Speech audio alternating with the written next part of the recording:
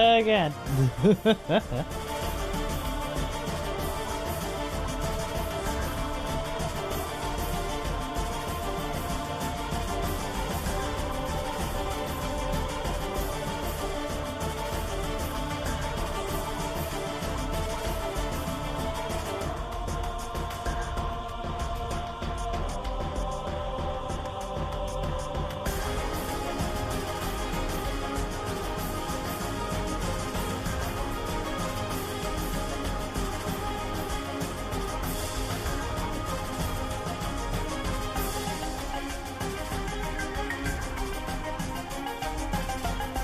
Oh, that's good.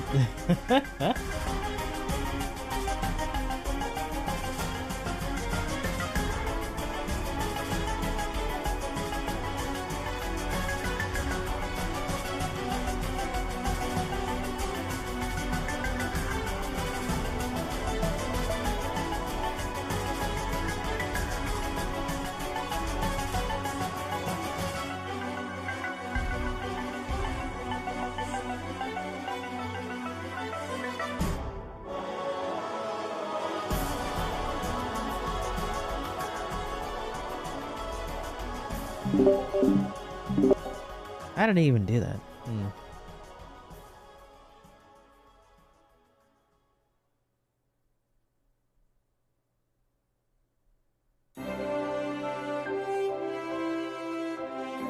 Actually, you know what? Hold on a second. I'm kind of curious, because I think it only does it for Twitch, technically, or at least it should only do it for that.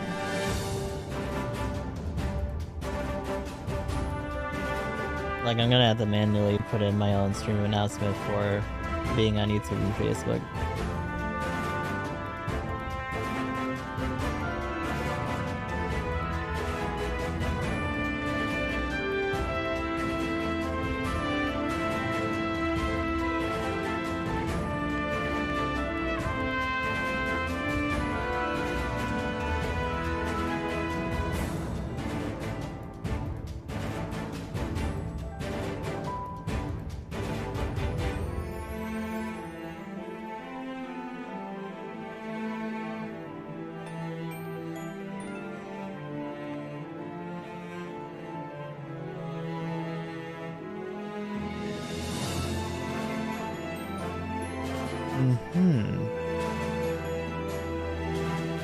Time to be scuffed about this. Hold on a second.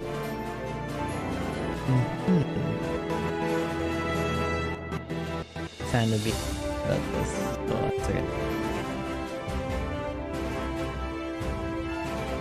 Wait, is that just because it's trying to stream it, or do I just sound choppy in stream?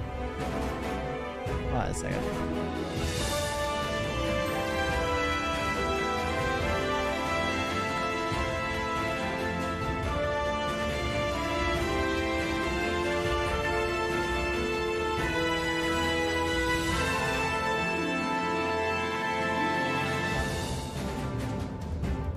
Wait a moment. No, it sounds okay.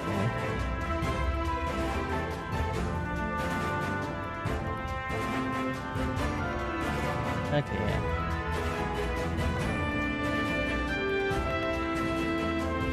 Admittedly, the music's kind of going hard over my voice here. Do I not have it ducking on? Hold on a second. Let me see. Wait a moment. No, it's coming down. It's just kind of slow when it comes down.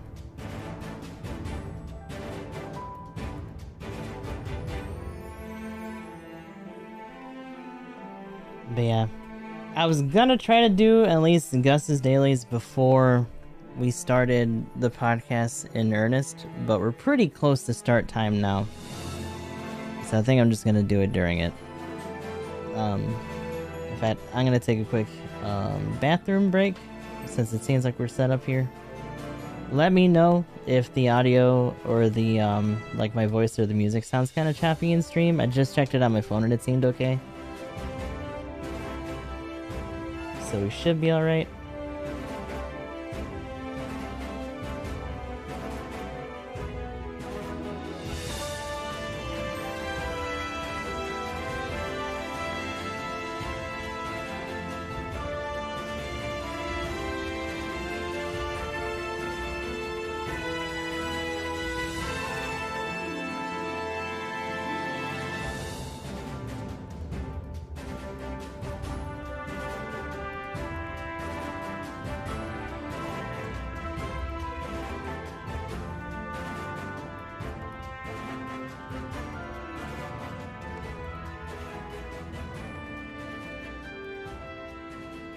But yeah, I'll be back in a second.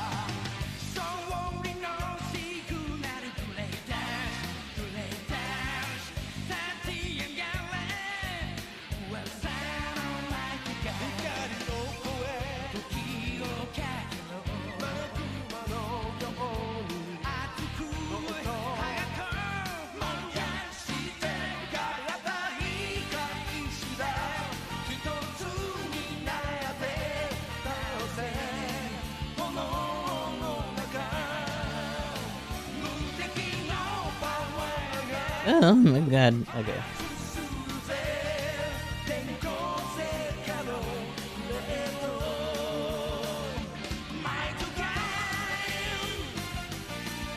Let's see.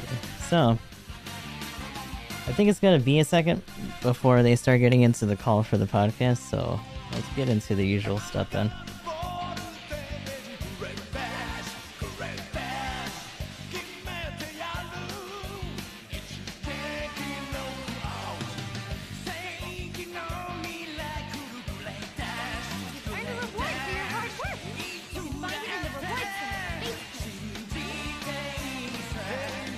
So we're talking about just more semi-try-hard stuff, so we gotta get the win and then personal score today. Shouldn't be too bad. I say famous last words, hopefully not.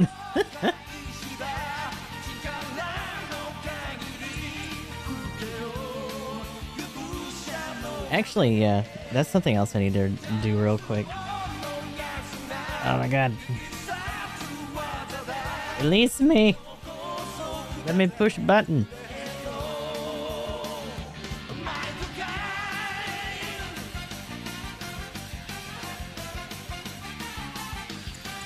Who is it? Violet. Yeah.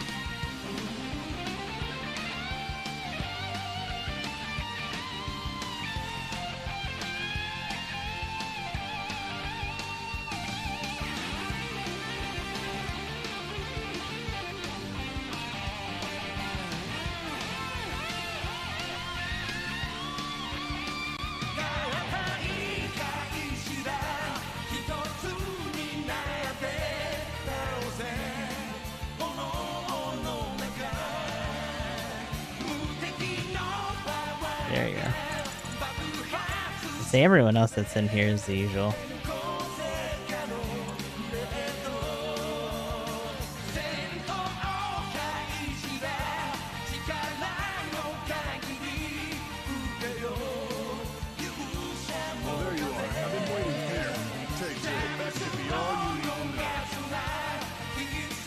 Okay. So it'll probably be in... get one through or be in the midst of a match once they start up. And then we'll just have to do the extra podcast setup and then get back into the usual after that.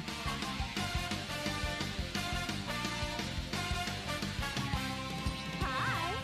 Welcome to the supply counter. I'll exchange just about anything for recycle. You can exchange the GP you have on hand. These are the current supply materials. Anything else in here that we haven't gotten yet? Okay. That's fine. Promise me you'll come back. I handle pilot sorties, making preparations for sortie. Alright, be careful out there.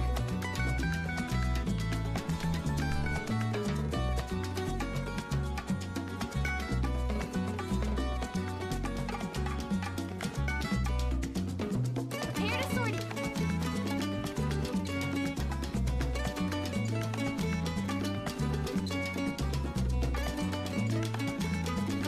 That's 500.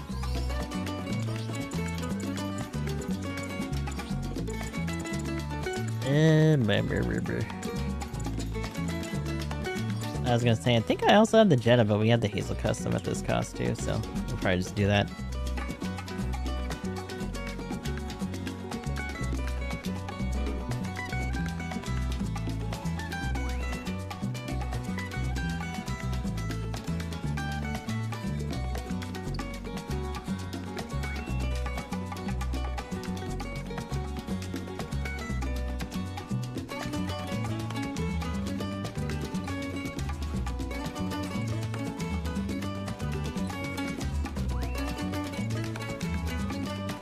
Your team's ready.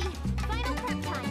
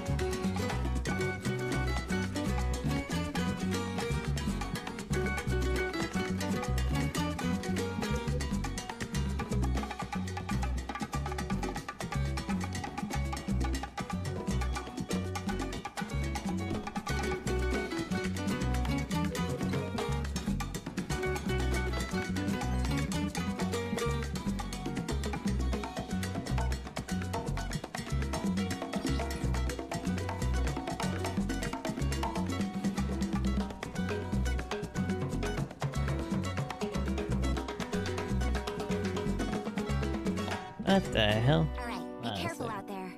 Prepare to Let sortie. me in.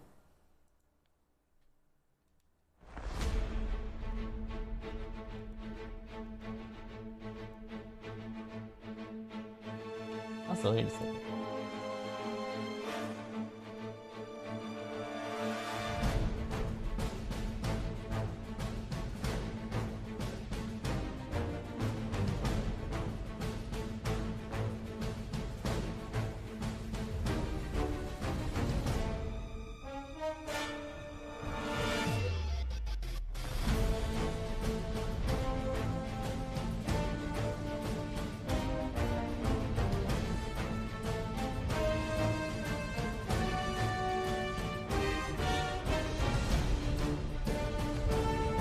I need to see something. Hold on.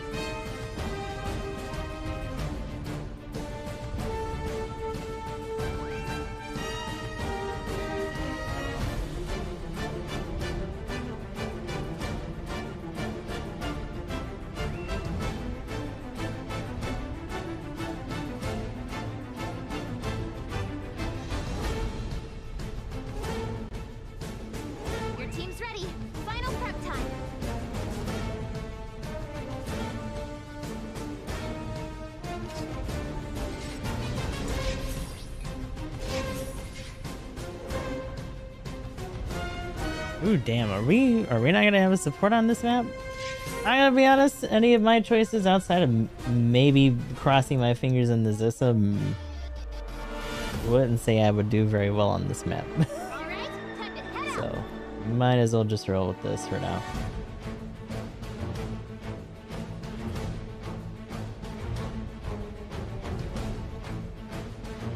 All units deploy when ready. Good luck out there.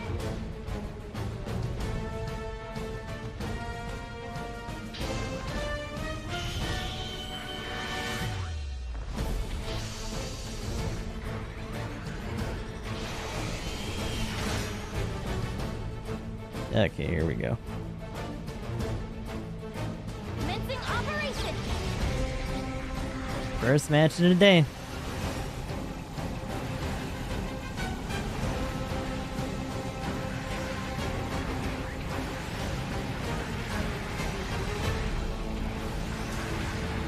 Actually, you know what? I might want to get rid of browser dude after I die, because that actually isn't relevant for non-Twitch streams, unfortunately. Ah, hell.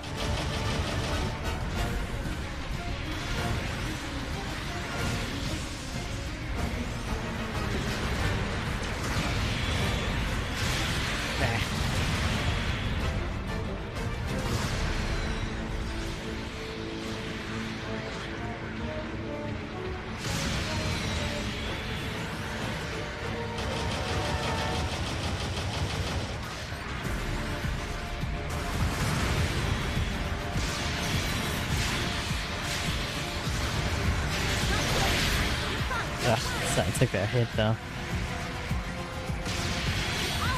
Damn. He got shot in the head. Which one's he gonna go for?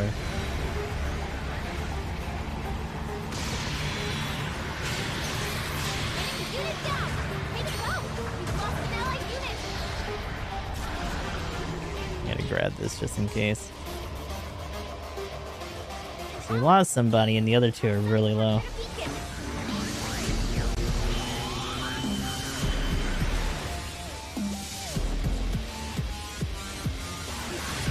The enemy took a beacon.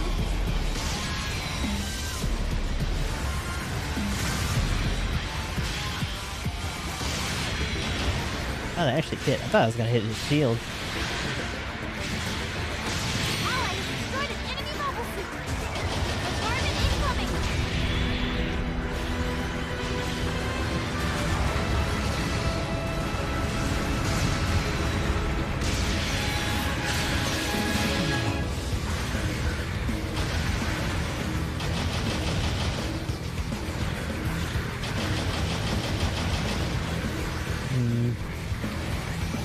Is he dueling that guy?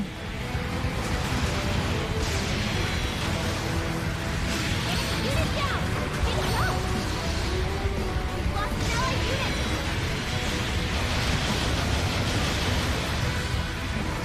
Allies, we've lost an allied unit.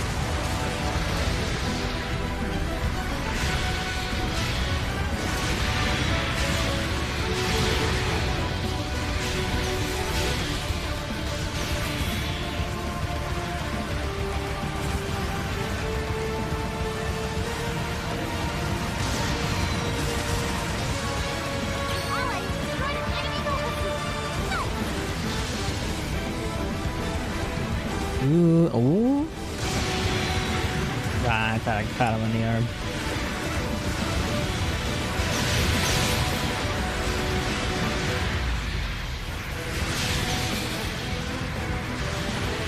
Did he? Oh, okay. I was like, did he hit him on purpose?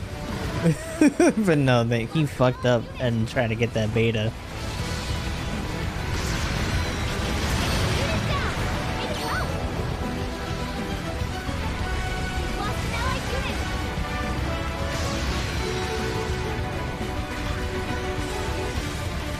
Our side captured a beacon. Big hits. Careful now. The mobile suit isn't looking so hot. Oh lord. Too many boostos. Fix them. Too many boostos.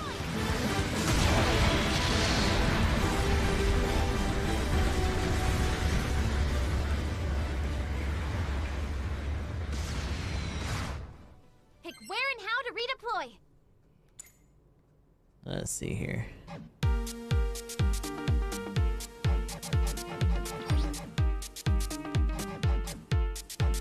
An ally has destroyed an enemy mobile suit. Ooh, damn.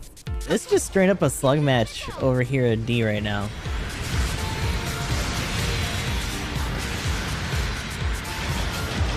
Back up, please. Enemy unit down. Need help.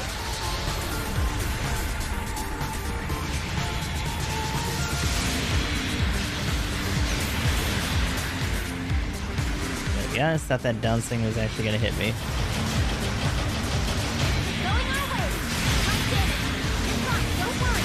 I need to stop adjusting my shots so short. Still in this. I'm getting impatient with some of these. Enemy unit down. Ooh. Ally has destroyed an enemy mobile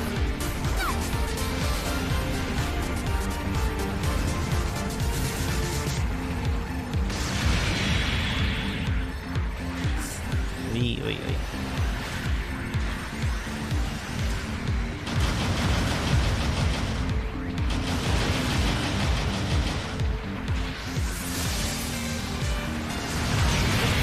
Whoa. Careful now.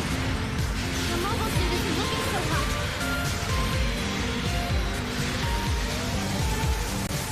Lost an allied unit.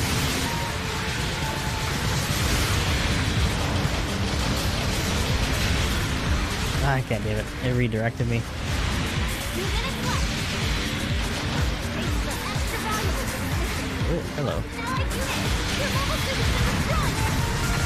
Let's see, I was already pretty low, so if we could at least get some more damage on him, then it's kind of whatever. Lost an allied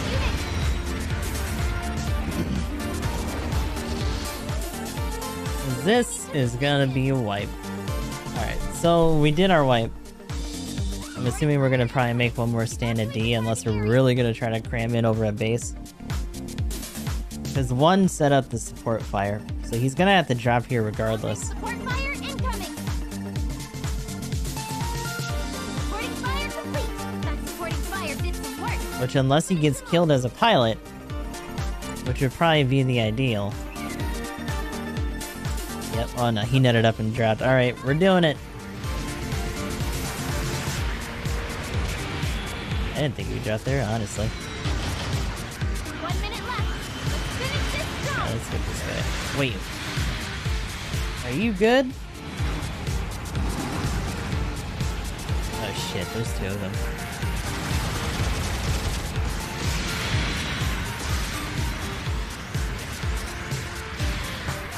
Lost an allied unit. Oh, I did it too soon.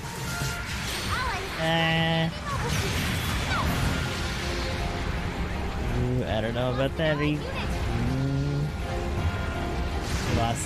lost a couple of people, but we're still kind of doing okay.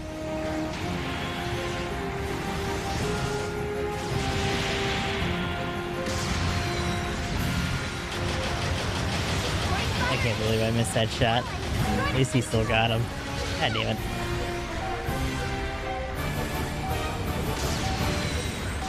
Long-range support fire incoming. Woo! Oh my god. Supporting fire complete. That supporting fire did some work. Mission accomplished. You and your crew did it.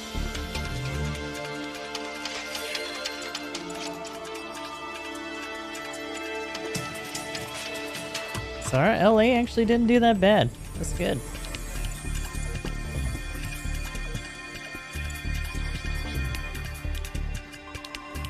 Here are your Alrighty. rewards for the battle.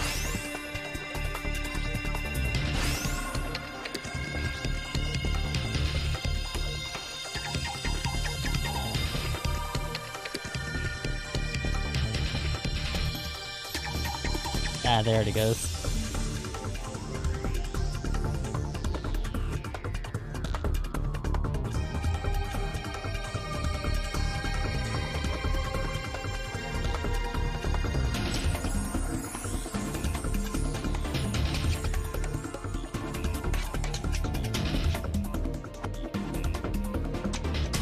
I have a sneaking suspicion.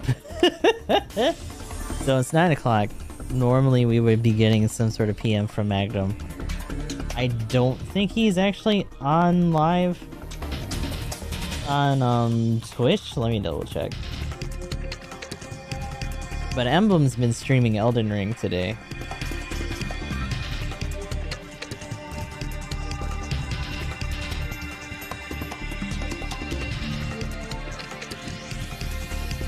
Yeah, he's not live right now.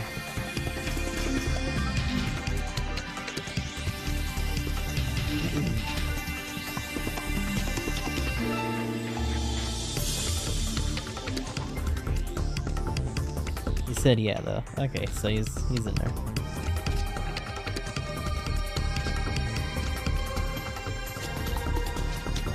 I'll sleep in the chair. Oh no.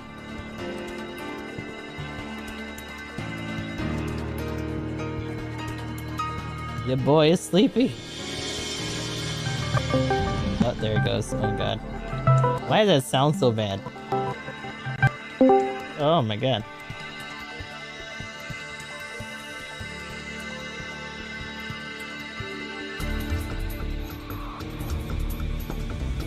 Yellow. You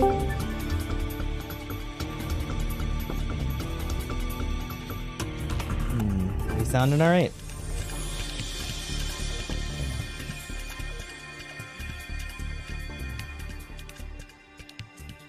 Cause I'll tell you, that ringtone sounded really choppy on my end.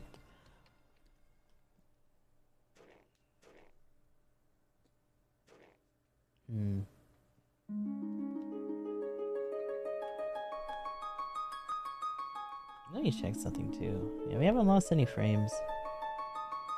Usual little bit of encoding lag here and there, but that's about it.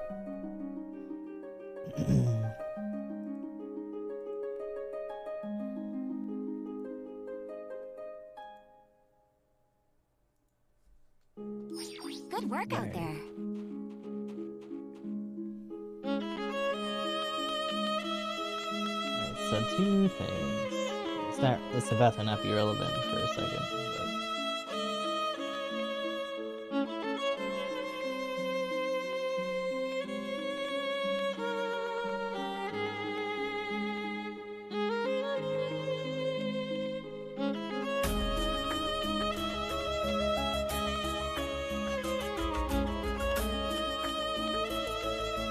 Aha.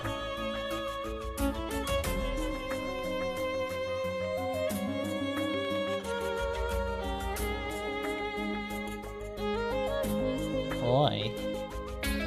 Yo. What's going on, Chris? Also, what's going on, Magnum? Actually, I need to tone that down since we're gonna be doing the podcast soon. Alright. Hiyo. We just beat the Elden Ring boss. Feels good, man. Very good. First one or which one? One of them is to die with a stick.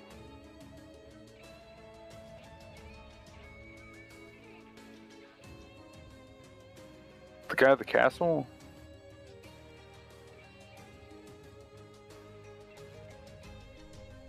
I guess that is kind of hard to say. Like, for as much as you can explore, does it still feel somewhat linear compared to other people's experiences, or?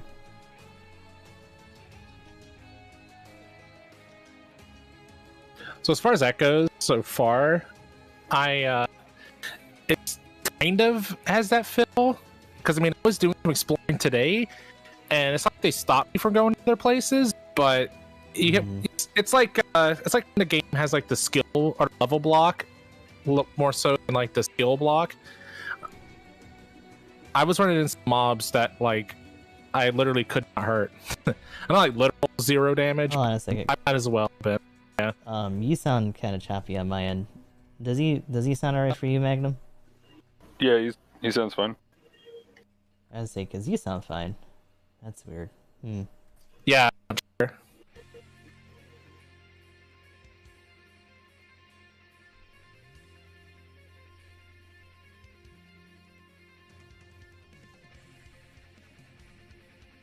You stop maybe using providing the links for what's it called again? Yeah.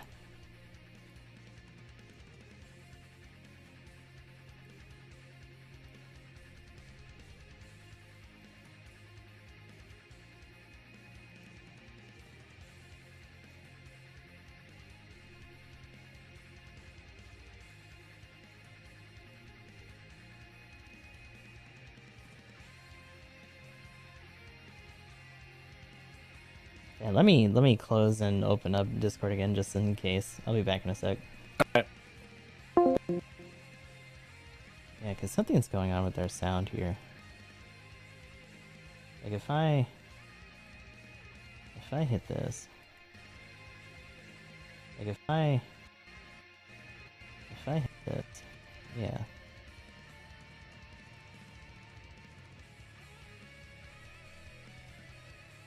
I think it's just locally. Koraz, do I sound choppy or anything in the stream itself?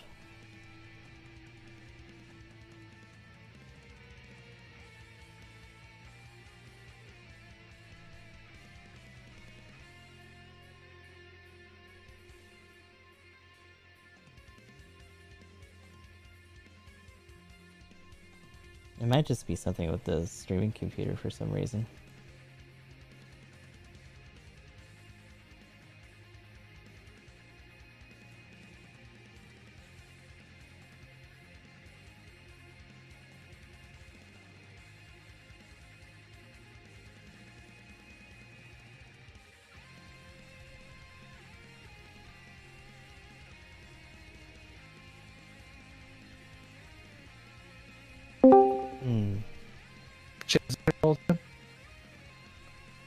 Nope, still bad. Still choppy?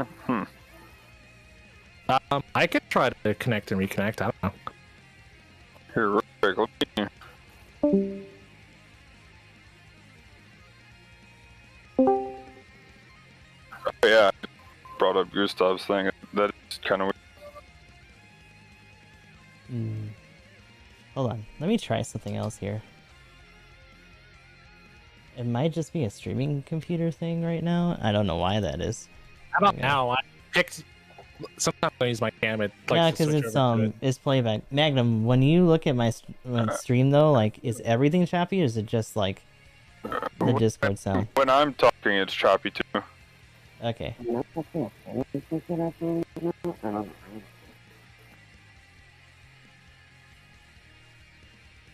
I'm still coming through choppy.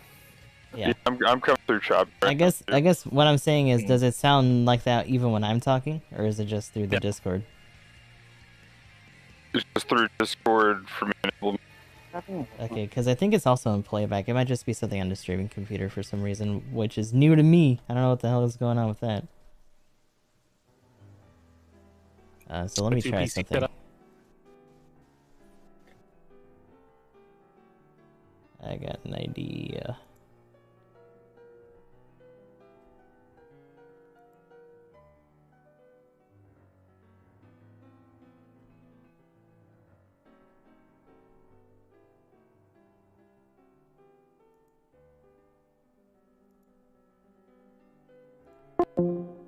Alrighty. Can you guys still hear me? Yep. Yes. Alright. So what that's gonna mean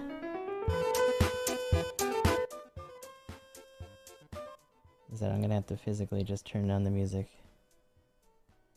in the player itself and then turn you guys up on line 1 here. Whoa.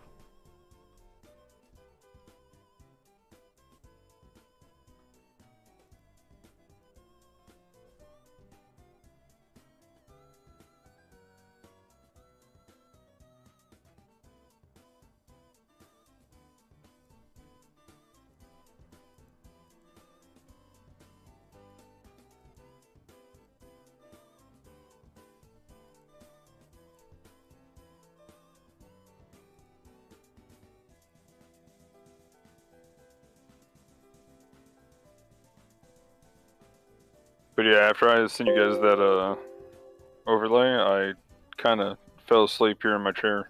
Oops. Sleep OP? Pretty much.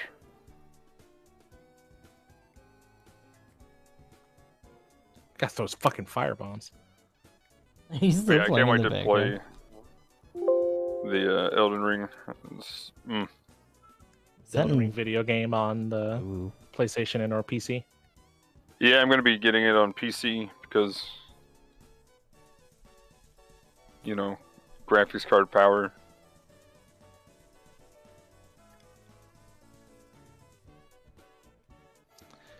Yuchin was telling me that he's been having issues with the game of like a weird like flashing light effect on PC that he hasn't been able to see a fix for yet on his end. So if we don't run into that problem too. Yeah, I've heard from people it's more like luck of the draw kind of thing too, which is weird. So even if you have like a 3080, it's like, you know, one person with a 3080 will have problems, one person won't.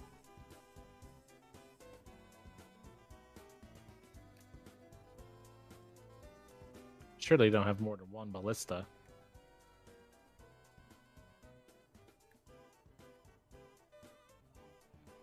What the?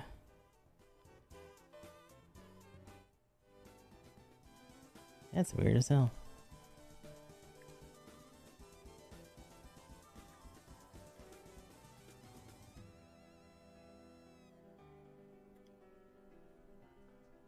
Oh shit, that's a big fucking axe.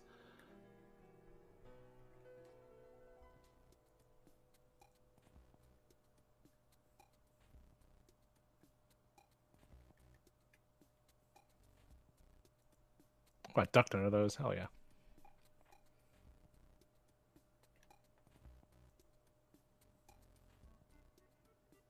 Damn supports. I don't have crossbows. Yeah, I just pulled up. I just pulled up to see where you're at.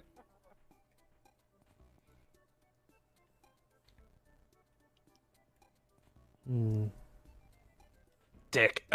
Get off your fucking building. Wait, when you say you got oh, so you haven't fought the first boss yet? I have. I mean, it depends on who the first boss is to you, but I've fought a couple of bosses now. I think you're actually coming up on the one I'm talking about right when you go through there.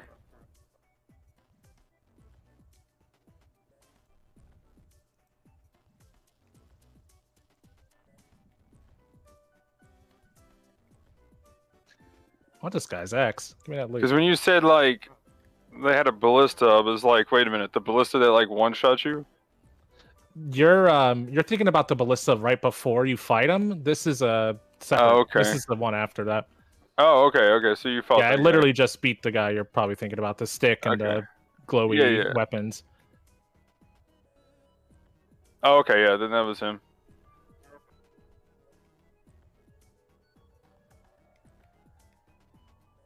Ah, shit.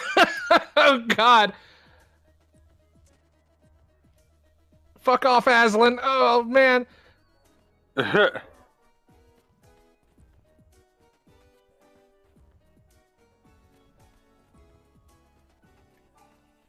damn it, Johnny. Oh.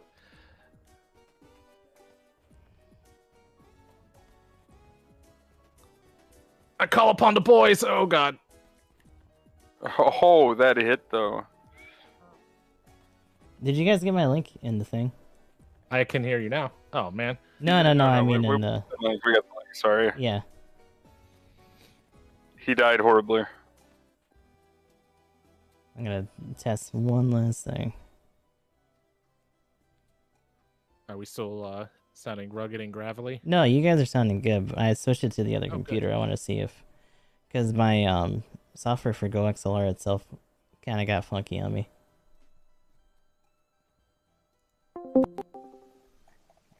Alright, now let's see.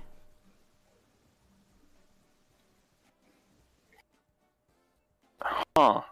Okay, the link that I clicked on... Okay. I'm just gonna have to mess with that later. Tried to say that I was trying to take the hosts. Okay, hold on. Let me make an invite thing then. I thought I could just use that one. Sorry.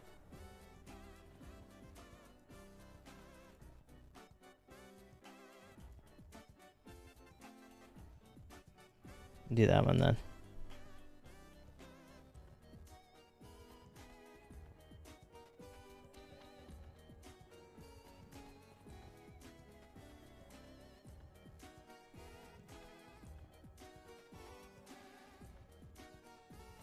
And actually, while I'm doing this, let's go to this until I can figure all that out.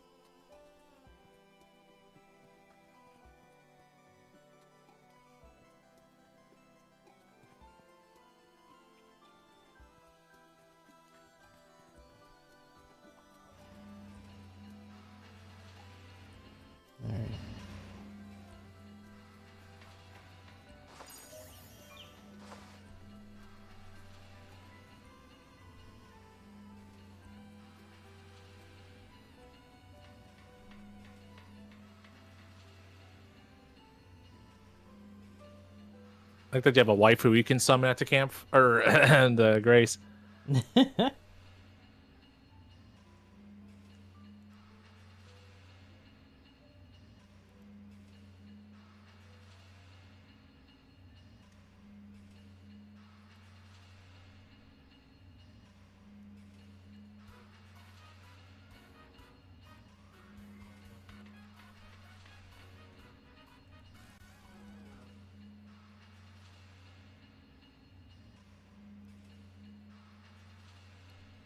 This is just Magnum jamming.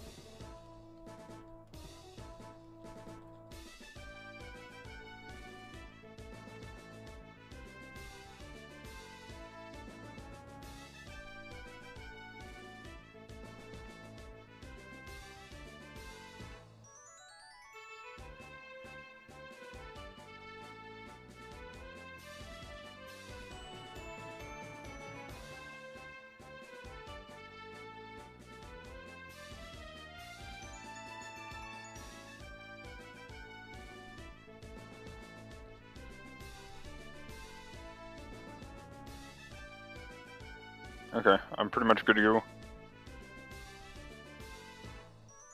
Do we have any of the new suits since last time? Eh. I didn't get the EWAC, but I also didn't roll for it. Same. Let me see from attention what I... Because we had, what, the Hazel 2, the Stark Jegan. I do have that one. Yeah, same here for that. I didn't get the 2, though. I've been saving up, I wasted everything on the powered. No. I didn't get the fucking powered either. Ugh. Makes me sad.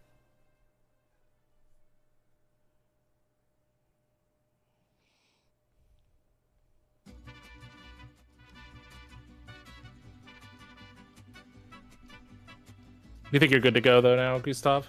Yeah, there's some weird shit going on with my Go XLR for some reason. Like it was, the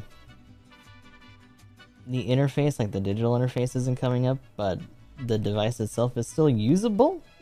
So, I don't, go figure this dumb shit always happens during the podcast too. I don't really have time to mess with it now. Right. So fuck me, we're good.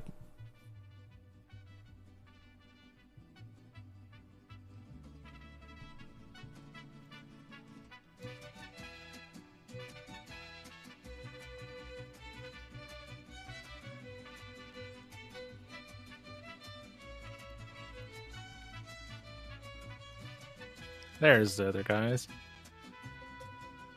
Gustav, I see you cleaned up from yesterday. I know you mentioned it at the end of the stream. Yeah. Just finally sat up like, nah, fuck it, I gotta buzz this.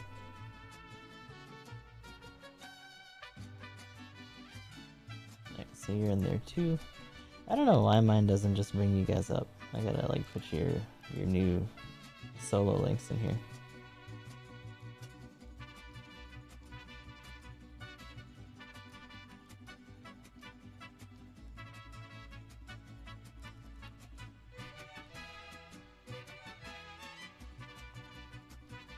Oh, also, Emblem, I don't know if you saw, but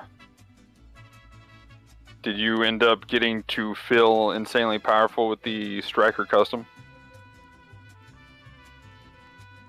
No. So they accidentally caused a bug with the update, and Nice. it's already been fixed, where you could, you know, the, like, shock knuckle that it has?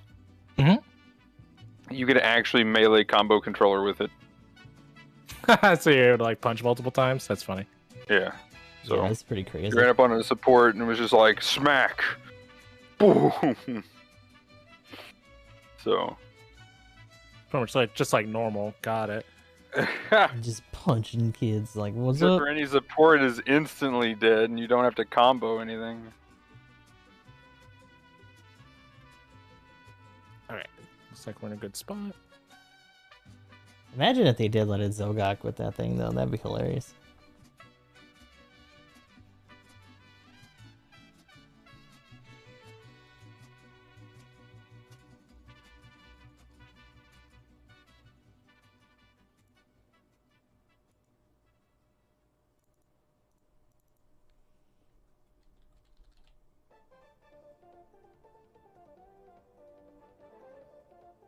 Oh, let's see.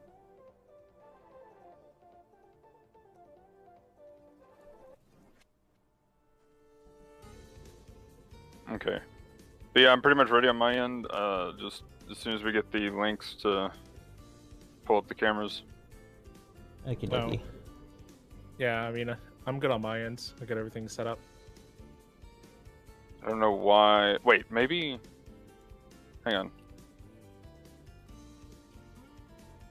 Never mind. I should be good now that I just thought about. Well, Is there a thing under each of us that says copy solo link?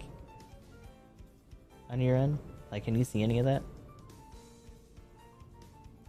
I don't see anything like that. Okay. no. I think we'd all have to be just So I directors. just used this like we were doing with Discord before and just captured the little things.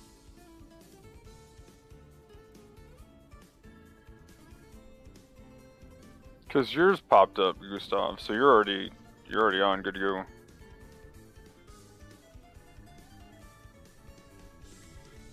Is that the same on your emblem?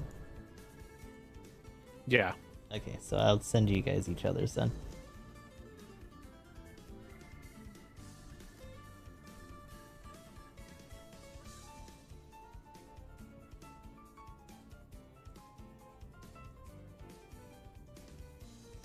Alright, so they should be in the chat.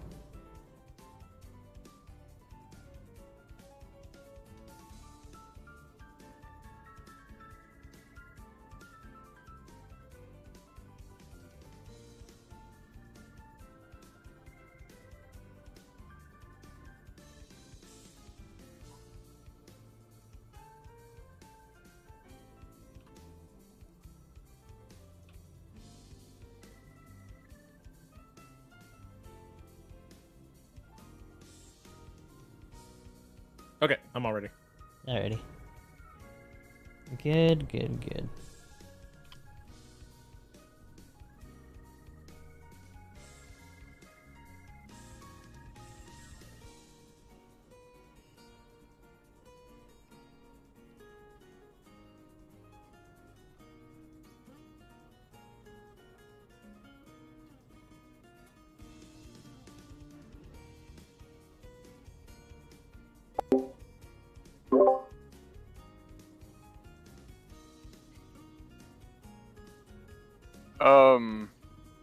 Yeah, both of those links are the same thing, and it brought up just emblem twice. Oh shit! Wait, what?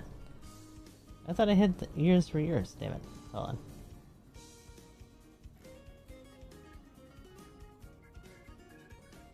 Emblem, you said you were set though, right? Yeah, I mean, I just capture it the same way we were doing with Discord, but just using the new thing, like the first link you gave us, because it shows all three of us. Mm.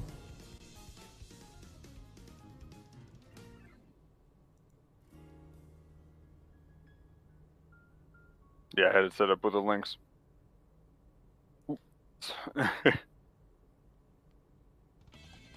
Oh, because you said that I was already in. I can put mine in too, if that's what you're saying. Well, I mean, yours was already in, but for me, it's literally the links are the exact same that you posted up there. I don't get what you're saying. Like it's the same link, so it's just emblem are you twice. Oh, wait. Well, that's the one that you needed, right? Unless you just I gave you. I yours needed too. my link. Hold on a second. Yeah, let me hit yours again. 'Cause I thought I put yours because I used it to do the thing. All right, that should be it then. There we go.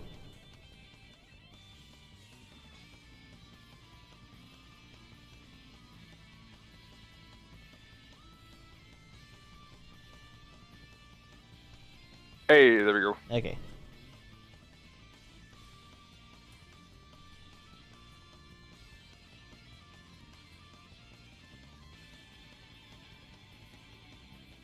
Can confirm it as a video of Magnum.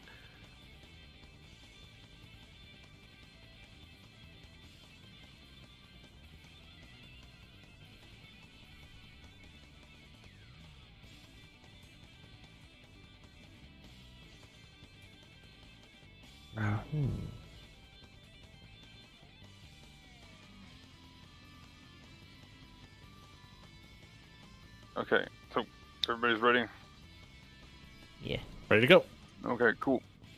So we'll go over the suits. Okay, we have 4. Well, 3 and then the EWAC. Okay, cool. Marker.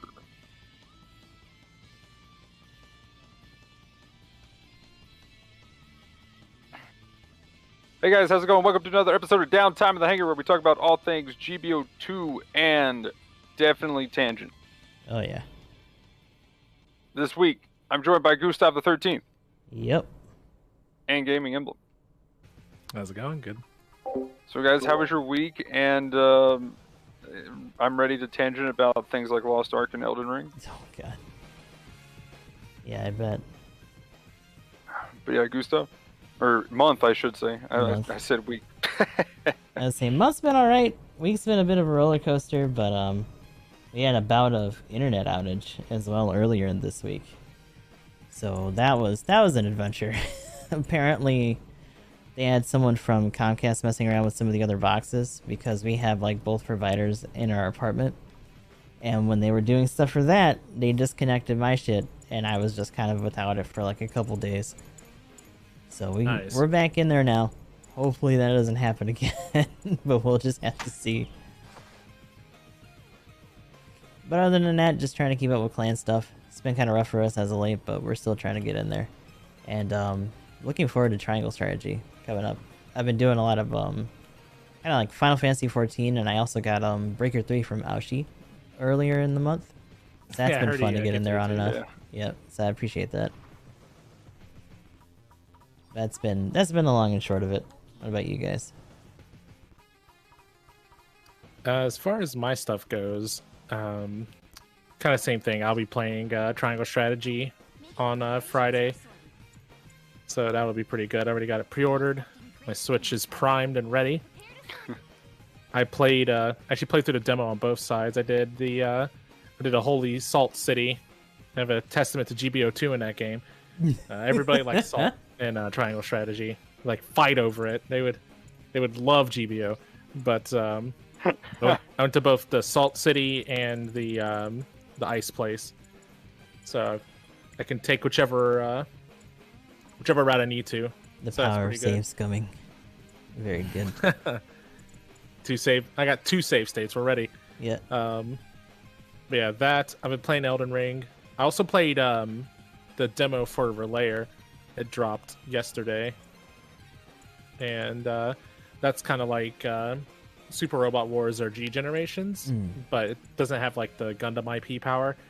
It's almost like SRW or G-Gen Light, but it uses more RPG elements like job classes and stuff like that for your characters, and which are waifu and robots.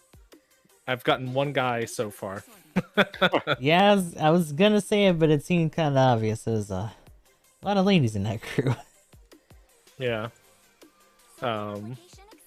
Japanese anime video games, am I right? Oh yeah. But yeah, so besides that, same old stuff with GBO2. Thankfully I've had internet, so I haven't had any disruptions or anything like that outside of just real life things to take care of if I'm not on. So it's been all good. So how are you liking Elden Ring so far, and what kind of build are you doing right now? Well, as far as build goes, I'm just kind of doing whatever I want. I usually don't start out those things thinking about like what I want to build towards. I just play, and if I see something like, oh, I kind of want to, I think I want to wear that or whatever. But so far so good. Horses are awesome. I can't believe horses perfected the combat of Elden Ring. It's so powerful. Like movement and maneuverability has always been really strong in that game, but like the horse pushes it up to 10. You just literally kite around, or your beast of burden. I can't call that thing a horse. Torrent's my boy, but he's not a horse. He's like some kind of pack animal, elk thing or something. But yeah, it's good. I like it so far. It's Souls. I will say, for me, the thing I like about Elden Ring the most is it's the other good side of open world, where like for instance Ghost of Tsushima, right, took a lot of open world elements and just was like, here they are, it's really cool, and then it led you to things, whereas this is like the other side of like, I wonder what's in this cave. Probably death, but I have to go look and see what's over here in this corner. And yeah, I mean, I had that happen today. Questionable exploring that happens in that game is just awesome. Yeah, I found a dark cave and murdered all these little cave dwellers and their chieftains, and then came out the other side on a crab-infested dragon island. It was great. A giant enemy crab. Well, the giant enemy crab showed up later when I was hanging out with the blister people and their water magic. But these were tiny baby crab. Enemy crab showed up later. Also, how has Lost Ark been for you? I mean, I haven't played it in the past few days. Like, I don't know. I'm level 40, 41. Like, I know I'm close, but it's just like, man. I was talking to Jonah about the game, and he was saying how he really likes it, but it just takes so much time because you have to make. He was saying it's use a lot of alts if you want to get all your stuff done. Yeah, a lot of time into the game. Like right after this, I'll probably be playing an alt. Yeah, that's kind of. You hit walls, but yeah, I was going to talk about that here in a second. But yeah, what else have you had going on? Honestly, that's about it. Besides, I still am playing Yu-Gi-Oh. Oh yeah. I'm trying to make my 4th-rate deck a 3rd-rate deck by this hard process. Did you get all those crystals from the event? Yeah, I got some stuff. I actually spent some because I was getting close to cap. But I'll have to keep working on it. There's another list that I'm trying to build, but I need a ton of URs, so it's not anything I want to work on anytime soon. I've about finished. I think I've either finished or about finished the Magnus deck. And then I've got the Gustav deck, which is, well, the Gustav I got in just about every deck that I can fit that in, because that's gross. You can pretty much just one shot. Oh, thank you. And gross isn't overpowered. It's a good thing. But no, it's I can't remember if I told you about it, Gustav. It's a artillery thing that like chunks somebody just for pretty much when it comes out. You activate the effect and you just like chunk somebody for 2,000. Damn. Then you go ahead and then you special summon something else because you had that out, and then you just attack them once and they lose. Or if they have multiple monsters out, you get to attack every monster they have, because the thing you come out with is 6,000, 6,000. Nice. And yeah, but yeah, I ended up with a decent amount of crystals and stuff from that. It was kind of ridiculous. It was funny though. It went from people like trying to lose to people where I guess they changed it, and you could get a bunch of points, medals, or whatever it was, if you actually won or something. Yeah, like they gave it like a multiplier or something crazy. Yeah, you have like 10 times the rewards for a win over a loss of your own deck. And that kind of changed everything there, but at first it was like a bunch of just bots, just suicide decks. Yeah. Yeah. But it was a little weird. I hit that for a little bit, but yeah, that was pretty cool. The amount of like stuff for that was just actually like pretty insane. I got like 8,000 something around there. So, but yeah, as far as my week goes, or month, time, that pretty much summarizes it right there. I've been busy, but I've been playing pretty much Gundam when I can. Lost Ark has sold my soul to Lost Ark, so yeah, Lost Ark was I don't know. So words, far, please. Yes, words. So far, I was kind of praising it for how good it was doing. Then I found out the actual pay to win, and oof. The weird thing is I was actually correct last time. I kind of brought it up when we were playing like on Banner Night, and it actually is about like you have to well like a crazy person if you actually are going to get any benefit. I've bought the entire, and now this is with in-game free-to-play, I've gotten gold and I converted my gold to the crystals that you can then use to buy the shop stuff. So, but people have to have the crystals, and you buy the crystals from people, and they get your gold for the real money currency essentially. Oh, so you can trade the real money currency for gold? That's interesting. Yeah, so the crazy thing with that is I pretty much bought all the secret shop stuff that is able to upgrade my character. In order to upgrade my character even further, I would need to trade even harder, like insanely harder, and in doing so, I would have to accumulate an amount of gold that is obscene to even get another chance at upgrading my character, my main character currently. I noticed you said chance. Does that mean it's not a guarantee? Yeah, because the thing is, you got to hone your gear. Mm-hmm. Yeah, you got to hone your gear. So that's how you. So once you hit 50, you're essentially there is technically 50 to 60, but the amount of XP just to go to 51 is like more than 1 to 50. So that's just something that will happen eventually, kind of thing. And it kind of gives you a few more skill points, is really all, and unlocks a new system at level 52, so you can like essentially get your characters up for free. To 50, so you can have more alts a whole lot faster. So this is one of those things that it accelerates for alts. I've already got another character in T2, but that's the gear score essentially. So you got T1, T2, and T3. Right before you go to the next tier, there's a wall where you kind of run out of resources because you can get a bunch of resources, and that wall is where the pay to win comes in.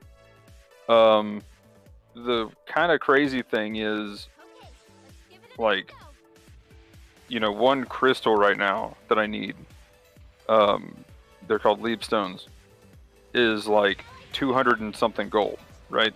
So for most people in T2, that's actually a decent bit of gold. Like, you'll see, where people are pulling money together early on, something would sell for 5,000 to 10,000. Well, you need that much gold just to actually get another chance at upgrading your gear. And if you failed, then it just went poof. So you're talking a decent bit of money. Like, probably one attempt might be $100, and that's not a guaranteed boost, right? And where I'm at now, I'm going 14 to 15, so that's a 40% chance of success. And I got lucky and found 2 of the lucky rooms from a cube. So I got a ton of these things that allow you to get like an extra 20% on top of whatever you had. And I failed all the way up to 90%, and then I failed 90%. So the salt was real. Like, I can believe that. The tilt and the salt was real. And the thing is, it's one of those things, like, for playing one day, you get 2 to 3 attempts. And I don't know, it's one of those crazy things, like, you would have to spend an obscene amount of money to actually progress faster than just somebody that's, as far as the luck aspect is going, my RNG for upgrading is pretty bad. So I'm a little bit behind because of that. But other than that, though, I should already be tier 3 with what math would dictate, but just roll better, Magnum. Yeah, right. And luckily, as far as my other luck goes, is I've gotten lucky at getting drops. So I got like good runes, I got good like island tokens and stuff like that, which gives you a lot of loot down the road. So that saved me a lot of farming for some things, because some people have done like one island and they've done it like 3 times now, because you can only do it certain times a day or even a week, kind of thing. And I just went and got it in one go, where people have tried like 10 times now or something. So I've gotten lucky on the drops. I have not gotten lucky on upgrading my gear, but hopefully tonight is the night, or tomorrow is the day that I hit T3. And then I got to get lucky and get T3 gear in one go, because that could end up being a daily possibility of failing.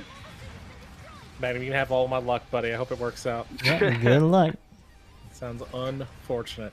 But yeah, that's kind of the big wall that people are running into, and that's kind of the hard part about the game. And I don't know whether it's...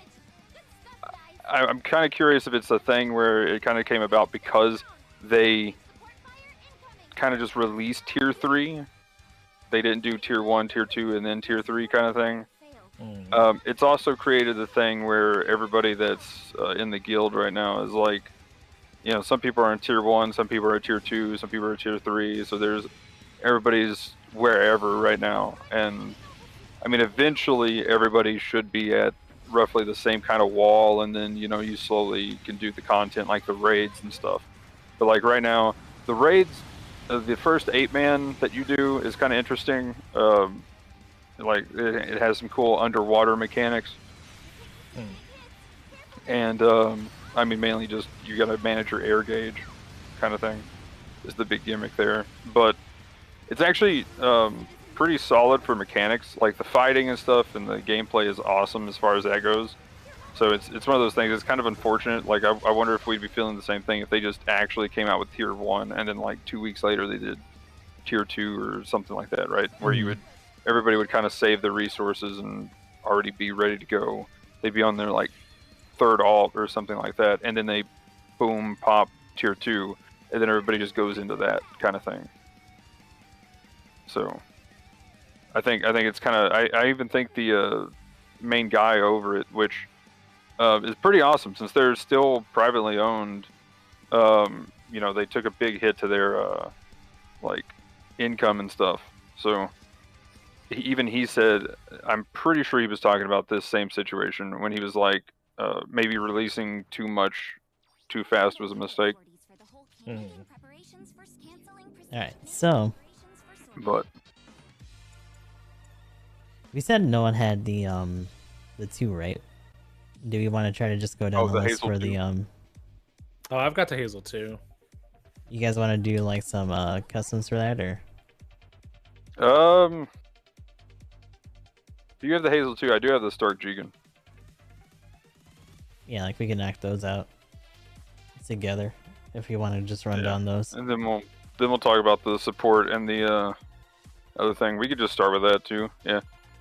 But yeah, other than that, for me, that's pretty much been it. Lots of Lost Ark and some GBO2 when I can get on for both of those. Other than that, been pretty busy. And can't wait to... Yeah, I can't wait to start Elden Ring. Also, I'm forgetting one thing, but oh well. Oh yeah, that's right. I tried to play Tarkov here the other day. I'm still addicted to that game too, which having some withdrawals, but you know.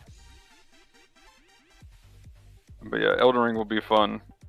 Was already planning to start that, but that'll probably be Monday. Okay. Yeah, if you got... Did you say you had a room, or...? No, I was just waiting in a base camp. Okay, I can make one real quick. Yeah, if you want to make one real quick, and then I'll bring up the... kind of like the little banner.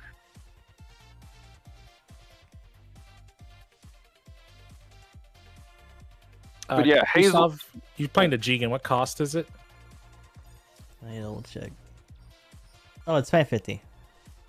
Okay, I was put at 550, and we can just do like both at once or something. Yeah. That's fine. Oh, so you got the Stark Jegan too? Yeah, I got the Stark Jegan. Nice.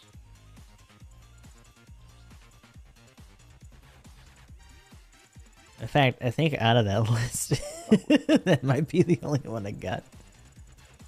I didn't get the 2, I didn't get the Bulldog, but I got the Stark. I got that's the only one I got too. I got the Jamru like super late. As well as the Black Rider, but like that was a while. Those have been out for a hot minute. Black Rider too. I wish I had 2 melee weapons. I need to get used to playing it. Alright. Y'all can join out whenever we need to go over those dudes.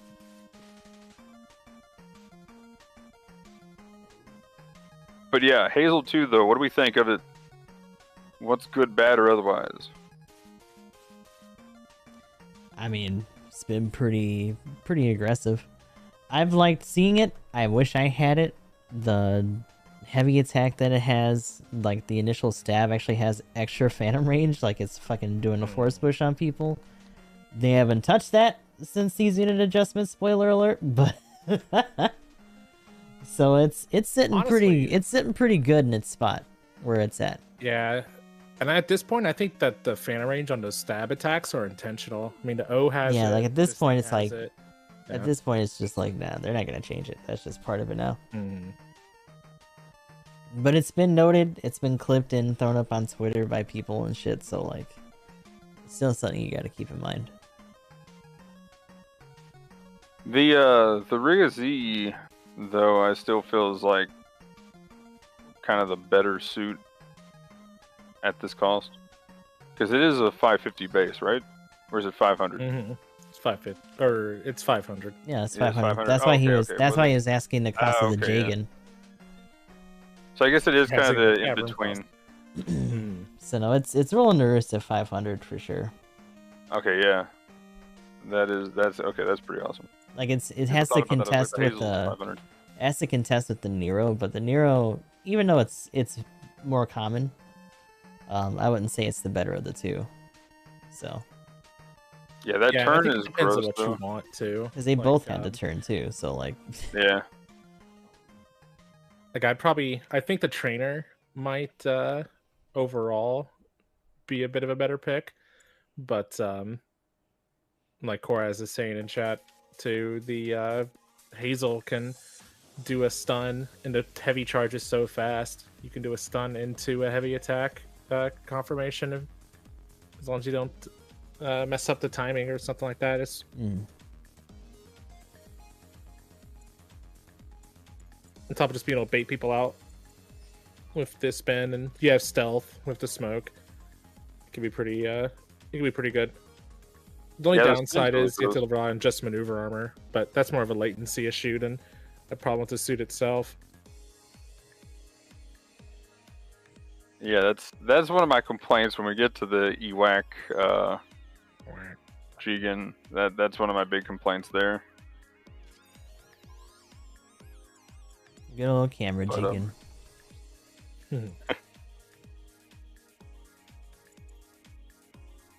Okay. But I like it. I don't think it's bad. It'd be hard for me to say. Obviously, it's gone now, so whatever. But it'd be hard for me to say like if you should go after it. Like maybe at the top of the banner, if you didn't have the trainer, I think it'd have been a fine suit to roll on. But if you had the Jegan or whatever it's called, Jetta trainer, Jegan trainer, whichever. Nero trainer. That one, yeah. Neither of the two. If you had a trainer, I don't think you really need to worry too much about it. But if you don't, or just like raids, it's not a bad one to have.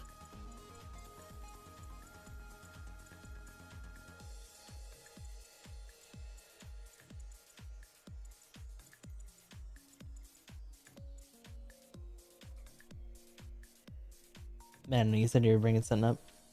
Yeah, I'm pretty much good to go. I was gonna pretty much bring up switch the to gameplay. Yeah. Oh, okay. I'll switch over real quick. Not that one.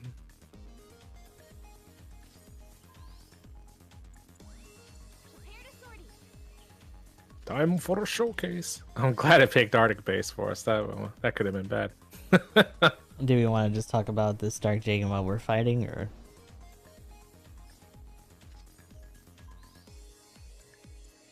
Yeah, we can go ahead and bring up the Stark Jegan stuff too.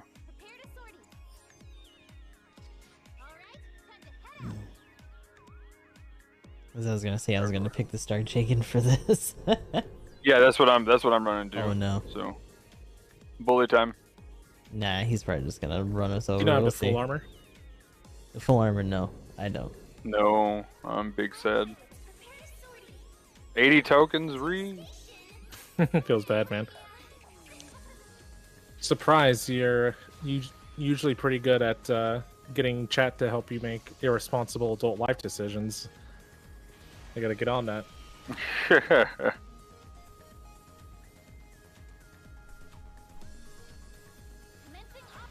Alright, here we go. I can do this. Yeah, scary.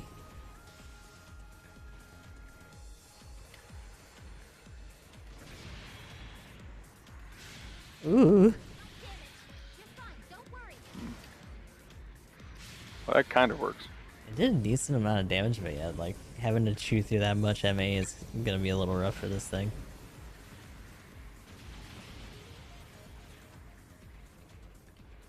And I think early on when this got introduced, like that was one of the bigger problems it had in clans as well. Like it had some good output, but Oh, okay, so it broke. Damn it! I was going for the heavy. But it was also just kind of getting overwhelmed by Rigazis and shit running at it. Especially if you didn't have like a lot of concentrated fire, because the I want to say the missiles, the shoulder missiles stun in like 1.5 volleys or something. I don't think it's all. Is it all 3? Yeah, it's 3. Let me see. But I don't know if I think it ends up only being about 100 because Yeah, there we go. No, my leg. Okay, so yeah, it is in 3. Just wanted to double check on that.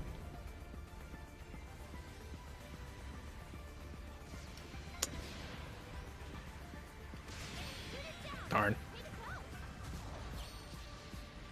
The art of the back pedal for this the Jegan is definitely like the strong thing. Just legit trying to let loose with what you got selected between like landings and stuff. The duck hunt. Ooh.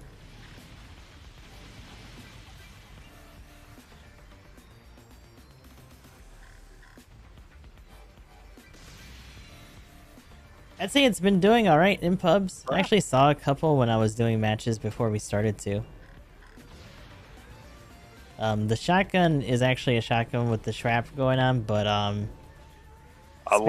spacing and timing when it comes to when it actually like lets loose. Because it's not kind of doing it the way that the DJ does, sometimes you can miss pellets. And also depending. Oh my gosh, that stunned me. And then he knocked me over with the fucking tackle. Like, goddamn. Recharging up for that? Hitting a raid with it feels pretty good.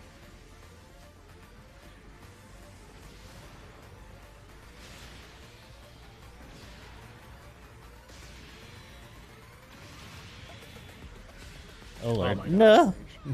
No! I missed! Ah! That is one thing about some of these newer suits. They kind of have fetty swings, but they're also a little short on the neutrals.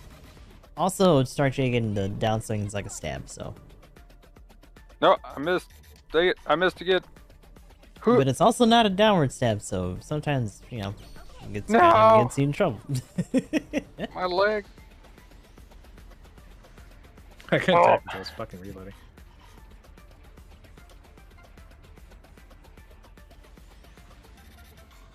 iPod smoke. But yeah, as far as the Stark Jegan though, I do like the shotgun. I like the range kind of focus on its weapons. Of course, I'm a fan of that, so. I should have just went to the shoulder missiles. Oh. Darn. Oh. It might have just been because of previous accumulation, but like that didn't stun. Or that actually didn't either, but that might have been just some of the pellets missing, because it did it there. Also, the 2 extra wrist rockets, it's kind of nice for just in-between damage, but I don't...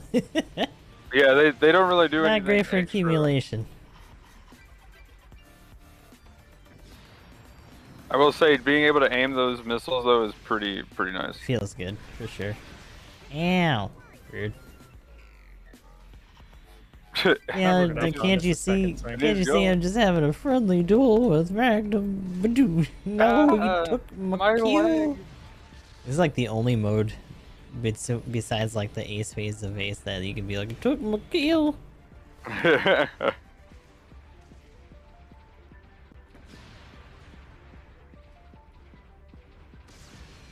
Okay, we're gonna just miss a bunch of shit. Goodbye. Oh no.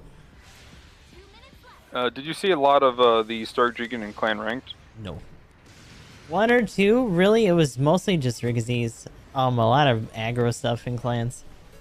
Because even though it does have output and it can do some decent cumulative, it kind of doesn't matter if they can just chew through all that and sweep a bunch of your team with heavy swings and other things that just hit harder. Because they also have range stuff on those suits. Fucking shotgun.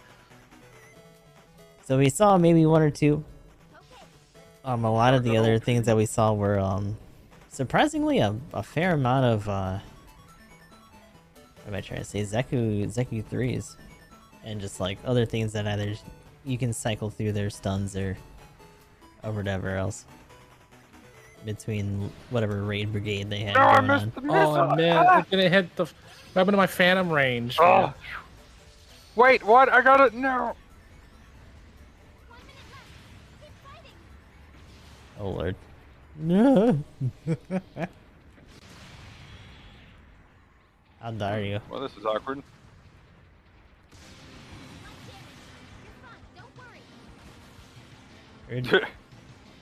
Pew pew. Pew. Oh. Oh. Oh boy. Like how my heavy didn't come out. Yeah. That was pretty fun. Was it just short or was it because of the landing? Whoa. Ah! Damn it. Damn it. No. Oh, and I'm out of control now. My body. No. So the charge time on the heavy for the Hazel, I think it's actually like stupid fast too. Oh god, I'm done. Oh, I should have been. I should have been. Fucking attack. That's so unfortunate. Yeah, like, does it actually charge like faster than other heavy attacks? Oh yeah. That's why you're able to do a new or like a stun into a hit with it. Yeah, because I saw you almost got me with that. I was like, wait, did he just? Yeah. It'll fuck around. Yeah, honestly, in that one case I would have if I didn't attack with you first. Yeah. My ready up was delayed because I just used my sword, so I had to wait a second. That's kind of what I was expecting to happen, but yeah, you're right. The in between was too much time. Yeah, because like when I'm up against a support or something, I have to burn your guy's dodge roll.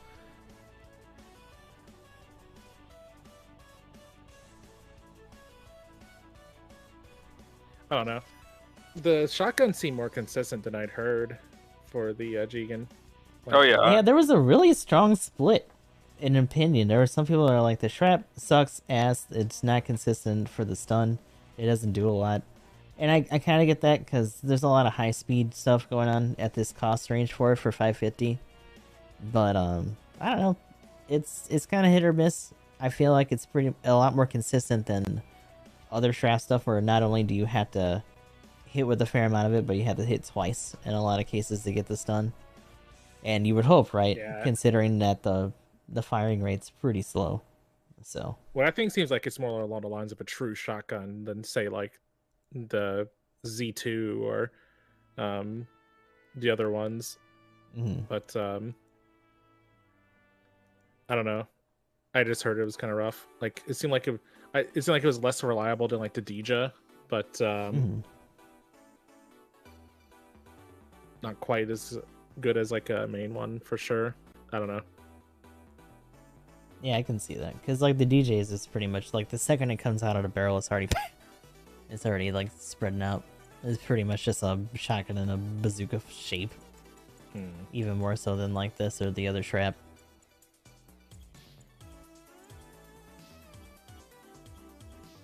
But I really haven't seen it, probably just because it's a bit torn. Yeah, When it I kind of. first saw it, I thought it'd be fine. It's been kind of middling. I don't know how common it has been as a drop either. 'Cause that might be a little bit of it too. Well, it kind of depends. 550 right now has a lot of just level boosted stuff, and in general, like some of the actual go-tos, especially since the Hazel custom also got another level, have been pretty rigid in terms of just like what's acceptable in like higher rated and whatnot. Yeah. The Hazel customs definitely push the envelope on like what's good, because it has so much maneuverability While also on being top of like it having, really like, armor chunky. and stuff. Mm-hmm.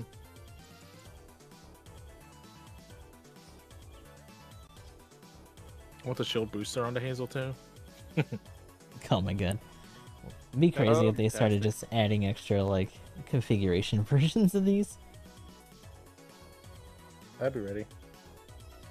So yeah, I mean, we kind of talked about the stun value, but as far as the weapons and stuff on both suits, what do we have for some stats on the Hazel 2?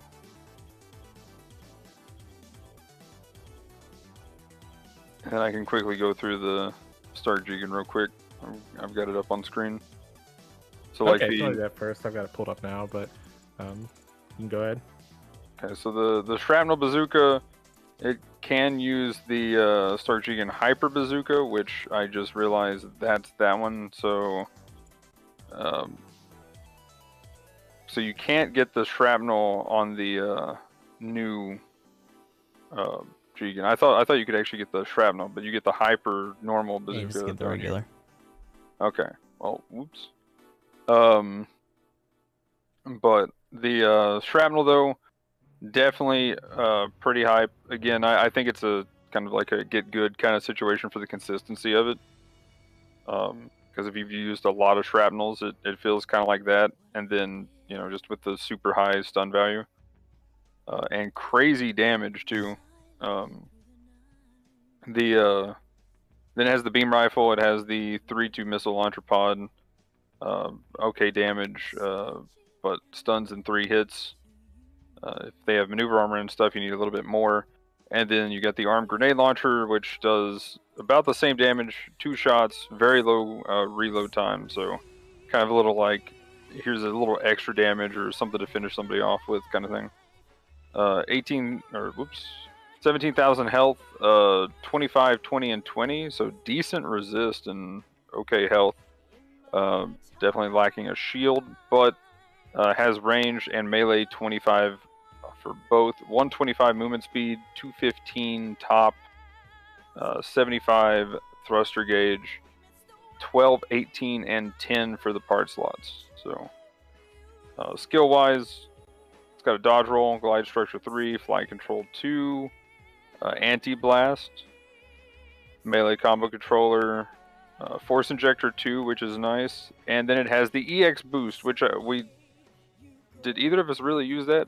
Gustav, did you use that at all? The EX boost, no. I probably should use it more. Normally, if I do, it's because we're either pushing in and I'm low on boost, or I'm just trying to get out of a situation. But yeah, I guess for EX boost, press the touchpad to activate ability, temporarily boost mobility, and nullifies thruster consumption while activated. Emergency evasion and tackle reduce the effect of length. So essentially, you have a certain amount of time. You have all the boosts in the world during that time, and if you roll or tackle, it kills the mode. You don't buckle or anything like that, but you'll end up having I forget if it's a slow, long overheat state is what it says at the bottom. Yeah. So it takes a little bit longer to get back, and you can only use it once per life. So it's an emergency thing. It's like about 30 seconds to get your thruster gauge back, something like that. Yeah. But still, having that like just being able to pop it and boost for like 5 seconds is pretty nice. Mm-hmm. Like, just okay, I'm out. Like, you get in just a little too deep, pop it, run away from the entire enemy team, and then if you really have to, throw the dodge roll in there or tackle. Like, that's pretty nice. So far it's been kind of cool to see them do that. I think this is going to be the new version of Overboost, since, you know, Overboost kind of got a little too strong there for a little bit, as far as if there was a dodge roll added. So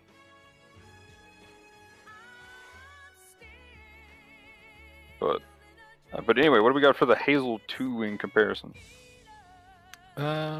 So Hazel 2 stat wise is 16,000 health. Ballistic defense is 14. Beam is 16. Melee resist is 30. Shooting damage modifier is 8. Melee modifier is 38. Speed is 130. Boosted speed is 220. Has 80 thrust. 69 turn speed. 78 in space. When it doesn't have to shield. Melee priority 3. Slots are from top to bottom 18, 12, and 6. You can do 3 attacks. It doesn't have any like special modifiers, so it's full damage on the first hit, half on the second, and a quarter of your normal damage on the third. Modifiers are also standard, with the heavy attack having the same power as the downswing, so each hit is a 130. So if you have both, it's the same as hitting 2 downswings. Its primary beam rifle is the same one that the Hazel uses, so Hazel beam rifle, and it can do as 4 shots. If you charge it, it uses 3 of those shots. It can also stun, or stuns without charge but it pierces if you do. And uncharge, it does a 20% stagger. Full charge is 80. Damage is 1900 level 1, 2000 level 2. Charge damage goes up at level 1 to 3600 and 3790 for the level 2 version of it. Interesting, charging doesn't increase the range on this gun. It just makes it pierce and stuff. The charge time for the heavy attack is 1.3 seconds. That's cool. And I didn't know that. The beam saber's power is 2300. That's real quick. Just to give you a since you're wondering about it a second ago, let's give you like a comparison. There's the Riga Z. Or let's do Neo Trainer. That's fine. They both have heavy. The charge time on the heavy attack for the trainer is 3 seconds. I think that's like kind of the normal for a lot of the suits. I think Riga Z's might be a little bit faster, but for most of them, like I think the Gaz and stuff like that, they charge in about 3 seconds.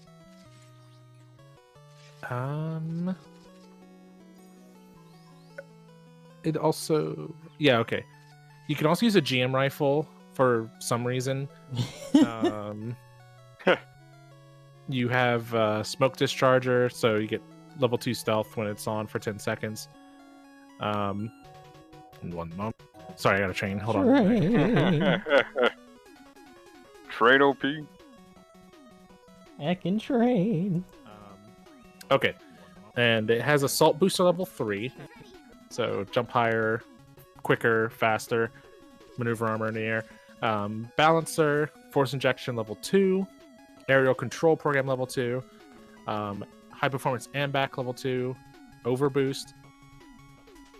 For anybody that's not familiar, since a lot of suits don't always get this, overboost makes it to where when your boost gauge is full, like you overheat your boosters, you can hit the boost button again and it will continue for this one says 10 seconds, but during that time you don't run out of boost and you can tackle, dodge roll, whatever as many times as you want, and it doesn't lower the duration or anything like that, so you can just kind of throw your body at people over and over again if you so desire.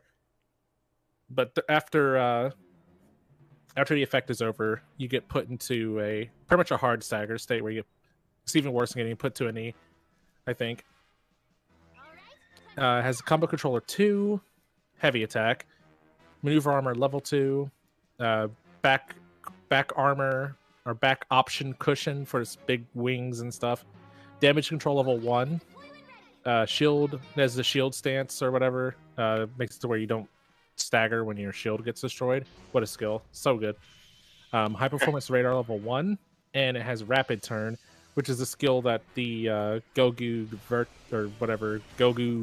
Vertex has. It lets you spin around, and during the spin you take extra damage, 30% more, but you are unaffected by stuns and stagger effects during the turn.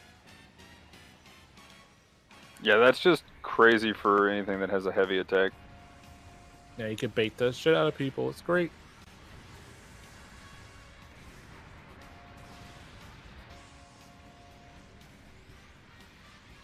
On a side note, real quick, we actually have the clan suit in our match that I'm doing right now. Ooh.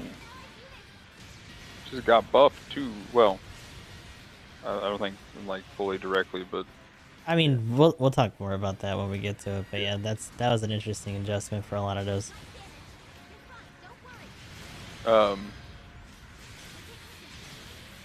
But yeah, anything else with the Hazel 2 or the Stark Jegan? Nope, still want one for the Hazel 2. Stark Jegan's been okay, but hasn't been super relevant for me. Okay, so the next suit on the list is the powered GM3 full armor. The bulldog is finally here.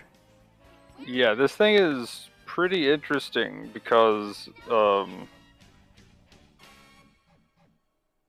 I will say it's got a really cool grenade launcher thing, so it's pretty much like the Dagdaw AoE. But then it has all of the missiles.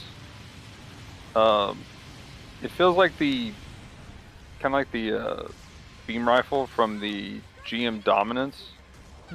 And then it's got the cannon, so it's got a lot. It's got full 8 weapons. The main thing for me, it feels like one of those things where it's like, here's all these weapons, you have to use them all, but you know, it's one of those things. It's very shooty, but I feel like a couple of the weapons could use, you know, a slight numbers buff, because you are swapping through everything. And then it has the weird melee like gimmick of the melee tackle thing, and I'm like, I don't see that being used too much unless you just find a general and you know there's nobody else around, and then you're gonna like melee tackle on them. So I don't know. It's very weird with the skills because of that. It has that powered or GM3 powered gimmick, but BBs needs to not be cowards anymore and give support double tackle. Right? Mm-hmm. It used to be we would say that about a bunch of raid stuff, and now it's just like, please, supports. But I will say I'll stay on that train. Keep buffing raids, please. Yeah. I mean, they got the momentum now. Ooh. I don't know if that's gonna stop. Oof, no.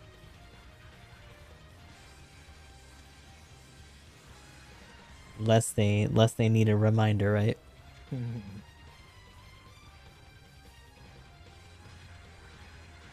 But yeah, overall, I think it has enough damage to kind of stand on its own, though, with just, you know, range damage and just the missiles and stuff. I am curious to know some of the stagger values. I didn't get to see that as much from some of it. But I don't know if you got everything pulled up, but if you want to go down the list of stuff, we can talk about the stats and then kind of give our final opinions. Yep. So just stat-wise, this is a 500 cost suit. HP is 18,000. Ballistic defense is 20. Beam resist is 24. Melee resist is 22. Its ranged attack modifier is 25. Melee is 15. It has 115 speed. Boosted movement is 185. It has 70 thrust, 60 turn speed, 69 when it's in space. Priority 1. Special note, it has a special counter. When you counter people, you fucking unload on them. It's awesome. Part slots from top to bottom, 8, 17, and 11. Melee modifiers are the same, so 100% on neutrals. Side swings are 75, and down swings are 130. As far as its weapons go, so it's primary, the double beam rifle that it has, or the double barrel beam, or whatever you want to call it. Yeah. So it has, it fires 2 projectiles, and both of them have a 40%, which is pretty huge. If you hit with both, that's 80. That's as much as a bazooka. So that means this thing can knock flight suits out of the air with one burst if it doesn't have like some kind of protection ability or something. So it'll stun in 2. Yeah, I mean, I guess if you fired a second shot off, yeah, the fire interval is only 1.7 seconds. So if you fire it both times, you should be able to stun most anybody. That'd be 160 if you hit with both. Let's see. It has double beam saber, 130 power. Ready up time is 0.77. Its back beam cannon has a power of 2,000. Heat consumption is 90. Which to main weapons, heat consumption is 40% on a non-charge, and 100% if you charge it. And you don't get any like additional benefits for charging it besides looks like bonus damage. Yeah, I was hoping that'd be a stun. So the beam cannon is touching back on that. Has a range of 400, and I skipped the range on the other one. The rifle has a range of 350, but it doesn't say anything about stunning. I guess the beam makes it stun too. I'm not sure. 2 shots, non-focusing, moving, shooting possible. Non-focusing with stagger, or non-focus causes flinch. Staggering. Okay, yeah. So if it's full charge, it looks like it causes a stagger. I think. Sometimes the phrasing is weird on here. So the stagger value on the beam cannon is 20%. Okay. So you could technically like do double shot if you were both. Follow up with the beam cannon and knock out level 1 maneuver armor. Let's see. So the next weapon on here is the missile launcher built into the chest ×2. Yeah, that's the one I'm wondering about, the stagger value on that. So the damage is 100. It has 20 bullets or missiles in a clip. Let's see. Range is 400. It's like it fires 2 at a time. And there is no... Yeah, there's no stagger value mentioned in the... Okay. That's interesting. Yeah, that's what I heard, is like it doesn't have much stagger value with some of its weapons. Maybe in this case it has none.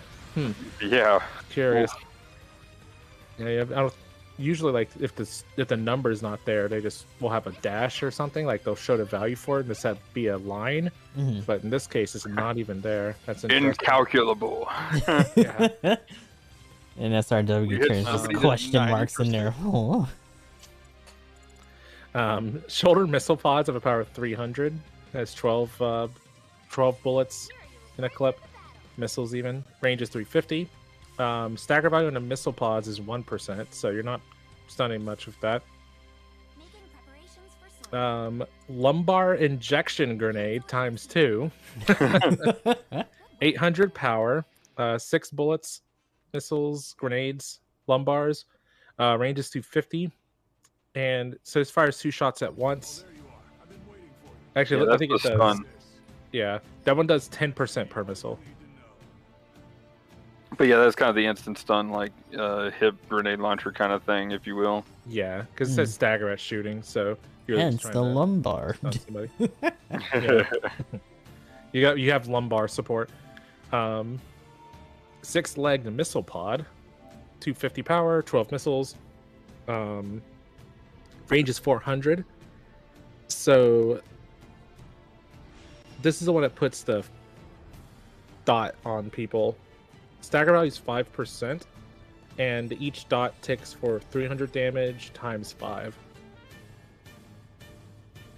Yeah, that's the that's kind of cool that it's actually a bit more than usual. Pretty solid damage. So last up is its grenade launcher. That's the little spark party that it likes to drop everywhere. This power is 300. It has 5 bullets, and the range is 400. It says movable shooting, so I guess you can fire on the move. So this one puts kind of similar to what's the suit with the EMP grenade? I think it's the Doas Custom. Yeah, Doas Custom has something similar too. Yeah, very similar to that type of effect. Okay. You put a lightning field down, and for 4 seconds, anything that's in there takes 8. The maximum hit time is 8, but it's 300 damage per tick, and after you're hit, you have 10 seconds of a jamming type effect. Yeah. Yeah, I've been kind of comparing it to the Dagdahl, but yeah, the Doas has it too. Yeah, Dagdahl is definitely the most current besides that, but like that's the first time that we saw. Is it Dagdahl's like cloud jam? I don't remember. I just know it fucking hurts, but I can't remember if it. Yeah, that's. I just know if I hit somebody with it, it does it all. But I can't remember if it jams or not. The other thing is that, of course, it's good for taking out infantry and stuff too, just for the AOE.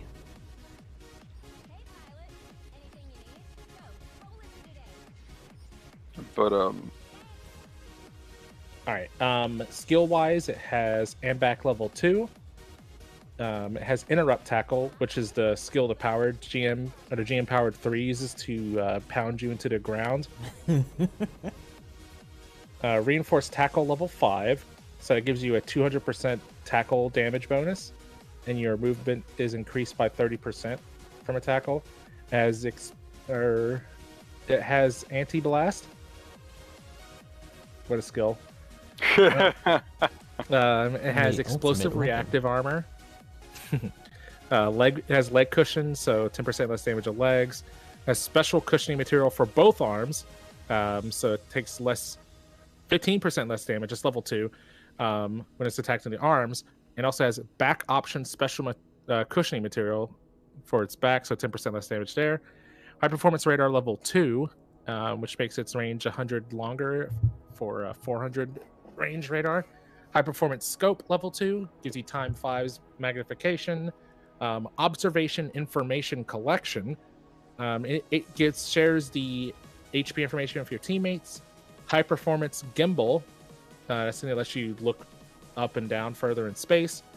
And it has parallel search enemy parallel processing device, which is a skill that lets you see your radar when you're scoped up.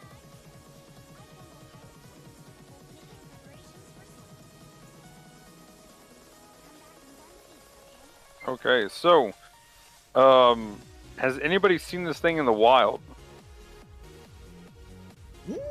Once or twice, not super common. I've seen more people in the Discord take it for a spin and show like videos and stuff. Not to mention, you know, of course, we had the shit out of them during you know, I was watching you guys do customs and stuff while I was down, so they were running around.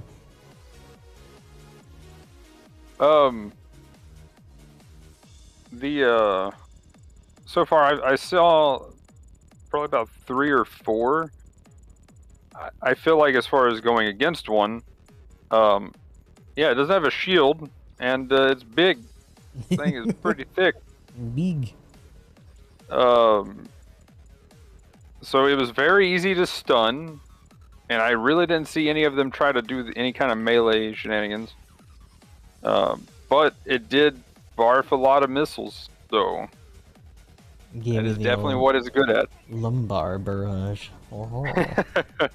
It's kind of interesting too. Like, the skill won't be irrelevant, but at the cost it's at, you're kind of in that weird transition point where you kind of start seeing a mix between Zukas and beam rifles. But I feel like a lot of the not, and obviously not all of them, but I feel like a lot of the noteworthy raids are probably using a I guess maybe if it's like GM close combat level, I think level 2 or something, might still see a bazooka.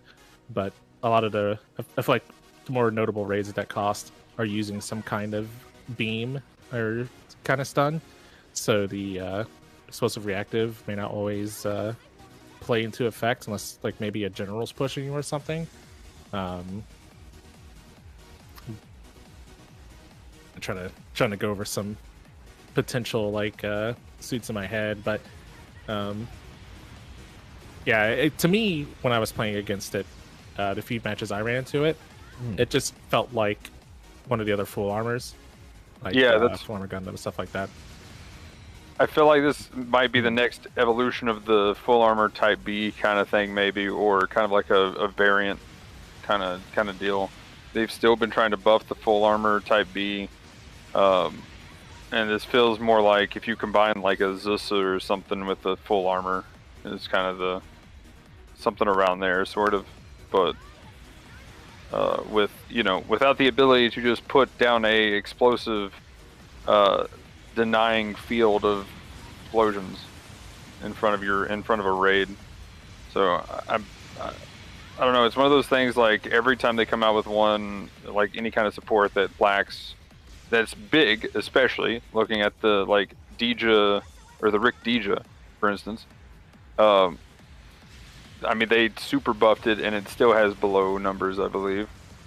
And I think if we look at some of the suits that they did buff for supports, or at least a couple of the suits, when we get to that point from last month, we'll see like that same kind of idea. Like they're lacking in a few different things, and even though they've done some pretty significant buffs, they're still underperforming, which is kind of interesting. Like I really, when I looked at the previous month's stuff, I found that there's a couple of shocking things and one very funny thing. Not to go too into it, but I will spoil this for now. I don't know if you guys saw the comment, but they did a get good like they did with the goof again. No, but with what? I believe. So yeah, we'll get to that here in a little bit, but they have a get good paragraph. Nice. But anyway, but yeah, overall, I definitely want this thing. Like, it's a 2-star. Hopefully, I'll get it at some point. But I'm a big fan of the lots of missiles and lots of shooting. So it definitely seems to have. I haven't seen it top the damage charge yet, though. So that's why I'm kind of concerned that it might need a little bit of a damage buff, where it has so many options. And I feel like that shoulder missile thing. Like, I don't know if you've seen the missiles go up, but they have, like, the weird... It's like the Regelgu mixed with, like... almost even as bad as the, what is it? The Dovin Wolf? Like, how its missiles go up and then forward kind of thing? Like, it's about that bad... Or, what, no, aren't they more like... No, that's what it is. It's almost like the missiles from the MLRS... Only little tiny missiles going up and flying at people. That's right. They're like actual volley. They just volley over. They don't actually go up and go to your target. So you can actually miss. Like I saw Noob Sama trying to aim at the sitting, just in a practice match, and was missing. Like I think he took like 2 clips to start actually hitting the thing. Because he would either overshoot or undershoot. Like that set of missiles is one of those things that you're really going to have to practice with just to get used to. So that's going to be. I feel like they're going to have to readjust those, but it pretty much has 7 weapons in my opinion, just because that one just is bad, and I feel like they've balanced it to where they expect people to use it, kind of thing. You know what I'm saying? Yeah, it's supposed to be part of the rotation. Yeah, and that's where I think a lot of these suits where they give them all these weapons kind of almost I feel like they nerf them with that, because it's one of those, sometimes something simple is a lot more effective, even though I like vomiting missiles. I'll take that. Intensify that barrage. Let's go. Right. Speaking of barrage, though, not to go back onto Lost Ark, but my artillerist has a thing called homing barrage. Like, there's like 3 skills that has the name barrage in it. And I'm like, yes! Intensify! Yeah, I'm literally a dude that carries a giant Gatling gun that can turn into a flamethrower and everything else. You haven't seen people and do a a lot giant of laser blast down beam in there.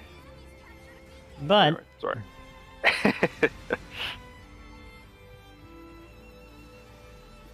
But yeah, what Gustav? Sorry. The next thing. Oh yes. The EWAC Jegan. Now we're current. Hey. Okay, so I'm just gonna go ahead and say it. I think this thing is bad. Damn. It's got possibly okay melee potential, but the beam saber damage for base is kind of mid, and this is it trades way too much for the utility. I will argue up and down that because you have the machine gun, the Isaac. Oh no! Here we go. Don't do this to yourself. Nope. I'm doing it. It's too embarrassing. It does damage. It does damage. I promise. Bad. This is another reason.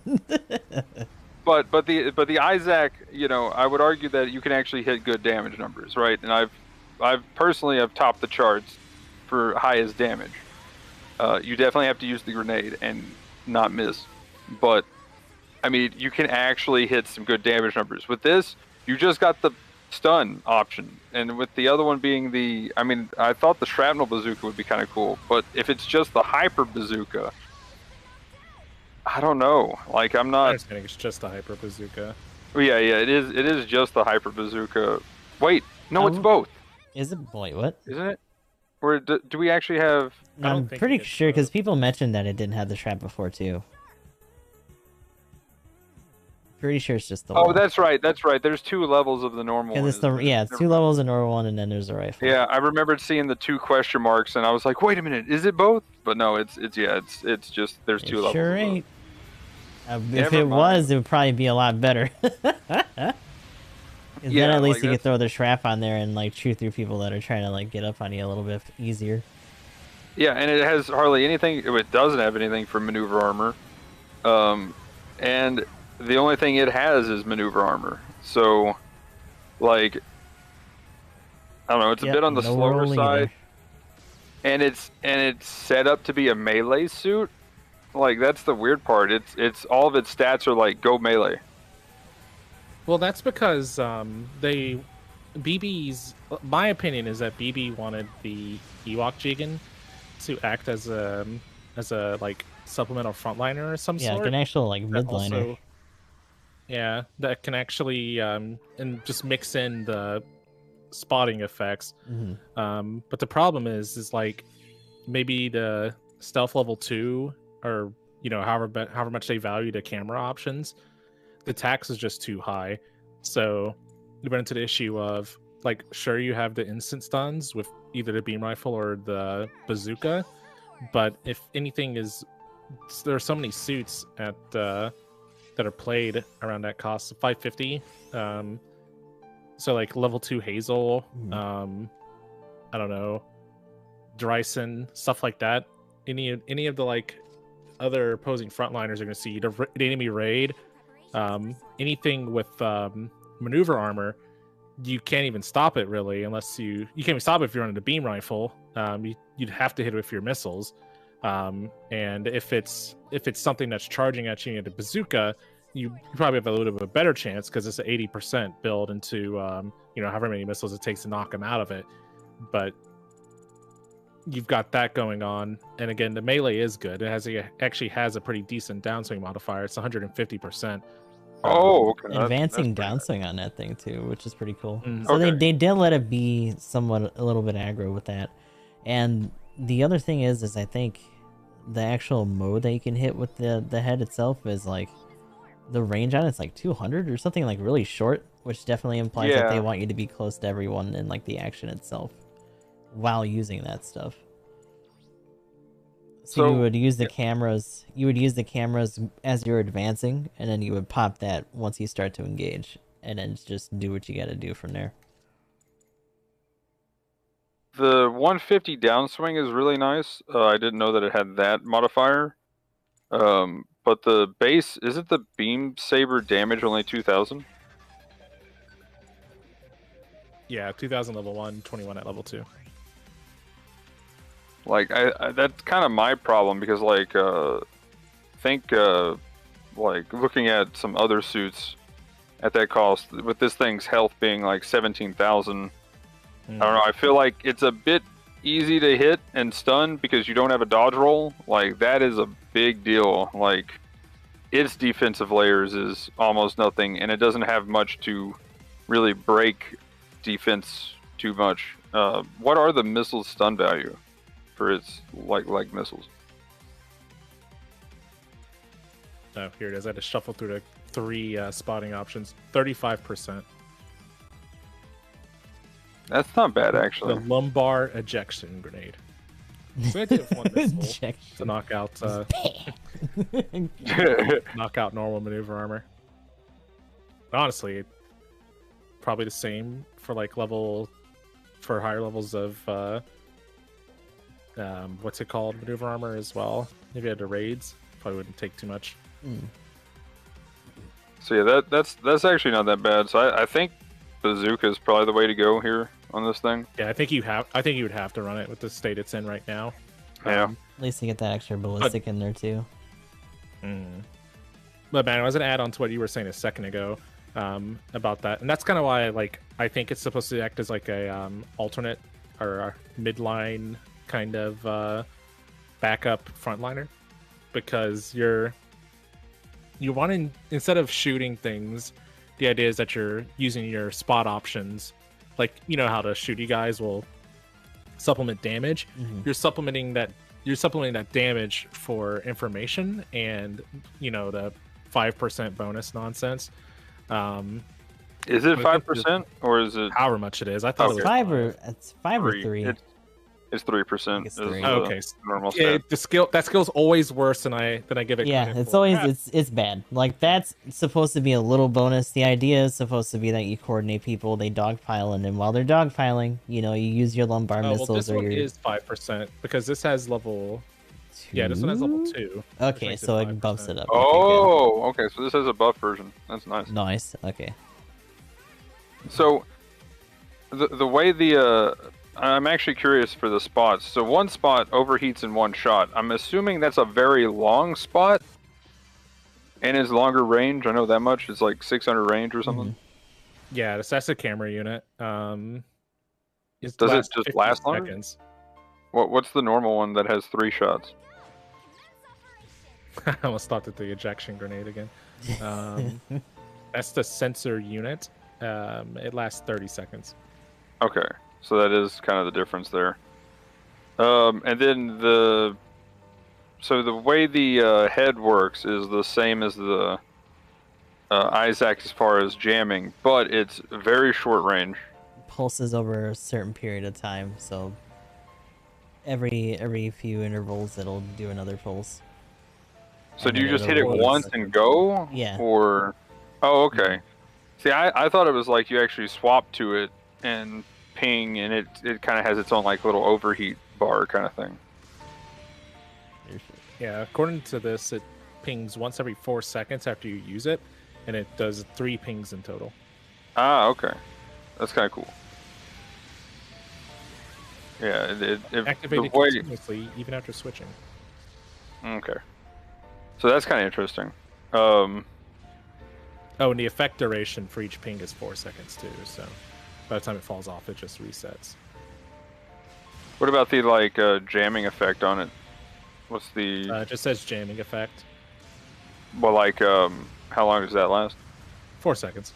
Oh, that's also 4 seconds. Oh, ooh. Okay, that's pretty juicy.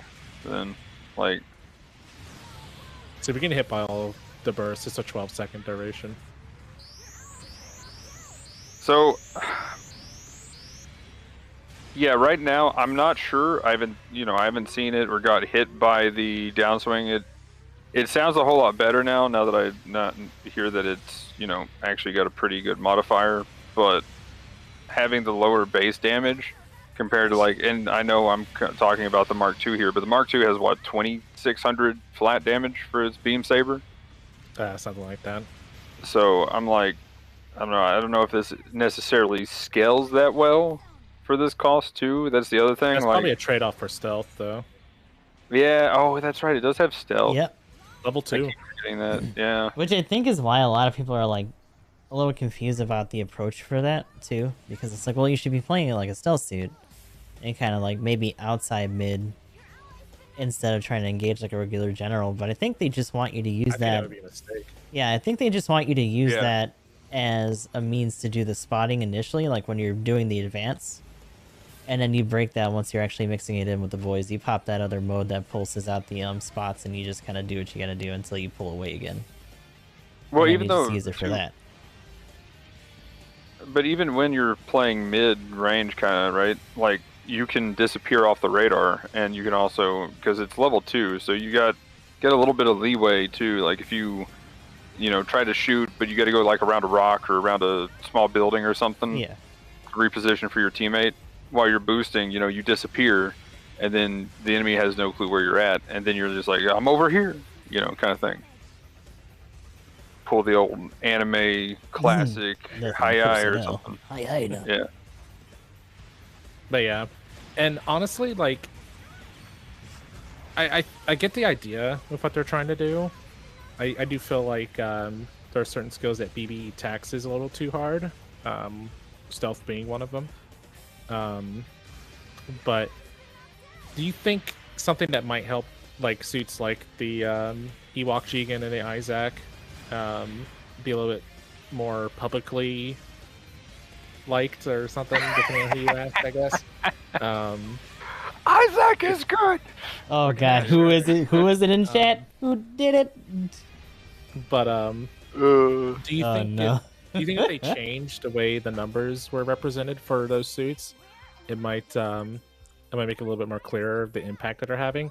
Like I don't know, there's could be a bunch of different ways, like, because I don't think any of this stuff happens, but maybe having the bonus damage that you give to your allies get added into your post game damage. That would be having awesome. that bonus damage factor into your assist score. Yeah. I guess That the, way, the like, thing you're for not that right taking now is that taking. now that we have another suit that does this more consistently, instead of it being like a camera gun or whatever, because the recon and stuff would be factoring into like the overall kind of like weight means of usage. But since we have something that's a bit more integral into, I kind of hope that this comes up in adjustment stats in like discussion when they do those articles. Right, like, because that's another thing too. It's just like, Oh my god. you know, you see and you know, speaking of Lost Ark, you know, Oh my god. there's no damage meters in Lost Ark, so it's like, can you win, and that's all that matters, right, for doing raids and stuff. But in a lot of games, when there's a damage meter, like the problem kind of arises when it's like the oh well, there is a damage meter, but hey, I buff everybody for this extra 5% damage that doesn't show up on the damage meter, so we need it because, you know, on paper, and that's the thing, on paper, when you do the math, a lot of times, a lot of party buffs that you get from a lot of classes in games is needed to do raids, right? And you'll actually do the raids faster, and you can actually start kind of tracking it, or if there's ever a target dummy kind of thing, you can track that sort of stuff. I know one example of that, of a game I played was Elder Scrolls Online, right? Certain classes would have debuffs and stuff that you could put on the whatever you were hitting, and everybody would get a little bit of extra damage kind of thing. So it's that kind of deal, right? So hopefully they do add that, because that 3% could be a pretty big deal. But I think what's happening right now is it's just factoring into everybody else's damage. So they would have to change how that just fundamentally works, because like literally they would have to like take, I don't know, that would actually be kind of hard for them to calculate for you. It'd be interesting to see them try it though. Yeah, I'm trying to think how they would do that in the code kind of thing. That would be easy enough to. They could give it to you kind of like, I guess, where both people get that extra damage kind of thing, so that you can see yours, but everybody else, like, you know, I mean, there's not like a total team damage thing that actually does anything, so they could just add it to your damage, whatever 3% of the targets, and you just would see like a little number pop up from like a mile away after you mark something. I think that would, I could see that working. But yeah, the 5% though, that's kind of nice. That's actually starting to get into the realm of being something pretty good. Actually, I'm kind of a fan of that 5% instead of the 3, because that's what I was saying before. Level 1 version. Yeah. But I mean, again, going off of their prior adjustments, 5% is BB's like strong number, you know, right? Whenever they make adjustments with stuff like that. So maybe to them that's a big change. I will say too, one thing you said is that they sometimes value things like stealth. I think this thing got comboed with stealth and information, and I think they're overvaluing information that a lot of Oh yeah. without a giant picture. I think they need to make. So either they need to make the bonus a lot more steep or do something else that actually makes that just better. Because it's not something that you can rely on being taken advantage of in pubs that much, and sometimes, especially if you're running really aggressive groups, it's not particularly useful in clans either, so it's not even like a super strong competitive thing. Yeah, in clans, the Isaac, I used it in space, and we had some success in space when we were doing clan stuff, just because that can get a little hectic with where people are. Mm-hmm. Well, the crazy thing is that like there are some teams that don't even run suits that do that. Yeah. And then they just go by sight and or just, you know, comms or whatever. But that's what I'm saying, like to kind of help the synergy of everything, like we had some success with that just because it was easy to be like, there's the raid or the general that's marked, and everybody just focused in on the one that's marked because it's like easy to put a target on somebody and be like, you know, when you call the shot, boom, everybody can easily zero in. Yeah. So it's kind of nice for that. But as synergy started to grow, and that's where I was getting, it kind of just is like, I'm just going to use something that has more damage. Yeah. That's a lot more easy to just burst, because especially in like clan ranked and also around that same cost, with the Dom barrage buffs, I'm taking the barrage in space. Let's go. And I'll just wait till my teammate knocks somebody down, which I can definitely rely on in clan ranked. Whereas, you know, going into a rando game, you hope the guy is going to combo him and knock him over. Just crossing your fingers like, please, come on. Yeah. But that is the exact plan when you're going into, you know, a clan setting. Mm-hmm. So, let me ask you this: do you think, because I guess they're trying to figure out how to make the cameras actively do something. And I guess across multiple people it can add up.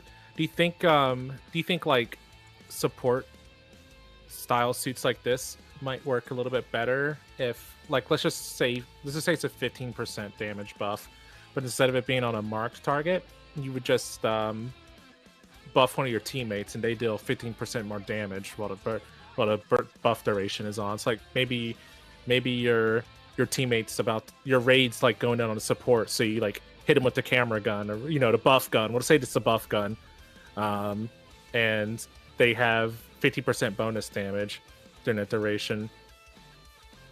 I mean, that would be kind of cool. One thing that would be interesting, and I know it wouldn't make sense, but it would be kind of neat if you could not only have that buff, but also have their radar be buffed, so that you could see more things around them while also using the observational data link. So you just have more radius. So it's like twofold. It still works into the whole spotting thing and whatnot, and it also buffs them so that they can go in and just like finish off a suit or whatever. That's something that I don't know if they've ever really factored in for this game. Typically they have status ailments, but not status buffs that you can throw on people. It's usually a mode. Right. Either you're close to death or you pop it yourself. But it'd be cool to see that. And that's something that we're definitely probably going to see. I forget if I've seen it in any of the showcases for the different suits in Evolution, since that's a very Overwatch-esque game anyway. Yeah, that's what I was gonna say. I wonder if we see something like that there. But I have to say, Gustav, that is very big brain. Very big brain. I don't know. It all depends on if they even deem it worthy for adjustment. I think now that we have another recon suit like that in higher cost, where it's going to be used more too, we'll probably get some more data, and we might see something for it in the next month's unit adjustments. At least mention if they don't actually jump on it to do something. Right. I think we'll definitely see the EWAC put in those notes at some point for sure. So it'll be cool to see what they have to say when that happens, because then we'll just have our answers for all this. Yeah. Yeah, I'll have to wait until at least a month after, because I can't just have the suit released. That'll mean it was bad on release. Yep, heaven forbid. Even though they very quietly had to fix or patch things for other suits. Right.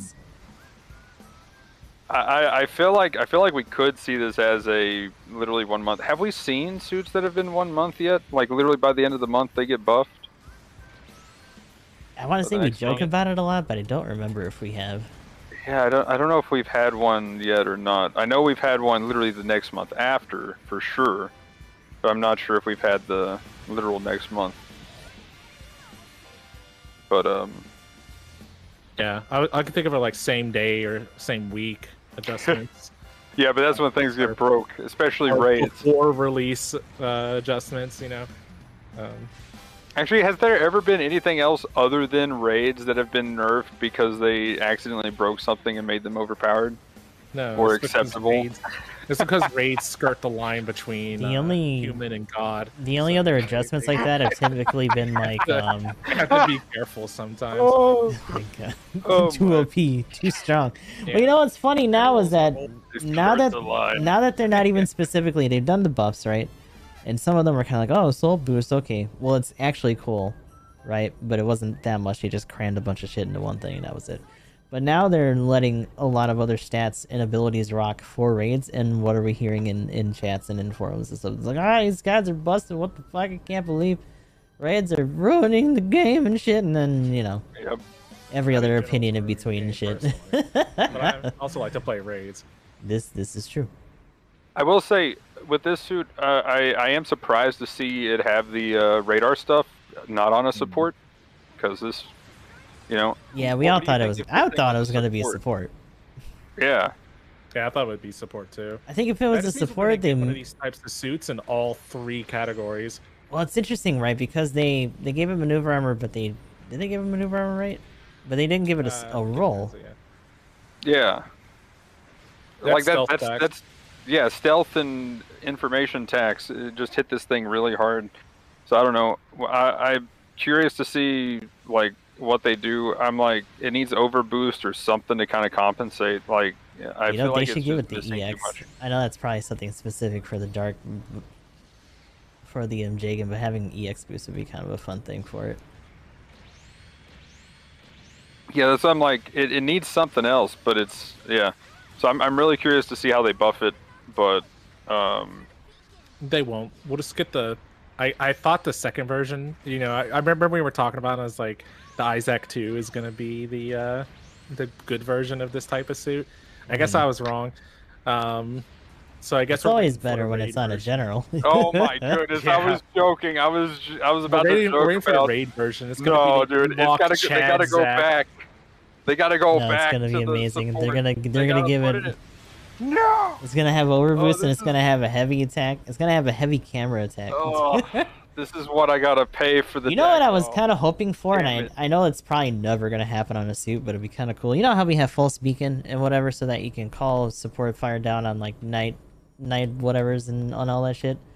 It would be cool. You know how we have those minor like support fires that got introduced for the last boss because he did them in Code Fairy. It'd be cool if you could call those down with like a laser dot or something. That'd be cool. And it would be like a once a life kind of thing, and then you could just call down like a really short burst of support fire in an area. Now that'd be very chaotic for both the enemy and for you, but like touchpad it and just have it like dot down on a spot and be like ta-da. It would also give you a reason to be like at a vantage point and then also scoping in, depending if you want to be more specific with it. But I would assume people would just do it really fast and then boost away like nope. Do you think a skill like that might just use the side commu interface? Lock on? That would be how I would like it to be. Yeah. Having it be a dot, especially because of collision and stuff, the way things are in this game, like imagine you're in like in a city dense or like a building dense area and it fucking clips on the wrong fucking thing and it just ends up way too close. I was just gonna say you're literally on top of a building scoping down and it hits the corner of the building. It clips the corner that you're at. Oh my god! She just came in. EWAC is fine. But yeah, I guess any other thoughts on the EWAC Jegan? I like it. I want it. I'm not gonna spin for it because of what the next clan match cost is gonna be. Oh yeah, I'm kind of sad that I wasted all my tokens because you know if it's a 4-star raid, we'll or be getting something, into I'm that gonna later on cry. in the podcast. But yeah, like that's my Alright, reason. the 4-star raid is going to be the Banshee. I'm going to go ahead Yeah, well, we already have the first 4-star raid. Sorry, the but first 4-star 700 raid 700. is going to be the Banshee.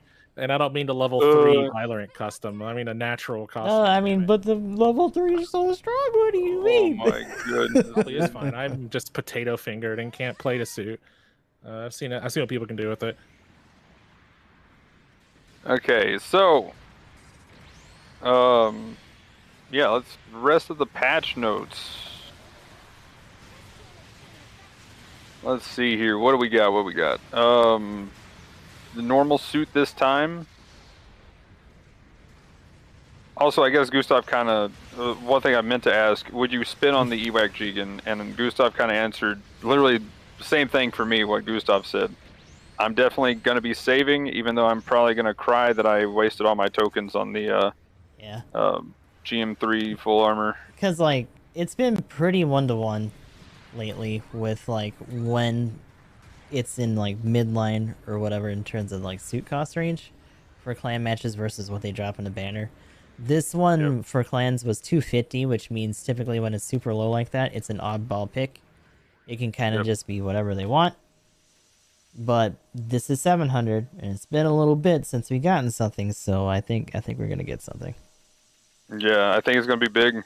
That's what I'm expecting. We'll just have to see. We'll definitely get into that when we get to speculation.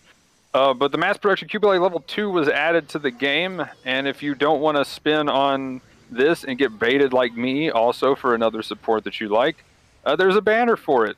So you can also get the chance for the level 1 as well, again with these banners coming out with extra level suits, which is kind of cool. As Gustav said, it should have been like that from the beginning when they do the extra banners. But anyway, pretty cool stuff. Yeah, honestly, at this point though, the mass production Cubelay, I feel like the GameLock does what it wants to do better at this point, because you just have the burst of your beam vomit, and since they made that really good, like I actually did a game today because I was kind of running late at getting my dailies done, and it ended up being an ace match, 650. There was 5 game locks in the game. Goddamn. Yeah. Yeah, it was kind of ridiculous. I was like, where'd the raids at? So like it was kind of funny. We ended up winning, but it was still weird to see that many supports and it be like yes, this is a very acceptable thing. I'm like, no, it's not acceptable. Am I being pranked? We're just all on board with memeing that match. That's all. I don't know, dude. I mean, every time I've seen 650 right now, maybe it's because the game lock came out in the ticket shop and people's just spamming it. Maybe. But like, I'm seeing a lot of it, and I'm like, what? Am I being pranked right now? When did this become a thing? Yes, intensify. I was gonna say it's not a bad thing for you, just a head scratcher. Yeah, I'm like, what's going on? I will say in the last couple matches that I've been doing, when I get to the rotation for 550, I haven't seen the EWAC. It's on City. Yeah. So I haven't seen it at all in any of my matches. But yeah, there's that banner if you want to spin for that instead. But I'm guessing spinning right now would be a mistake, especially with the 700. But the notice about Striker Custom Subweapon, I kind of mentioned it earlier, but the Striker Custom with its Spark Knuckle could actually melee combo control with it for like a day. And then they fixed that as soon as they could. Actually, less than a day. So weird. But yeah, I saw fixed that fast. It's been so long. It's been so long since I've seen an actual Striker Custom in the wild that I looked at the video for a second. I was like, wait, what's wrong with this, actually? And then I looked it up, and people in the comments, it's, oh shit, that's right, it can't do that. Because it has Right. 2 other weapons. It's like, oh yeah, that's right. Damn. It's going Zogak on people. Like, alright. Right. But then they talked about the report function and stuff, and they're permanently banning people that are being dicks. So there you go. Cool.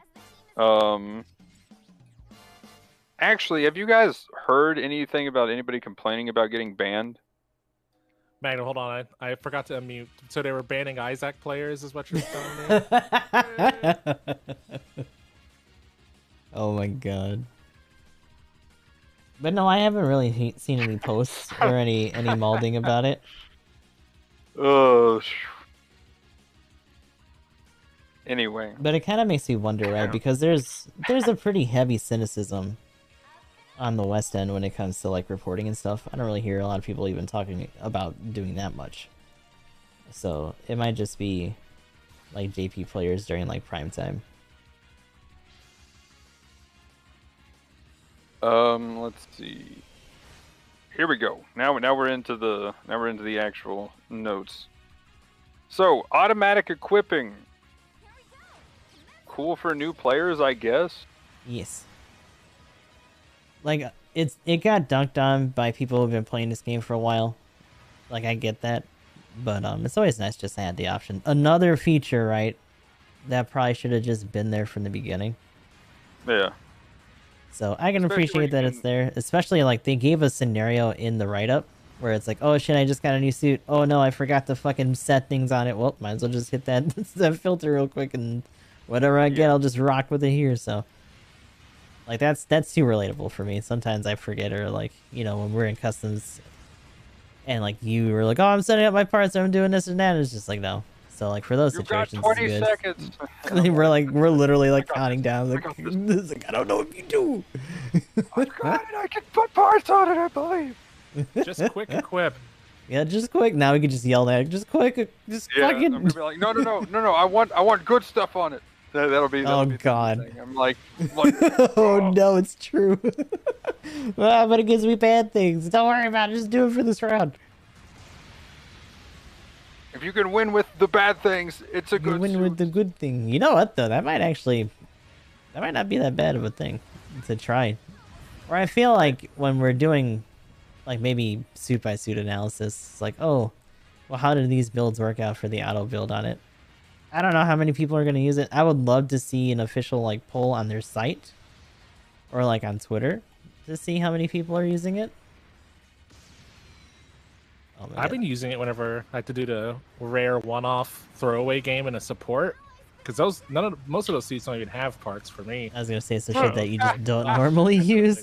Like L3 range damage focused. Like, okay, whatever, let's go. Here we go. Unga bunga. But We're gonna play this again anyway. Until they But request yeah, it so- a second time. Like, now do it right. Oh.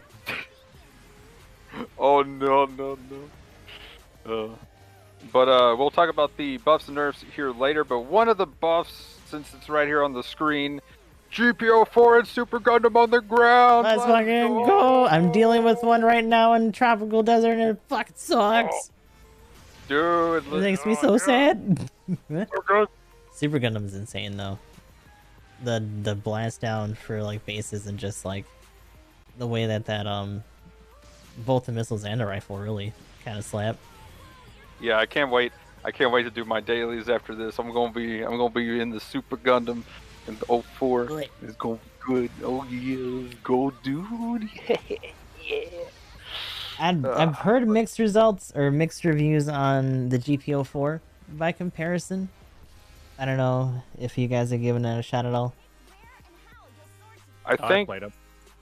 I think it's where they did the change and kind of separated it from the super. I think it works fine on the ground, especially where you can stun and kind of go in and then get another stun. If they waste a dodge roll, it works well in space. Like you can follow up with the damage easily with its sub weapon.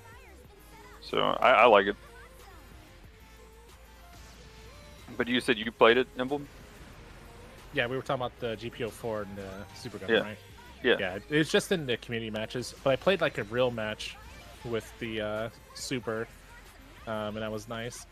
Do like big boy hits with the uncharge, and then you have like a MBL on the full charge. Yeah, it's very nice. Oh, what I really like on the ground, and it is my favorite thing, is when there's somebody that's going to be unga bunga, kind of like, I'm just going to melee around this corner. You throw the little rock. Yeah, the decoy. Like, and they're like, I'm gonna, and then I'm like, pew, smack, get wrecked, haha. Does that do anything for maneuver armor? No, it wouldn't stop maneuver armor. Yeah, I was gonna say.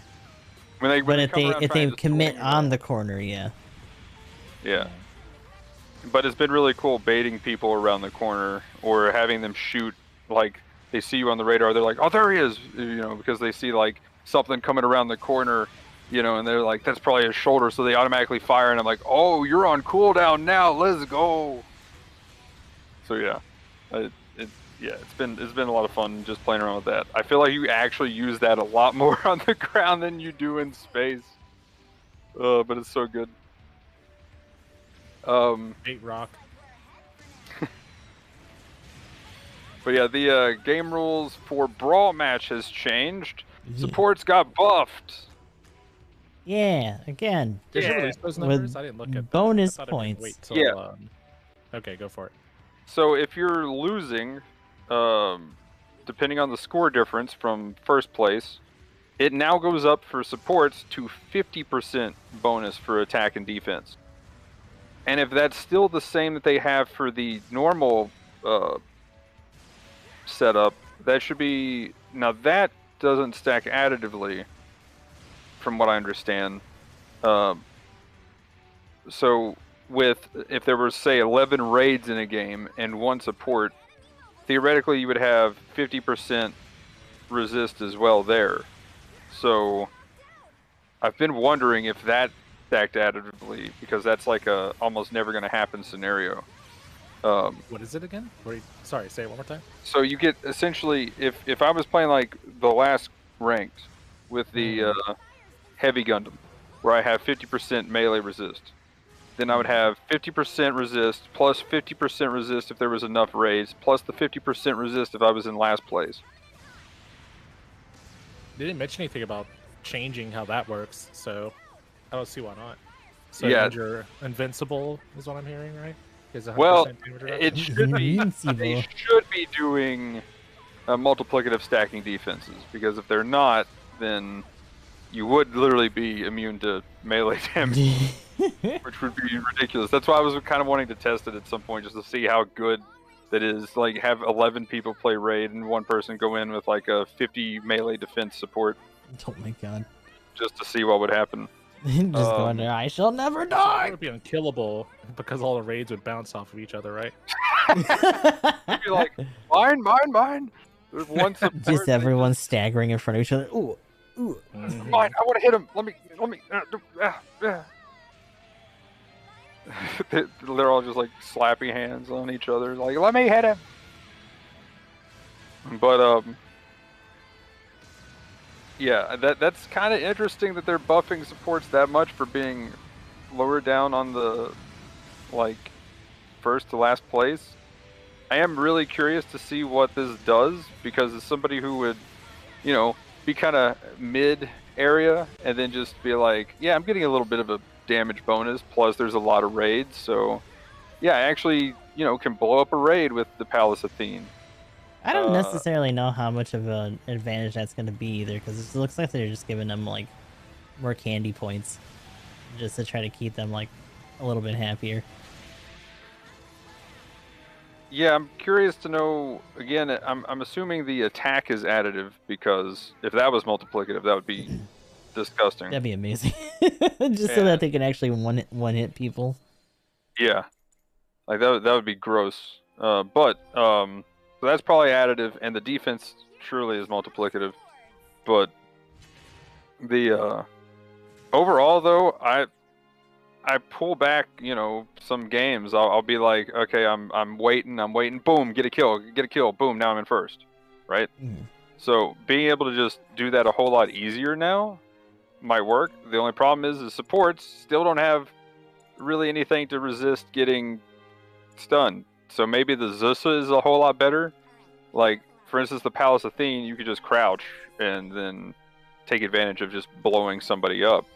Whereas, like, I wanted to use the Zusa because it's kind of the more brawling suit, you know, that could deal with a raid by itself. But you just don't have the damage. So if you're far enough behind, though, I wonder if you could actually just blow up a raid.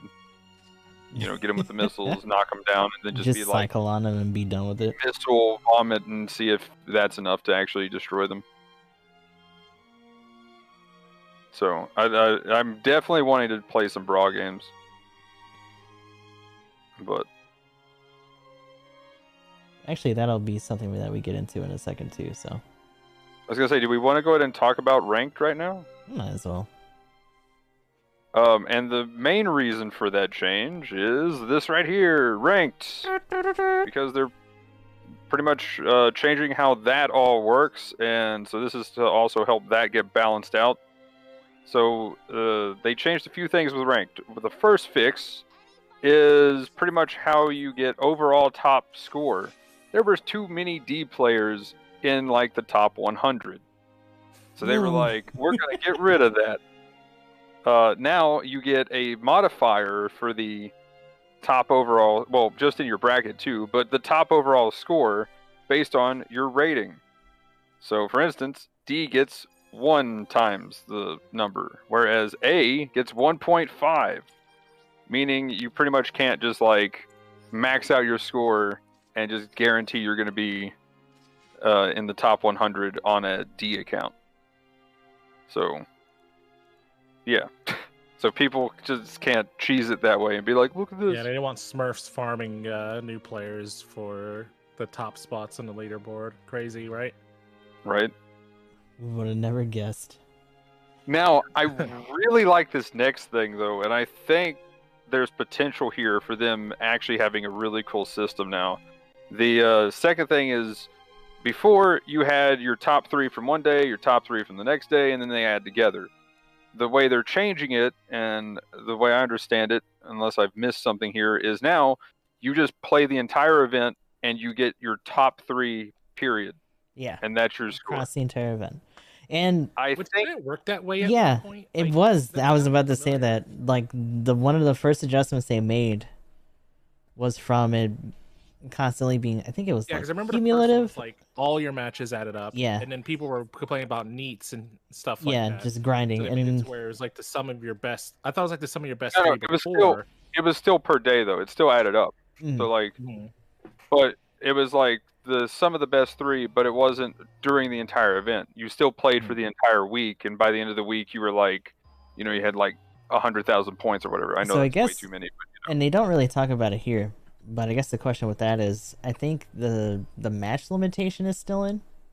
Yes, so that's the So other that's thing. the So, like, difference this time. But there was a time where it was the top 3 overall, and now it's just like per match per day, and then top 3 overall on top of that. Final preparations as the team is formed. well, you had the top 3 overall for that day, but you could play like the second ranked was you could just play all day. Was the big complaint there? So they then limited it to so many games. Yeah. And then they started changing the game mode, or then they changed how the score works, and they changed the game modes and stuff like that.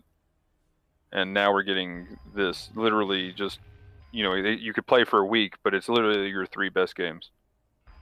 Which I'm curious to know, do you think they should expand it for time now for so many days? And do you think they should expand it for, because it also shows an example of 9 games.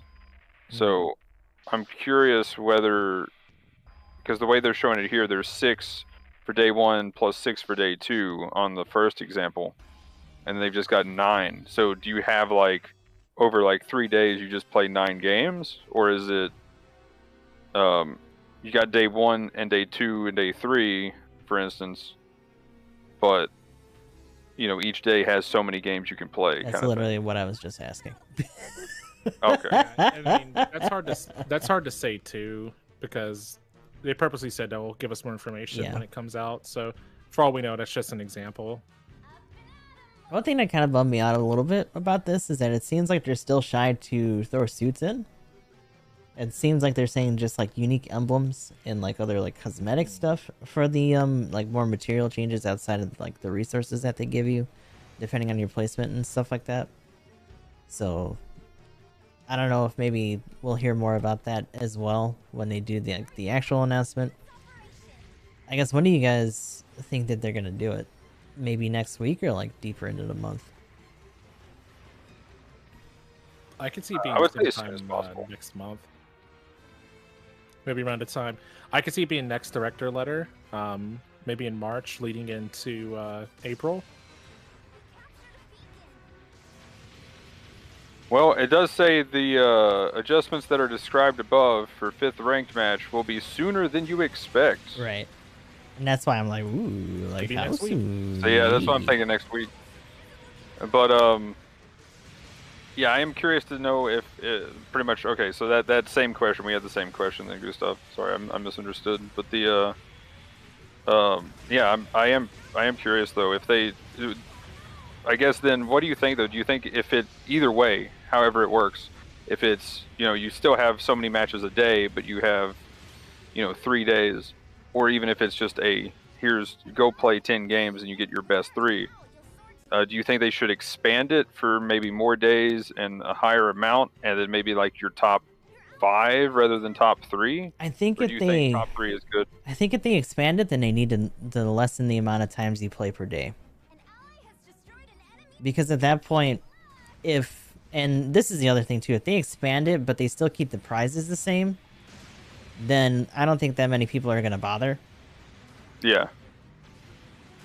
And at that point, I would almost say that they would just put in a suit, recycle clan stuff or whatever, like whatever you gotta do. And I think right now they're just in a really weird spot of trying to balance all that out, because if they give recycled clan suits, even if they're like literally from the beginning of time or whatever, then I think people are gonna start shying away from clan stuff, like on both ends, West End, JP. Oh, okay. So they don't really want to like talk about that or try to get into that too much, which is understandable. And then beyond that, if they were to expand it like that, like I said before, and just like still had the same amount of prizes, I don't think that many people would bother either, just because they would have to definitely like cut it from 10 to maybe like 3 or 5 or something like that. Yeah.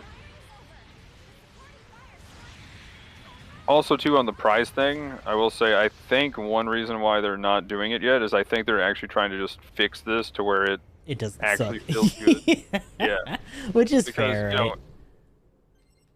People didn't like them putting rewards on like the rating thing, and if you're playing something that you don't really care for, then yeah, it's so much worse. So if they put it in and the people that want to do it, and they get that kind of feedback, I wonder if that's one reason, because they did get some flack, both from the Western Vertex and definitely got them in trouble. yeah. Yeah, the Vertex specifically they got a lot of flack from that on both sides. But yeah, hopefully it turns out all right. Hopefully we find out more about it sooner rather than later, so we'll just have to see as the week goes on. But yeah, and that's why the support buff thing happened, because I think they're going to stick with the brawl mode, and I really like that. I think they could also lower the amount of people per game, though. I think that would be another thing, instead of like, because what was it last time? Was it 10? 12. It was 12. 12. They went max. Yeah, it was and all. They haven't talked about that in this update, so I think it's gonna be the same. Gamco said the next one's gonna be 12-man Arctic base brawl. Oh man. Oh no. Dude. Ultra sweat. What about 12-man on the new map? Might as well be the same thing. Right. But yeah, I think 10 or 8 spawns for that. You probably spawn on top of somebody. Yeah, you literally just 3 people just spawn next to each other. It's just like they immediately what are you swap doing here? sabers. But yeah, I will say I think 8 people, for me, free for all. I love the number 8, but maybe 10. I think it's also just because they're trying to like make bigger bracket sizes to cover more people per. It kind of depends on what their philosophy on that is, especially since it's brawl now and not teams. Yeah. One thing I was gonna say too, I meant to bring it up sooner, but you know, train aggro. This guy, what Gustav was saying about the cosmetic rewards. I think if they don't want to give us more suits, they should level up the cosmetics they're giving out. This would be an excellent time. Give me a to fucking give us Haman suit. Why do people say it? Oh my god. Okay. Or more, maybe more voice packs. I wouldn't mind that either. That'd be nice. I'd be down for that. Token rewards. Hey. Ooh, money. Ooh. Maybe that Dyson vacuum from the fucking lotteries they do. Hell yeah. I could use a new vacuum. Let's go. How's that thing not lose suction? It's amazing. A wonder of modern technology. But on another side note from Lost Ark, I ran Lord. into a Come on now. named, I'm gonna cut you off from that game. I'm gonna install it. Named Dahlia. Oh god, and is she just as useless? Who moved for something with like being like a stylist or something, and ends up can't get work and can't do what she wanted to do. So now she's like just working at a bar. Dahlia's over here just like hashtag relatable. I'm just like I've seen this somewhere. It's a little familiar. Somewhere before. Well, if I ever meet any Dahlias and I want to be a hairdresser, oh I'll my talk god. them out of it. It's like, no. So you've seen this pattern. Yeah. Yeah, it doesn't. I was like, is this a meme somewhere? Is this just like a joke that we just don't know over here in the West? But anyway. Dahlias are the Karens of Japan. Oh no! Oh no! The true death knell. Yeah. That or there's like a trope from like a old show or something. They had a Dahlia and like everything bad just happens to her or some shit. Right. But we're already past like the 1 year grace period. You know, Leona was worthless until that 1 year, but we're well beyond that point. What's Dahlia gonna do something?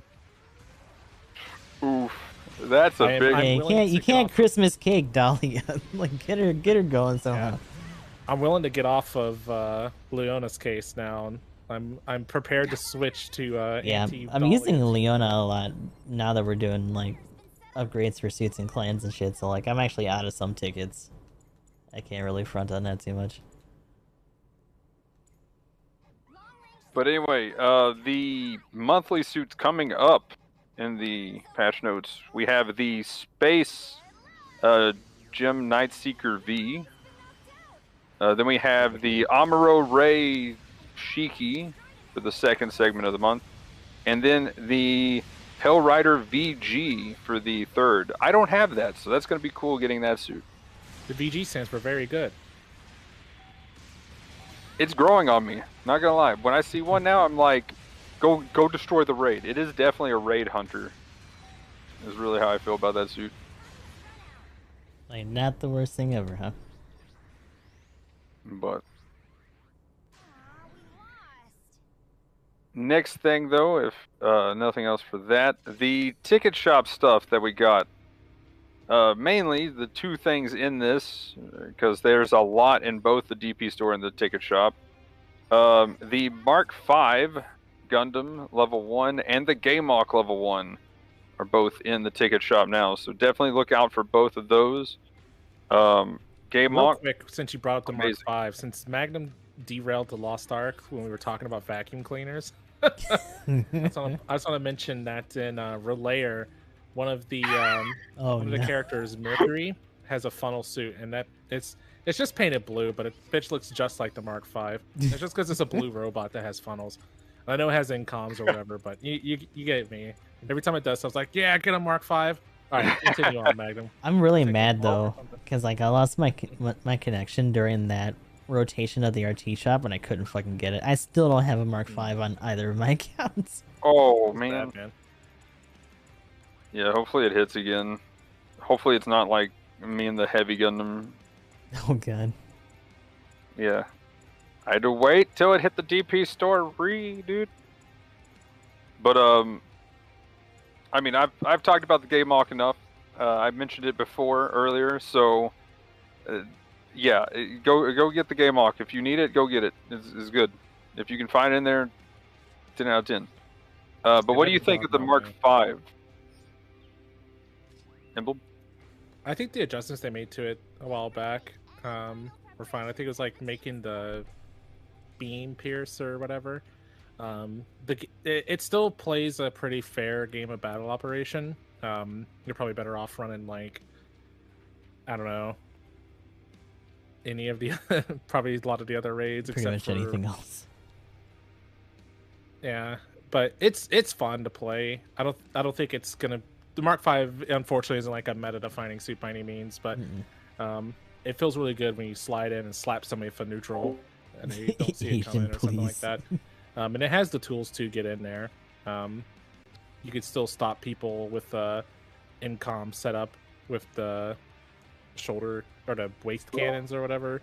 That'll stop an O that's barreling at you, or maybe even like other raids. And I mean, when you lock onto the support, you're pretty much going to stun it. So it has pretty nice output. The only problem is you probably aren't going to like one combo. Maybe if you use a tackle, I guess, but that might put you in a bit of an awkward spot. But it's fun. It's solid. I honestly don't really, unless the Mark V is just your suit, I don't think it's worth spending tickets on. But it covers the bread and butter pretty well, and it has poke options with the incoms and the other beam gun thing too. So you have that. You only really have one dedicated stun. Everything else is build up. So you just have to play smart and use your extra range well. And it has shield mastery or stance or whatever. Yes. First suit that had it. Yep. Thank God. Amazing skill. Could you imagine if it didn't even have that in the beginning? Fuck. Yeah. Ooh. That gave other raids hope. Yeah, It really did. And they held out for so long. Yeah. Right? What they were waiting for. I was just like screaming every week, give it to the Thunderbolt, please. I beg. Real quick, Magnum. I don't know if it's something that you were working towards or whatever, but I was looking at the update thing too. Do you know what they actually did? Because one of the sections is material counter, and all it says is some adjustments have been made to some parts of the supply drops. Yeah, that's literally the next thing I was... Oh, okay. Or wait. Oh, no, did I skip over it? Oh, maybe I did. Oh, I did skip over it. Yeah, what does that mean? It's either adjustments to parts. I've also noticed, is this part of the event? That if you play a certain amount of games, then it'll give you a guarantee of like a drop still, instead of it just being 100. I thought it was just the 100% during the event. I'm not sure though. I didn't think they had like a certain number besides the normal one, you know. Yeah, I was gonna say it seems like it just switched over. Like it was that for the actual event, but now it's like mentioning that at the bottom because someone else read it aloud in a stream the other day, and I was like, damn, I actually, huh. Well, they're talking about the material counter though. It's like, are you saying like that might be talking about the post match? That's what I thought, because I don't know if they have another name for it. Yeah, because when I think of material counter, I think of Carrie's function, or not Carrie, but Katarina's function. Yeah, like DP store, RT store, or whatever. Like it might be price adjustments, but they just weren't like specific about it. But there's also nowhere else on the site that talks about any of that. I'll see if I can get clarification. Yeah, I'm looking right now at the shop itself. I was gonna say maybe they lowered some ranks, maybe, please, for goodness sake. But I mean, no. that would be nice.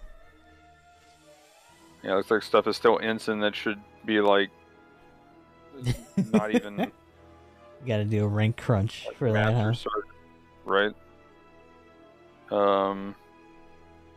Prices doesn't look like they've really changed. I wonder if it is the recon crate, because you know they could call that a supply drop. Oh yeah, maybe I should look at it in JP too. Maybe it might give it a bit more context. Actually, that's a good call. But yeah, I was wondering what that was too. That was I was gonna ask you guys like what do you think that means? Okay, so on the JP site it says supplies distribution bureau related, partially adjusted to production when requesting lottery distribution. So it's something to do with banner pools. Like maybe drop rates. Maybe they made it to where you don't feel bad when you do your fucking 10 spin and it's like 30 weapons and a helmet. Or Well, I guess let's look at the item list real quick, right? Because all this stuff in I there. checked there, and I will say, like, the percentages and the quantities don't look different. So I don't know. It's only removed 4 things. That's weird. Yeah, they removed the Zaku Marine, the Sub Rock Gun, could plant double beam sabers, level 3 or whatever. Oh, I guess they technically removed 5. It was 2 levels of the Zaku Marine, and Ashimar's main beam rifle.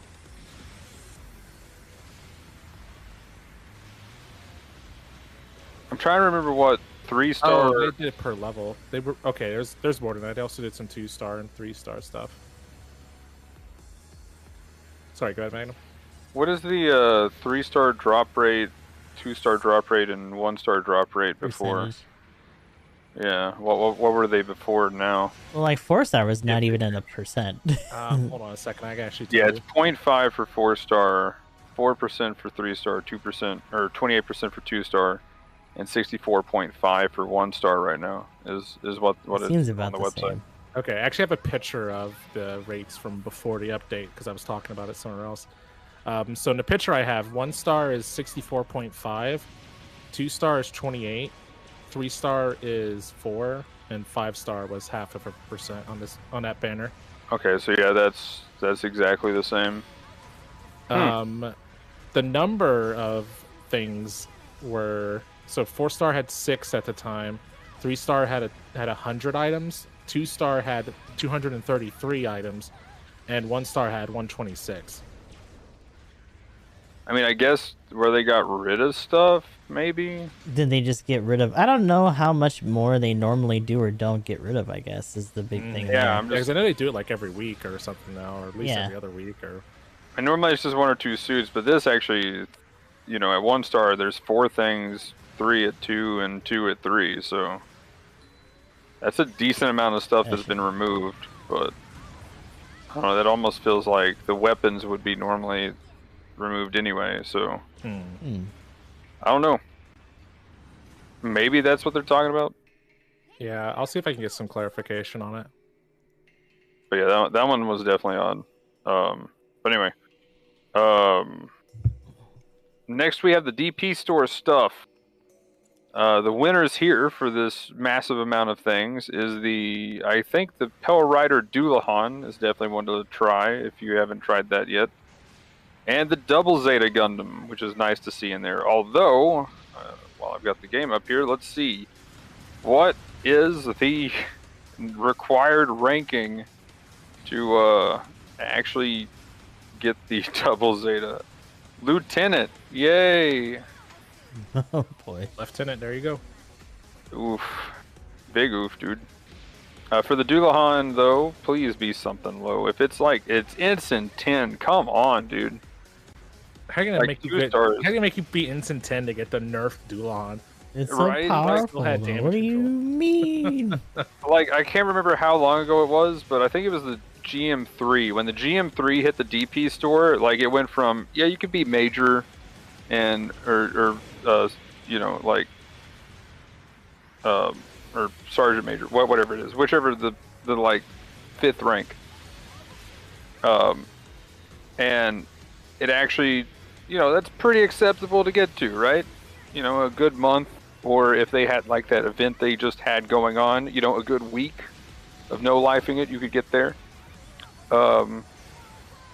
And then they just skipped like 3 ranks all of a sudden for 2 stars, and I'm like, why? Do they value the GM3 this much? And now just every 2-star is just like instant or higher, and I'm just like, this is just ridiculous, guys. Come on. So at this point, anything added to the DP store is like, if you've been playing for a while, you pretty much have access. Anyone new, good fucking luck. And I wonder, because we just got out of the 4 million downloads or whatever too, right? As an event. And I wonder if, you know, we always talk about that it's mostly just dupe accounts or alts and stuff like that too. But I wonder if they kind of noticed that trending, and if they just don't have a lot of newer returning players and stuff, so they're just not as worried about it. Yeah, because it could just I like be to see some of the stats on that kind of stuff. Yeah. You know the new players will roll, so we're not giving them nice things. Oh, also, by the way, they do mention that they've removed stuff from the supply drop line as well. So. Oh, but that's always the case. That's yeah, what we were saying, like they do it all the time. That's why I'm like, oh well. Anyway, rated match and quick match game modes have been updated. What? Oh yeah, that's that new thing that they just say anymore. Clan stuff. So 700. Also, how was the 250 stuff? You guys played in that? I couldn't because of my fucking internet. No reports Damn here. it. Moving on. Reap. So we were overall we were like a couple points away from actually making it in there because we did get a team, but it was rough. I was curious to know if there was like any of the ground GM because they did buff that, because I still think the Agu guys just Agu guys too strong. Other stuff is just way too strong. We saw one, like when I was watching stream, I think Asian was streaming it. I think they saw one, but mostly it was just Agu guys and Nat guys running around. Nat guy was pretty rare. It was mostly just Agu. Their first match, they actually saw an Ag. I thought that was really weird. Let's go. Newly buffed level 2 Ag. The Ag just gets bullied, unfortunately. It's fun to play. It's surprising. Really good in like just normal rated though, because half the time you don't get focused and you can just 100 to 0 whatever general's in front of you. I'm sorry, what groups are you playing with? I need to get in those matches, man. Not being focused as a raid. Well, I mean, it's one of those situations where it's like, I mean, you do get focused when they see you, but you can normally run up on somebody, and it's not like, they've identified you from a mile away as a team. But yeah, as soon as you start attacking, then everybody turns and it's like mine. You just hear them approaching. But at least all of them in unison are just like you. Tonight, you. But then we have the fixes and stuff. So they're on the screen now, but the main one that I'm kind of excited for is the Dagdaw, because the quadruple shield cannon thing would, depending on, if you got stunned or whatever and tried to shoot, or if you're recovering or anything like that, it would just go off to the side or somewhere. So hopefully that's fixed now, because I've complained about that a lot. Or the ground or space or something, yeah. Apparently I was aiming for it. But yeah. Now, let's see. Previous buffs and nerfs. So let's get into the buffs and nerfs.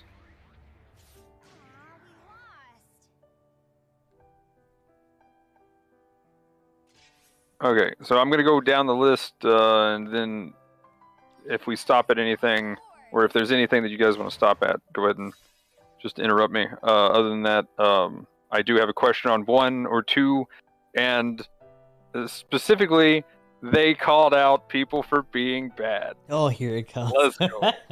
Let's go. Oh, no. Okay.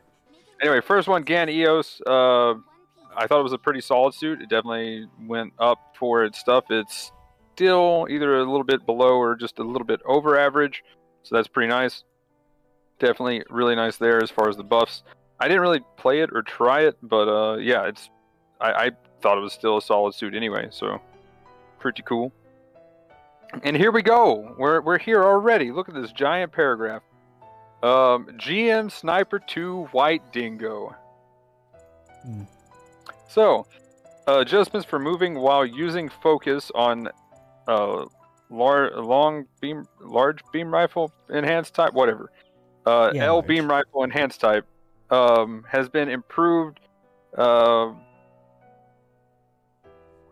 Has been made to improve its various battle results. Related to this, we have assumed it'll have increased damage done, but situation was the opposite. Actually, it went down in every category as far as its stats go. It got worse.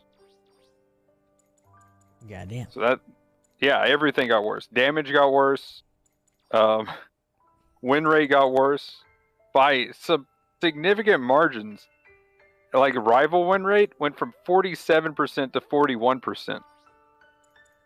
Yeah, it's because nobody was playing a suit because it wasn't that great, and then people were trying it, and it's just probably okay-ish now, and now they're getting worse results because the suit's just okay-ish. Right, and I agree with that statement. I think it's that across the board. But what they have to say here, and this is why I'm kind of like, is it okay though? But then they go related to this. Here's the 2 points above, and come to conclusion of 1 and 2. We are requesting data collection time as much as possible to do the correct inspection and sufficient adjustments. 1. Ballistic main weapon, L beam rifle, enhanced type, change of use. Player can also move while focused with the main weapon. I don't know what it means by the ballistic part there. That's weird. Beam rifle time of some of these weapons have been changed. We thought that by changing the fire time, it would be beneficial, but it is possible that players are still trying to get used to this mechanic. Be the cause of your... Would be huge. Oh yeah. Be the cause of your poor performance. It's hard to judge and decide quickly. Big differences, this is 2, can be seen among different ranked levels, partially tied to the concerns of Part 1. Of course, results are changed due to adjustments, but similar tendency can be seen regardless of the rank. When an adjustment to increase damage done is implemented, this happens on each rank level, and damage done even when A- and A+ players are compared, there is win rate change of 8% and above, which leads to a different adjustment case than other units. So actually, is that saying that A is also going down, or A+ is also going down? It says that there's the tendency is across the board. Yeah, okay. But that it was seen a little bit more at lower. Yeah, because when I first read that, I thought it was saying like the difference between A- and A+ was 8%. But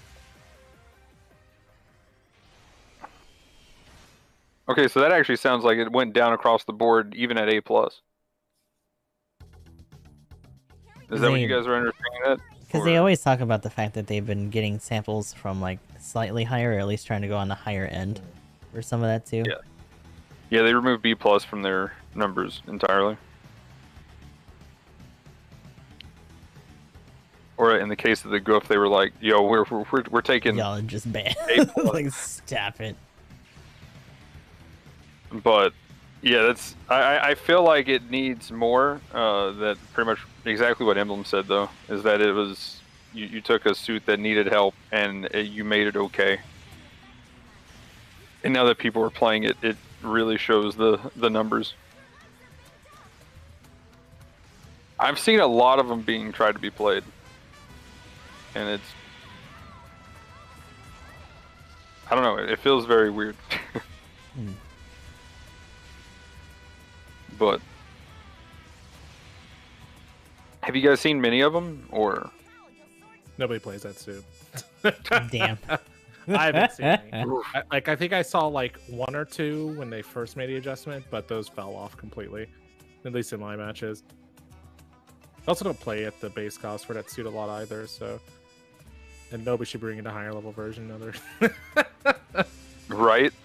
Yeah, I will say it is kind of interesting with the higher, where they buff the beam rifles so much. I thought it might actually be kind of cool to actually see at a, you know, at least the level 2. But yeah, it's pretty ripped.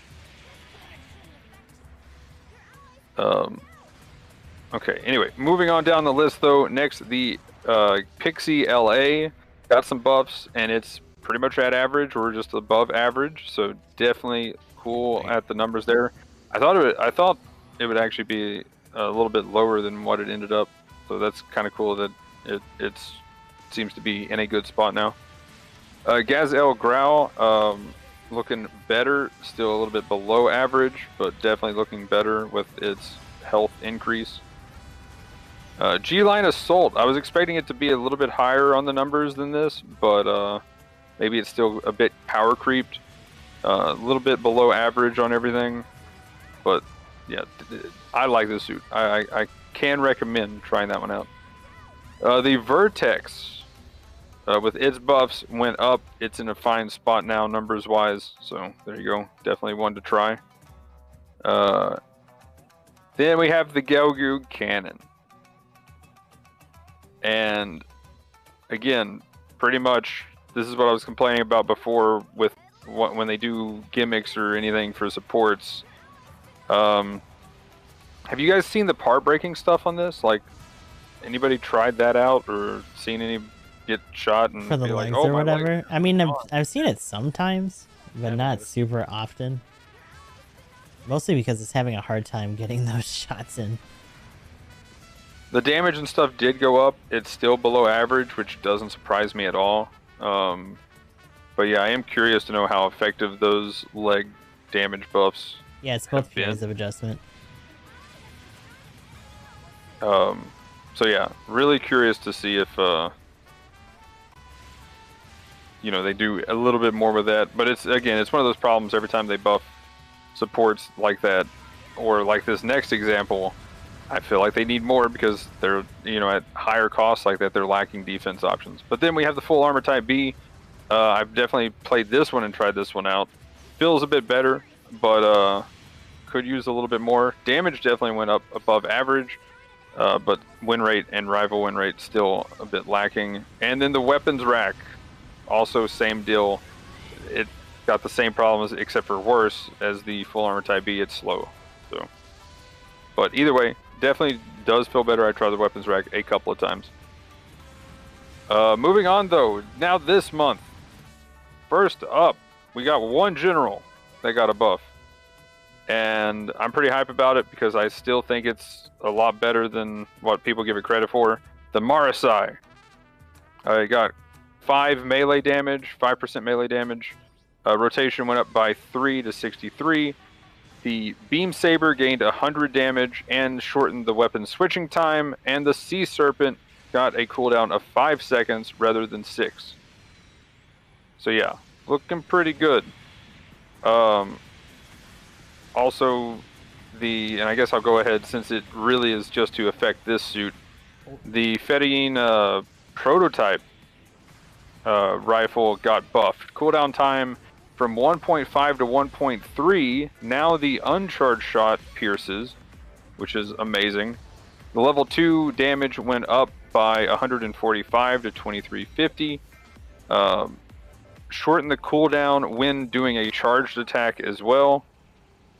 Increase the accumulated stagger value of the stagger when charged attack. And the level 2 increase the charged attack power. Actually, what does it mean by the, I guess it's just same cooldown time no matter what. It's still 1.3. That's not saying the charge time is faster, right? Yeah, I would take it as the time after a shot or something. Okay. Yeah, I was gonna go ahead and look it up real quick. While you're looking, I'll also say the Night Seeker V can use the prototype fading too. Thank you so much.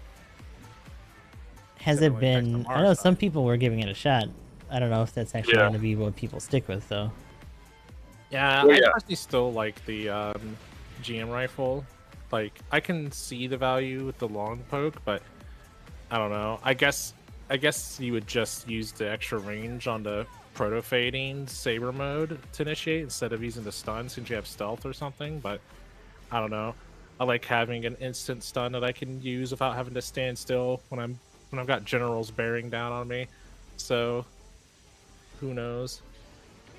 I will say the penetration is pretty nice. So if the support's hiding behind a general, you can just shoot through the general, kind of thing.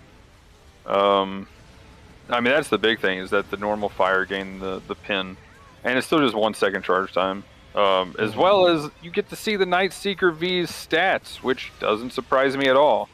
The rival win rate, 37% to 51.5%. Well, that's with the prototype, I'm assuming. Yeah, with the prototype, it's 37%. So probably nobody using that is probably the main reason there. So, yeah, before it was very bad in my opinion. There was no reason to use it over the other weapon. You have 2 melees and a knee stagger. You didn't need the other weapon. Damage done is significantly less too. Amount of mobile suits lost. Surprisingly less, because probably the people are playing it as cowards. Right, exactly. There you go. 57.2 win rate to 50 or 47.2. Sorry. Yeah. So both kind of things with the Marsai as well. It's definitely a bit down. So glad to see that that's getting a buff. I will say the charge damage though on the Fedine is gross. Like if you hit a raid, you're talking like 5k damage, and if they up that for the level 2 as well, like. That is disgusting. It felt good to hit with, I will say. But yeah, anything else on the Marsai? Yeah, change your prototype fading back to the way it was, and it's let you fucking move while charging it. I promise people will use it. I fucking promise, BB. Right. That is one of the big oofs with it. Even if it's just 1 second standing still, it's.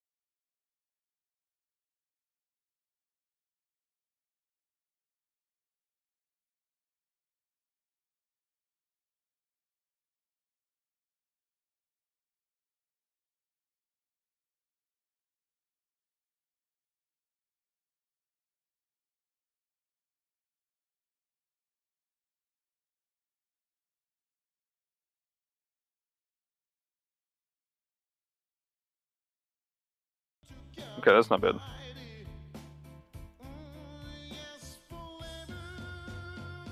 But yeah, that's the. I mean, anything else on it? The only weird thing about that is like the rail cannon only does a 40. So I mean, even if you're trying to break maneuver armor, you'd have to shoot him twice with your gun afterwards, which I guess isn't too hard. Maybe Vulcans, 75, 2% on Vulcans. Maybe punch them out quick that way. I don't know.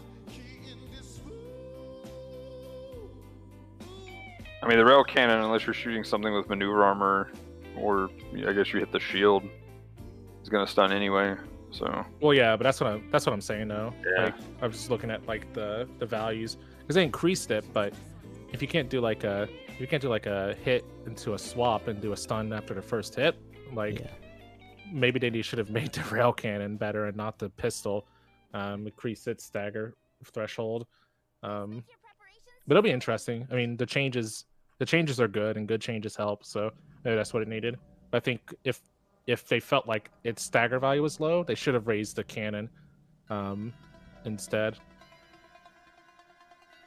I still feel like this is going to be under average for sure. Mm-hmm. It may well be. But next on the list, something that's also needing some love, the Desert Gelgoog. Oh god. Sadly, Wow. I don't think it got what it really needed, but you know, rotation speed up by 3, high speed movement up by 5, and then movement speed from side and backward increased. That's always a good quality of life. Heat rate for its beam rifle went down to 50% from 55, and they reduced the heat rate when using a charged attack. I don't know if you have that number up, but that is it. I don't think that's enough to make up the difference for some extra. I mean, definitely some damage, right? Because you can definitely spam it. I think and get out 3 shots easier with spamming. I like that they raised it. I've overheated my gun trying to one shot to support plenty of times with that suit, so I was like, ooh, that's awesome. Yeah, so hopefully that's enough to compensate, but I still feel like it needs a bit more, personally. Focus went down from 85% consumption to 80. Okay, yeah, that's pretty standard for them.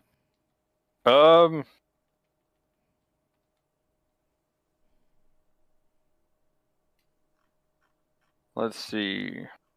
Then we have the high mobility Zaku ground type, so the one from Code Fairy, gaining 2,000 health. Yay!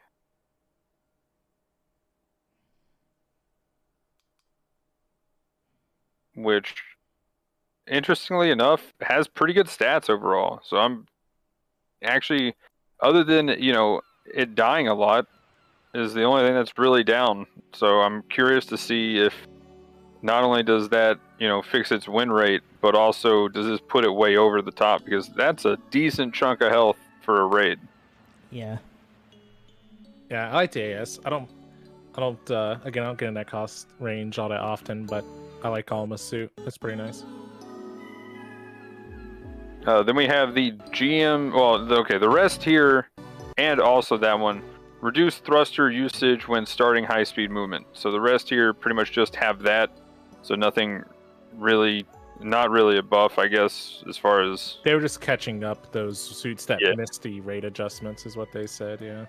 Yeah, so GM Spartan, the Clan one, the Pixie LA, and the Titania. So there's those. For the supports now. So this was pretty cool to see, which actually, by the way, guys, we were talking about something getting buffed literally the month after. Here we go, the RS Georgia. Is that yeah, I guess so, right? Well, the case in point then.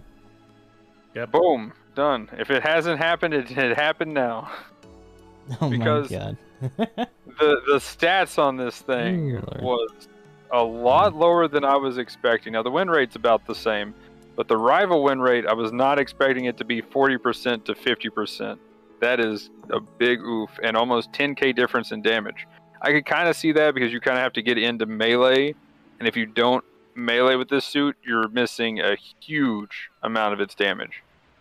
So I wonder if this could be one of those skill gap things, but also as a support player trying to get into have to melee to get your combo off, kind of can be oof. So they buffed it actually what I think is an insane amount. So if you're already doing well with your melee combo and stuff with this suit is now going to be absolutely amazing for you. 1000 health, which is always nice. The massive sniping beam rifle reload time was decreased to 12 seconds. So now you can just full charge and get that back faster. That is amazing, because it did feel a little weird that you would full charge and be like, well, I shoot you with the missiles. I can't go in right now. So I would poke you, but I can't get in there. I'm a support. And then the charging time went from 5 seconds to 4 seconds. That is huge. Like an entire second off of that heavy stun. Pretty big. Shorten the weapon switching time, which is always nice. And the recovery time, so your the commit stance is lessened. Thank goodness. So you can get in there and melee faster. So if you just normally shoot or do the full charge, you can get in quicker. That is amazing. That was one of my biggest complaints, if you guys recall. And the reload time has been reduced for the missiles to 8 seconds from 10. So if you're just spamming range stuff, that's definitely going to be, I don't think that's going to make up a 10k difference, but that's probably at least 2 to 5k difference with the way they've got this set up for reload time. And less for overheating at the very least. Yeah. So hopefully this makes it a lot more consistent, and you know, you can actually get in there and poke a little bit more with the rigidity time being reduced. So I like it. I'm definitely going to be playing this. I'm a fan of the suit. It's definitely a lot of fun to play, but yeah, it's one of those you have to kind of melee, and it's hard to get in with the support and actually melee, because it's just like, oh yeah, I shot, now I'm headed in, and it's like, no, I'm gonna stun you. Because there's nothing you can do. It feels bad, man. Feels so bad. Let's see.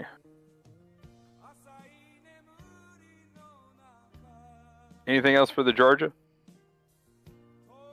Other than that, it's been cast in the Shadow Realm? No. I really haven't seen it at all. Yeah. I think I played against one time. But that was before they adjusted it. Your boy's gone. They ain't there no more. Pretty much. I like it though. I like my Georgia's still in green. Yeah, maybe that's why I still play it. Maybe it's the green. Whoops. I don't have a problem.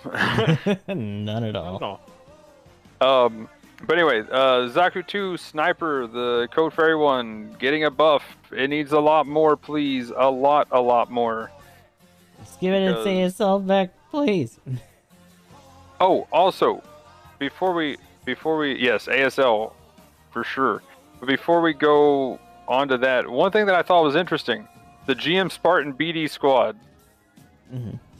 They actually have the usage in game right now. 0.13%. Damn. And it has a very low rival win rate and meh damage. But just barely under the win rate. So kind of interesting there.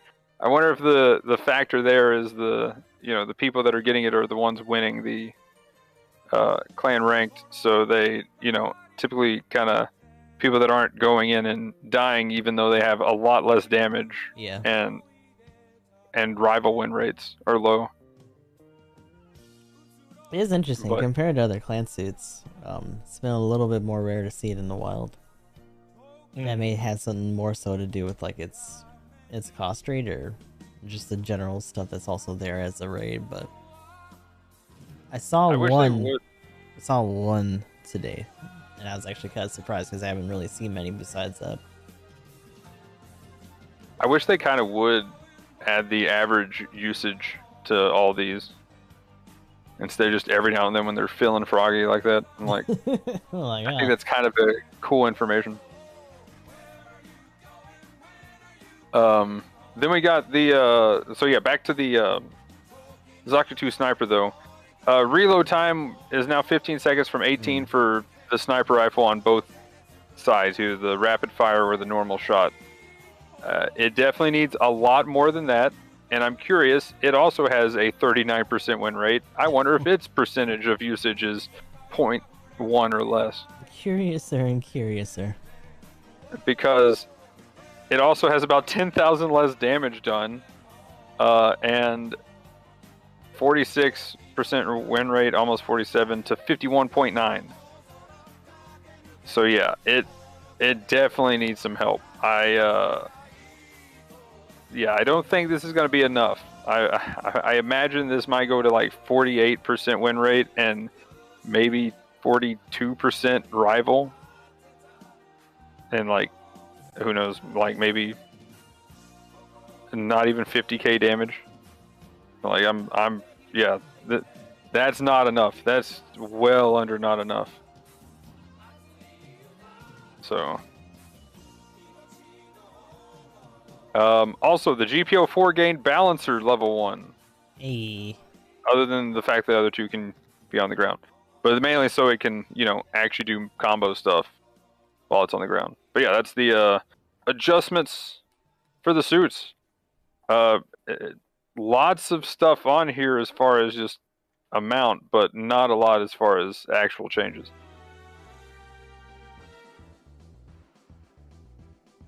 Then yeah, okay, so let's go ahead and move into some suit speculation and stuff. I think me and Gustav are in agreement with the 700 thing. Emblem, do you agree that we're probably getting a something big this week?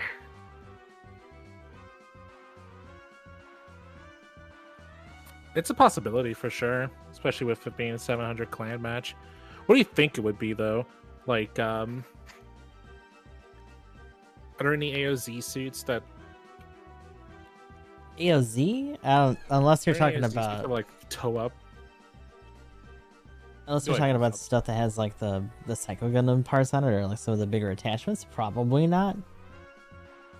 It might just be another like either alt suit Moon or CCA kind of era. CCA. Or maybe, and I would be very surprised, but they had the nerve to throw something that's kind of unicorn related, since we got the EWAC Jegan this time around. That'd be interesting too, but it's possible, but I don't know. I think Tiddler unicorn suits are going to be anniversary, so Yeah. I don't think we'll see anything like that. It seems too I kinda soon. wonder. If it were like spring or summer, then maybe they'd do like a fringe suit or whatever.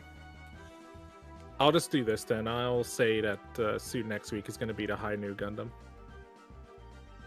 That might be a safe bet, actually. Raid. Yes. That would be insane. High New Gundam Raid. And give it the huge cannon too, and that would be the support version. Oh god. Yeah, let's have the support version of the HML or whatever. No, the supports will get the high streamer. Nah, let's be real. The raids will get the high streamer because BB hates us. Oof.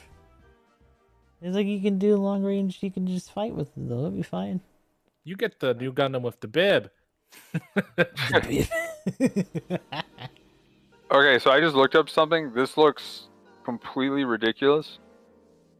High streamer definitely is going to be the suit next week. I take it all back. It's definitely high streamer. So AOZ, Rick Diaz Stutzer. That looks completely crazy. And when can we get it as a flying support? Yeah, I've seen this one before. Yeah, that one's like the Rick Diaz version of the like crazy AOZ flying with suits, man. It's got guns. That thing's long, has like jutty parts. The thing's crazy. Yeah, that thing's gonna have like, if it's a support, and it'll have the stun resist skill that I can't shock dampen her. There we go. It'll have to have that, dude. That thing is thick.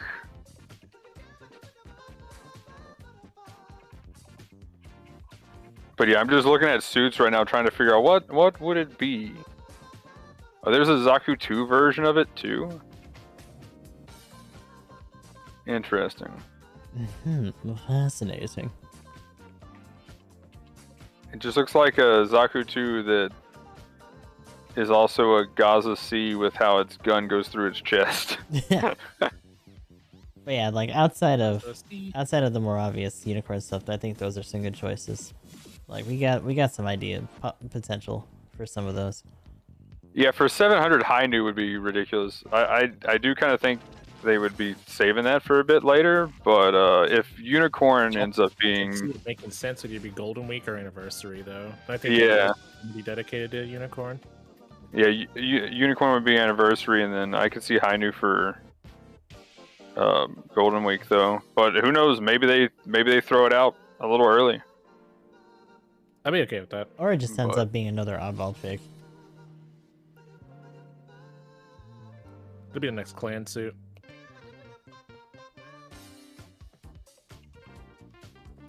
Could always use G Savior. Okay. I wonder if we got like that crazy Gaplant. Or like the Gundam head Gaplant, maybe? Nah, I don't think that would be. The Rairu or whatever? Yeah, whichever one of the... There's an advanced Rairu or whatever.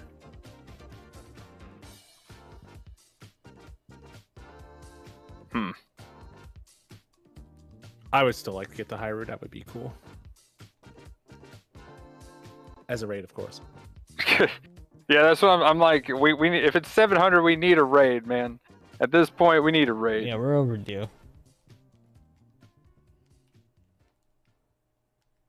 Space type Ashimar, that'd be kind of interesting. Not next week though.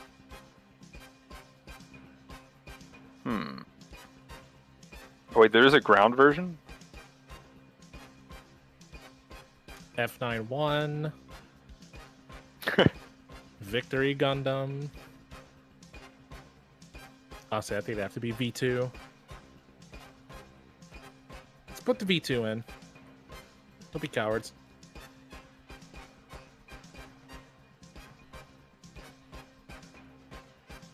What in the world's a rosette? It's a Hyzak-ish sort of thing? Or is that...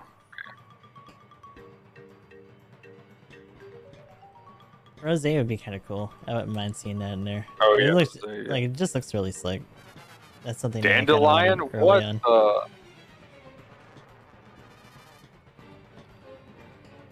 What in the world is this monstrosity? The Dandelion's pretty fun. That looks ridiculous. Oh, there we go. That's the 700. The raid that we've been talking about. And I can't remember the name of it right now. Because Zeta. The big punch claw. Arm punch. Oh, Grabby. yeah, you're talking about the Bound Dock. Bound Dock, there we go, thank you. Bound Dock's been overdue for sure. That'd be a cool raid. It's a big bug.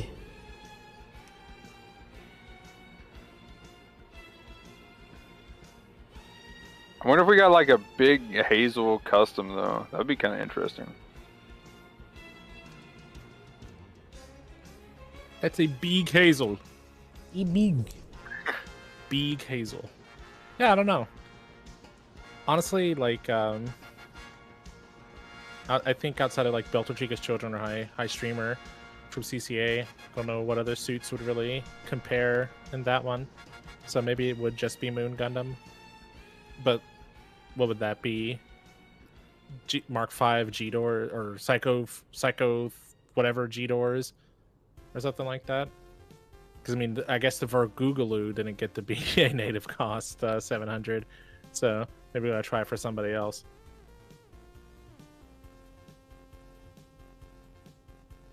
Yeah, that's still weird that it wasn't 700.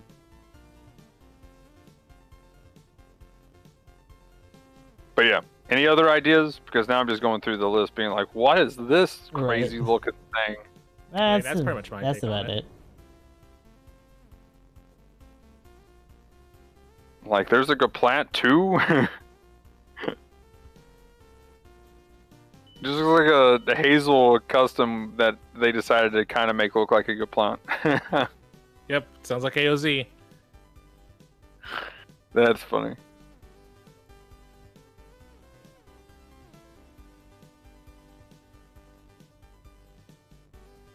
Sure, everyone's waiting for the wound wort too. Okay, this looks like something from Wing, the Queenly.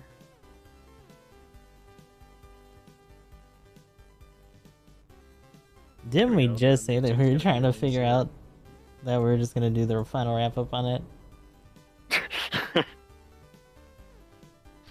But anyway, it's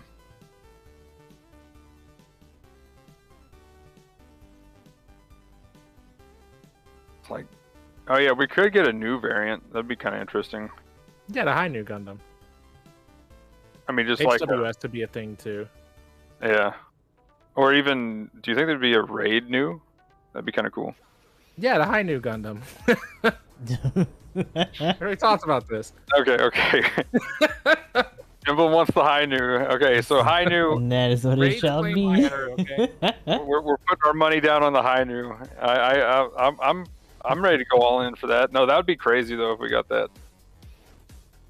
But anyway, yeah, okay. I dropped a high new Gundam and it was a raid. If I didn't get it from normal spins, I would probably get some tokens for it. That would The be wallet would be screaming. Maybe. But okay. Yeah. So nothing else. Let's go ahead and do some shout outs. Alrighty. So Gustav the 13th, Gustav _ X triple I. We are primarily on Twitch. I'm actually doing this from YouTube and stuff right now, but we also have TikTok, Instagram, and all that good stuff. Gonna be doing some Breaker 3 later on. Ashi Kshatriya. I don't know. I mean, maybe. I think that'd probably be one of the titular ones. But outside of that, just doing GBO2. Triangle Strategy is gonna be coming up later on in the early month of March. Hopefully we'll get through that fine enough. Definitely been looking forward to it. And besides that, just trying to keep up with content. Barring that someone doesn't fuck up my internet again, should be fine. Don't worry about it. And what about you guys? Sorry about that, Gustav. It was my first day on the job. But yeah, I too am looking forward to Triangle Strategy. We'll be playing it next week. You'll have 2 places on Twitch.tv to watch Triangle Strategy. You should probably just like Friday. start on different forks at that point. Yeah, Oh, maybe we need to God. plan our routes out, Gustav. Like, okay, I'm going here. Like, okay, you go there. But yeah, some Elden Ring, Battle Operation 2, of course. Splash of Yu-Gi-Oh! And some Pokemans. There's a new one, Hoopa. But yeah, Gaming Emblem, YouTube, sometimes Twitch, mainly Twitch, definitely Twitch. Sometimes Twitter, definitely Twitch. Games, internet, fun, WoW, check it out, or whatever, or don't. How about you, Magnum? Also, there's a new Pokemon. I need to get back on there. As the new Hoopa. season Oh, started. no, you're already playing too many games, don't you even? Too many. Hoopa's OP. Hoopa's OP. You can teleport your whole fucking team. Oh, God. Oh my god. Okay. Anyway, but yeah, as usual, everybody's links and stuff will be down in the description below. But I'm EG Magnum. I stream on Twitch. Got a Twitter, Discord, YouTube channel, other stuff and things that hopefully I'm finally gonna start doing, like Instagram and things. Definitely have a lot of dog pictures to throw up there. Now. Like I could take a picture right now because, of course, he's doing something silly, laying upside down on the couch. But anyway, games wise, Lost Ark gonna be a big focus till that either gets a little too crazy, or I just end up grinding stuff off stream because there's a lot to do in that game. That's the other thing. There's so much horizontal content that it is absolutely obscene. The amount of collectibles and stuff. You do get some stat bonuses, but it's really not that crazy in the grand scheme of things. But eventually you would want it if you're crazy min-maxy. You know, you get that 0.1% damage increase. Oh yeah, you know, if you're that crazy about it, then you know there's a lot to do. Other than that, though, definitely going to be checking out some more Yu-Gi-Oh! Hopefully Tarkov. I'm having withdrawals from that. And going to be doing Gundam dailies. Pretty much right after this, going to be doing some Gundam and as much as I can. Mainly Gundam and then probably Lost Ark for the most part. And whatever decides to happen. Probably Monday, going to be starting Elden Ring. And then, yeah, too many games because they're talking about this triangle strategy. I'm going to have to check it out. I think, was there a demo or something? It was Switch only right now. Switch. Oh, okay, yeah, that's right. That's why I'm not doing it because it's Switch. Yep, they haven't. Relayer. Relayer is a good one too, from what I've seen of your stream. That one looks like it'd be fun. Yeah, I was watching that earlier. I'll have to check out both of those and maybe play that at some point. Did you get SRW30? Yes, I need to get back on that.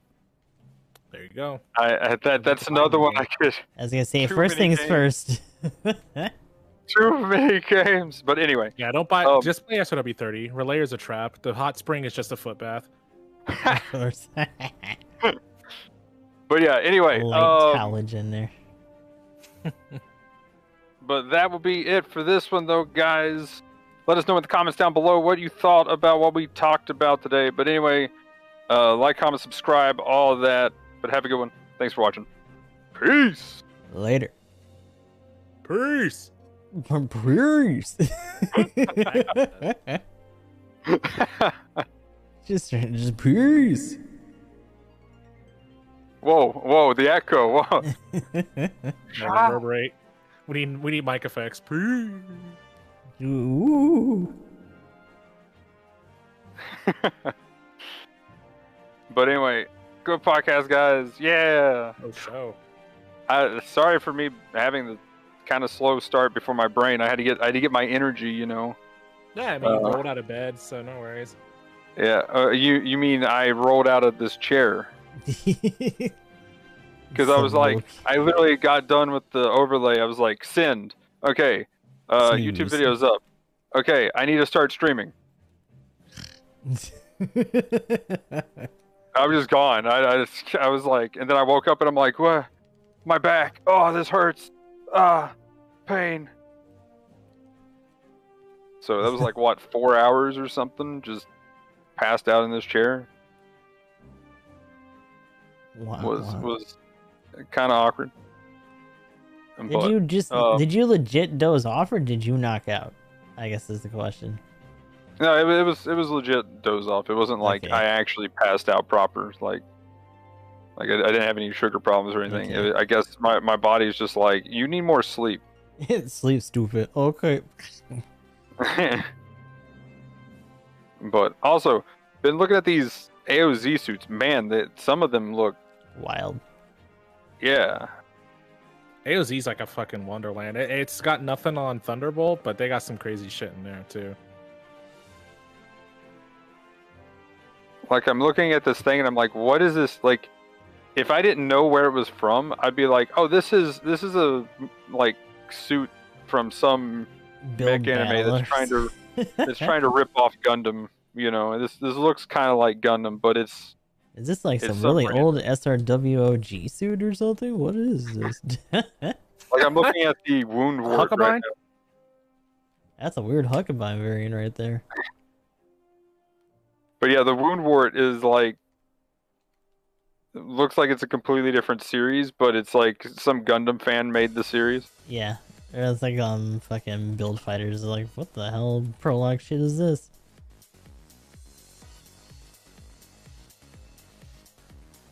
What in the world? Yeah, some of this just gets awesome and or weird. I don't know how I feel about a couple of these suits. Although the more full armors I see here, the more I'm like, yes, yes. Excellent. More supports. Good, good. But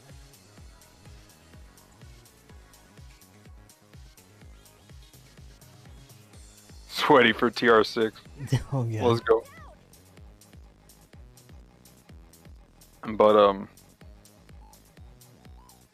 But anyway, yeah, I'm gonna go ahead and hop into my dailies and see if I can get those done, and then maybe do a little bit of Lost Ark grind before I pass out proper. I can't believe Madam hasn't found the Ark, and how's he still stuck in Tarkov? Like, just win the game. Like, it's literally as soon as you find the Ark, the game should uninstall. Like, congratulations. Well, You won. We're gonna have to mod that into Magnum's computers, and whenever he gets the credits, it just uninstalls itself. Oh no! That way he can properly move on to the next game.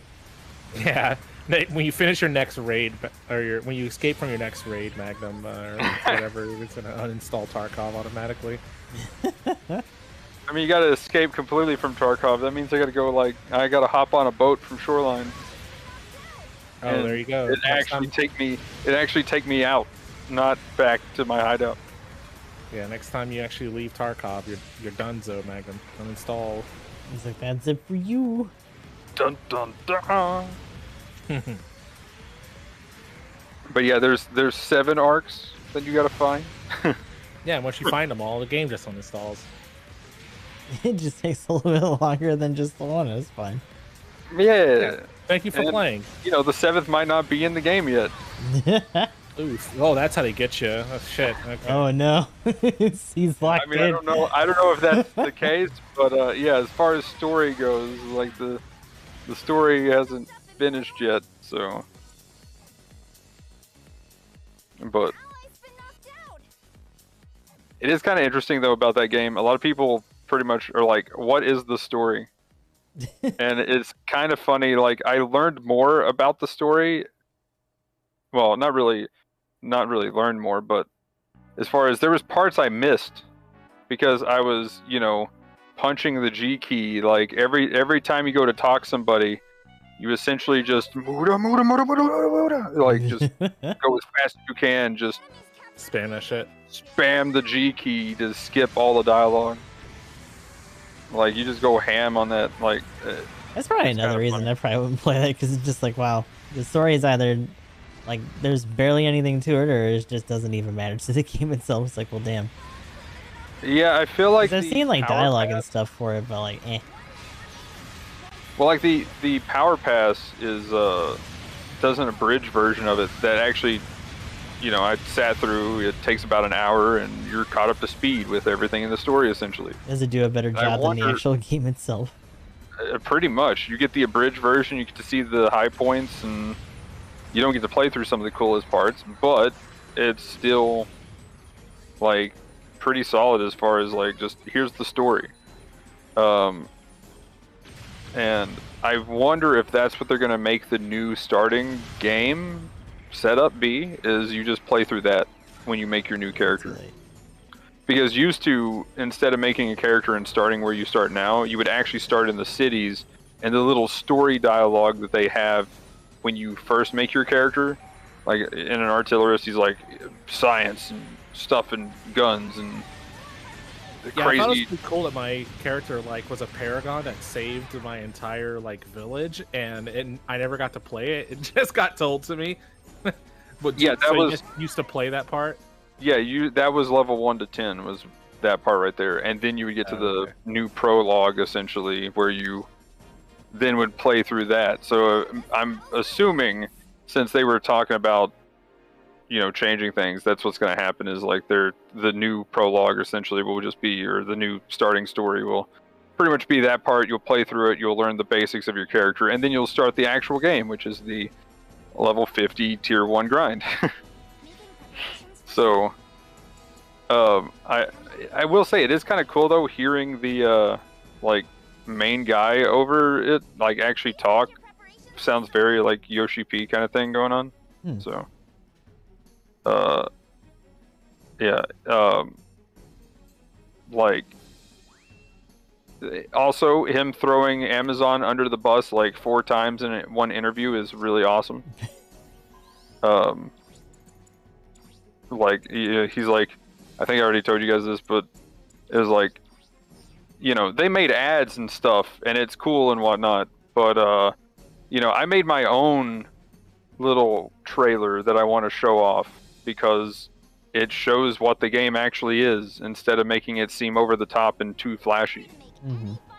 And it's like, I can applaud that, right? You know, like also him throwing them under the bus again during that whole thing. It was actually kind of funny listening to, you know, what was being said, and his take on just play the game and take your time and enjoy it was actually kind of interesting. So I did like what he had to say at the very least. Yeah, I think it's usually pretty cool to hear from the people that work on the game. I'd love for BB to do another, like, they don't do another meetup, but a live stream would be pretty cool. Like they did with the Tenda doll and stuff like that. That's always nice. Yeah. Oh, he also is known by, a lot of people just call him by his in-game name too. So he actually plays his game, which is really nice to see, kind of thing. So, but yeah, I will say, I think, you know, this might be a topic we can bring up later, but you know, with the new team taking over, what do we think of some of the stuff that's been happening recently? Do you think that's more new team stuff, or? It might be. It also depends on what else the original team is working on now, since a lot of that, as they learned, was kind of for like Code Fairy. It kind of makes you wonder if they're still just kind of coming back and doing some of their other duties and stuff still, or if they're on like another project, and how much influence overall they still kind of have.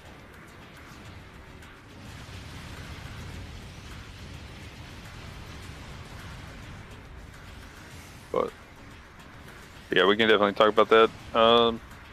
Maybe in the next one. Next time on down. Next on month Downtime. Yep. Do. All right, my dudes. Sounds good. So Magnum's gonna keep it up. Gustav, are you? I'm not on Twitch, so yeah, I'm just going around. Oh, okay. All right. Well, I think I'll wrap up. Yeah. Good play. I played. Finished up the Relayer demo and got the Elden Ring in, so I can go make some dinner or something. Y'all have a good night. We'll probably hit you up, Magnum. Okay, cool. Have a good night, guys. Good podcast. Thanks for coming. Later. Have a good night. Where and how you'll sortie. An ally has destroyed an enemy mobile suit.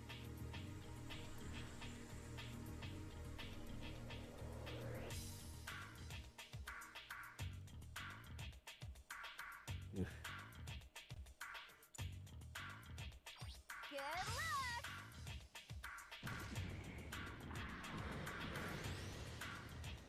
We captured a beacon. Your ally's been knocked out.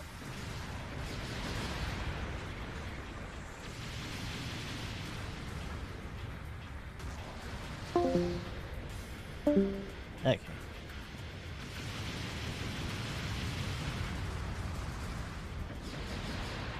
So once we're done with this match, I gotta try to mess around with some stuff and see what happened with my my audio. So it seems like the actual streaming computer itself, something happened with like the system audio.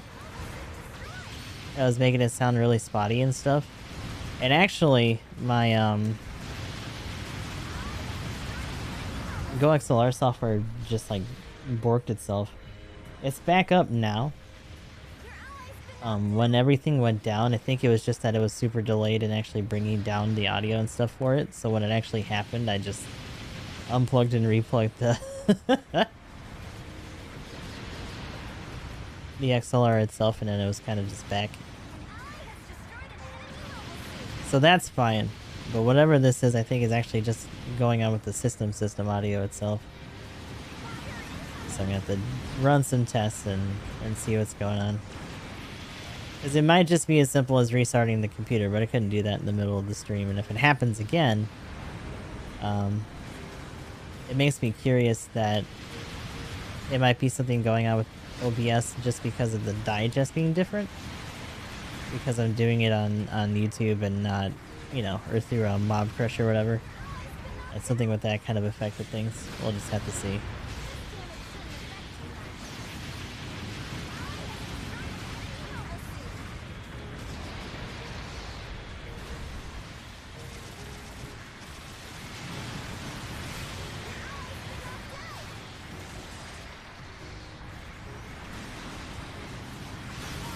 Oh, God.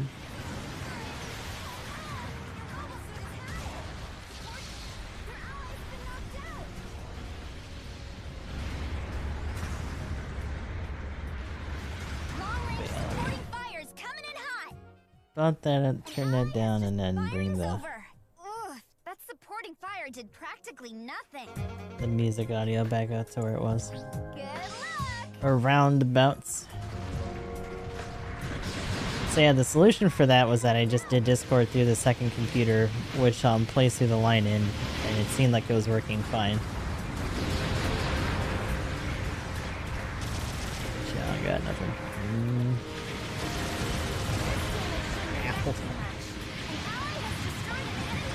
I'm actually kind of surprised they didn't follow up with missiles on that.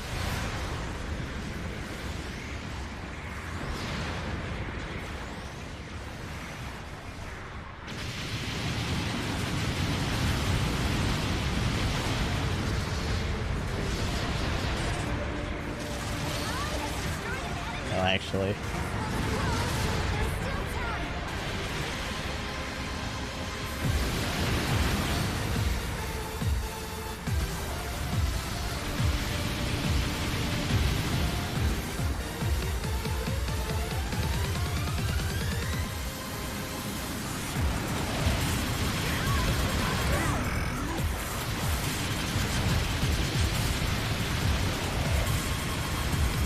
Oh god, 3, get away from there.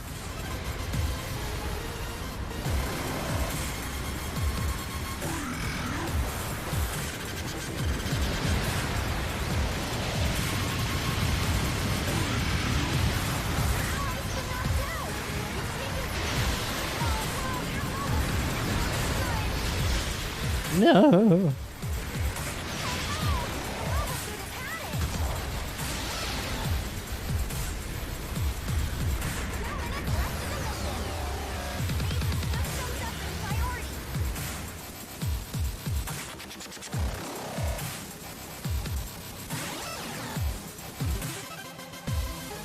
I'm using the other captured version for now just because I think that might have also did something hardware wise. Oh my god, I don't need this so much.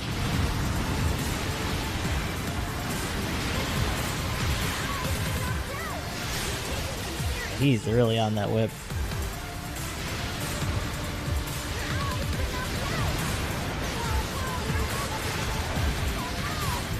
I don't think we're winning this one. Damn.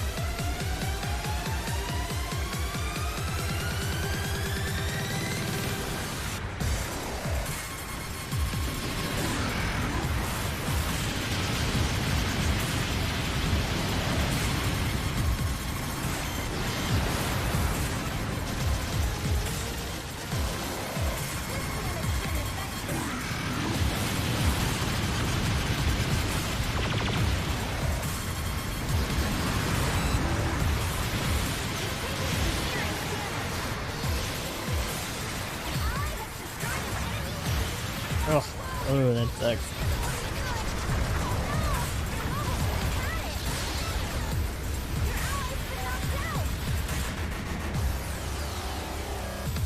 Can't take those 2 forts.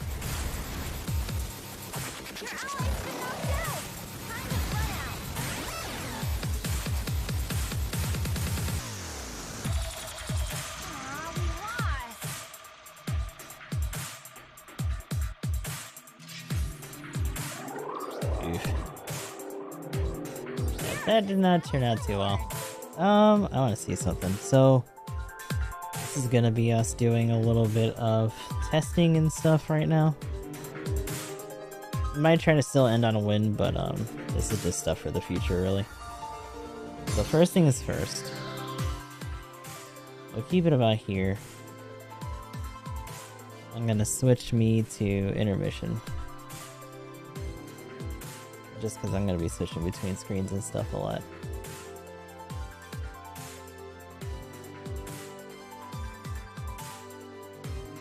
So,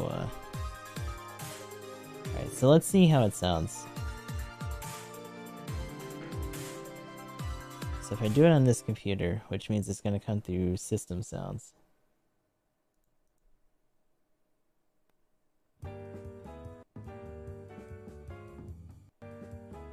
Yeah, like it's constantly like hiccuping for some reason.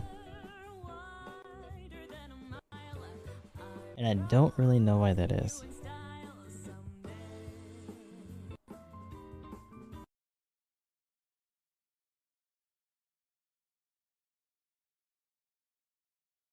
Simple. Oh god, also it jacked it way up.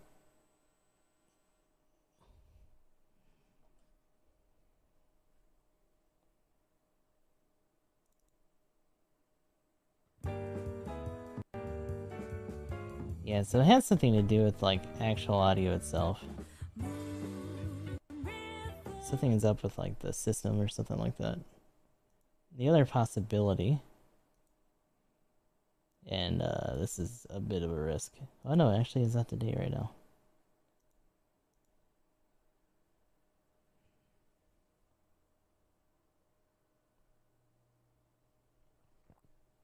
Alright, so for now, let's switch that back. We'll put music back on. We'll just have to do it through the usual stuff when it's remoted in. Because this next part, I'm gonna have to try to figure out where to find it. Because the actual, like, audio troubleshooters don't really... They're just checking if you're actually getting sound at all. And that's not really our issue here.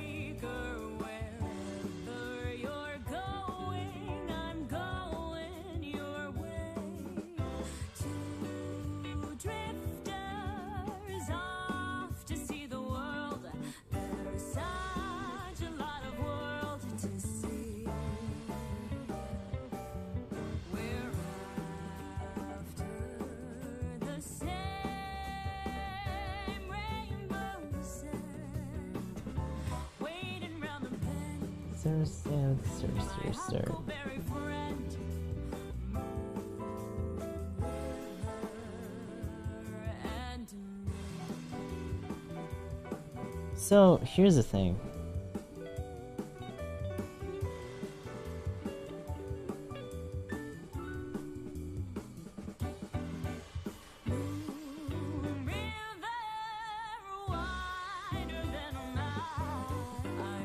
I do and don't think that it's actually the XLR itself. The problem is that I don't really have another way to test that because there's no other audio connections to this. Because since I only use this for streaming, I only have the XLR as an output.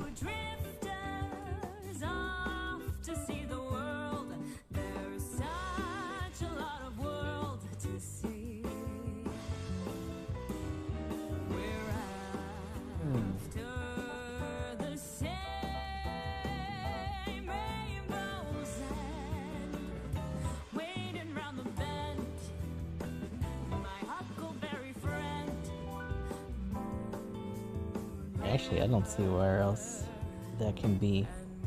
So that leaves me with something else. And that would be us just checking out of this call. It may or may not have been an issue just with doing something with BDO Ninja, just because of the way that it captures stuff. I have a feeling, though, that it's not, just because you've never really had issues like that before with this.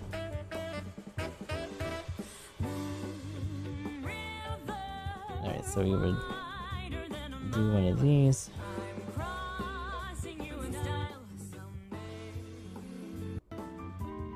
Yeah, it's still doing it.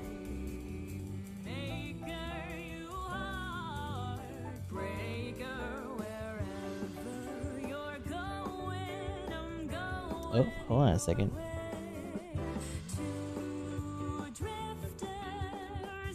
Wait a second. I'm not hearing it anymore.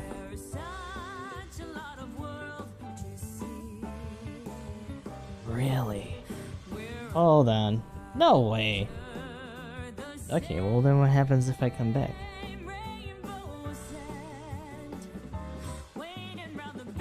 Because I think it... Yeah, it fucked up for a second because it was switching sound sources or channels. But now it's not doing it anymore.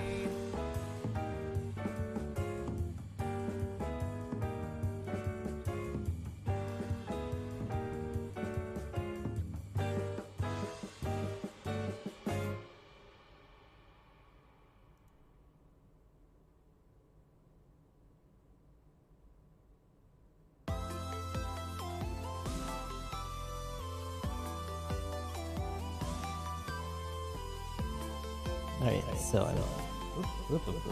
Shut up. Shut up. Okay. And then we go back in and then do the video again. Because functionally my camera should be out right now. Let me let it grab that.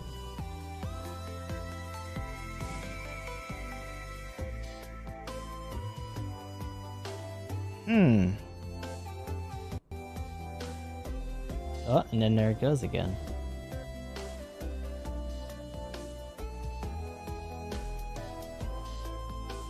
But it only did it once. We're still set the same way that we were before.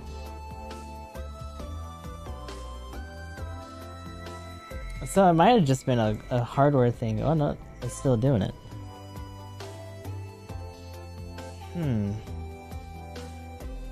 Why is that affecting it though? That doesn't make any sense.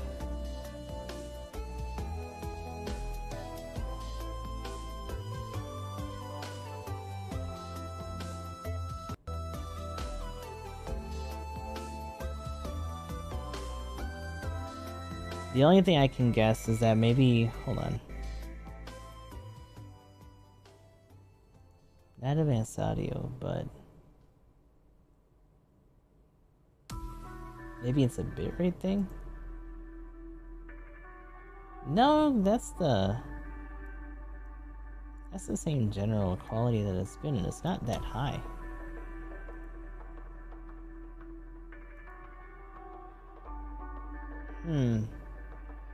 That's strange. But yeah, it has something to do with Video Ninja. Because if I get back out of here and just cut it out.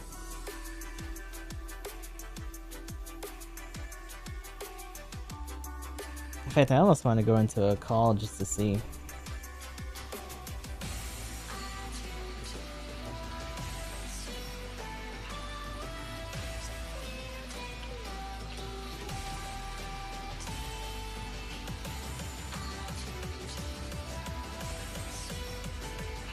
I don't know if anyone that's in... Oh god, actually.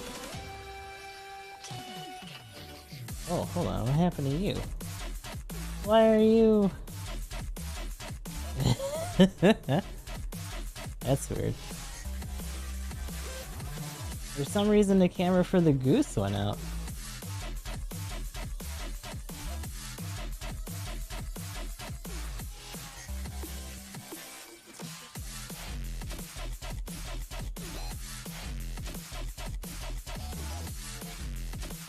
In fact, I wonder if that was also a factor. It shouldn't have been, because that doesn't make any sense. Also, we can switch this back over.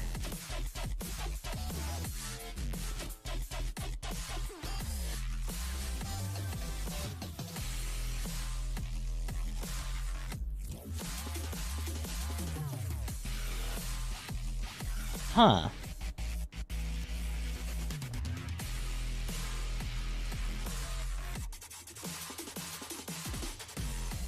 But yeah, the goose lost sync for a second. I wonder if now with that off... Hold on, let me hit it again. Because that might have been something going on with that too. Let's go with this.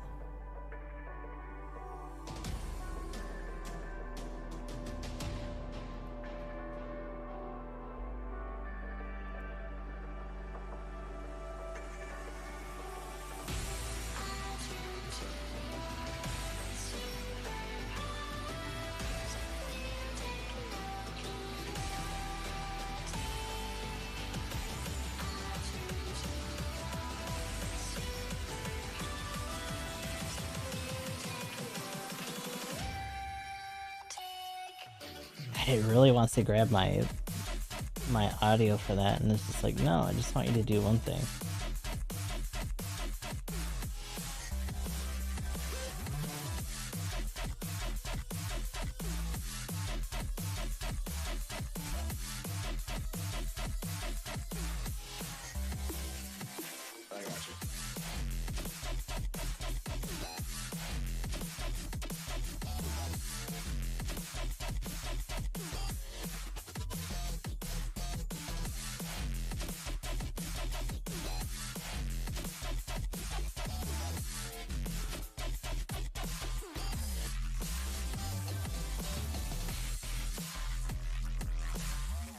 Damn, yeah.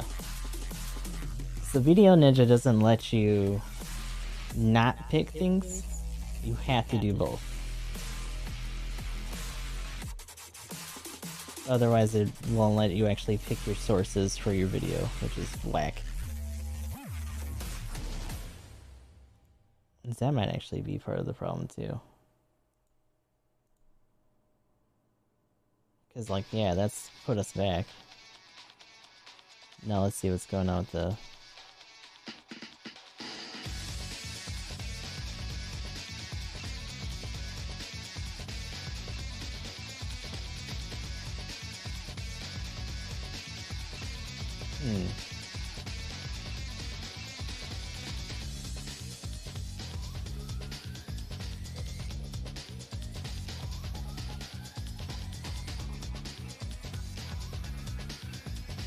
Seems okay, actually.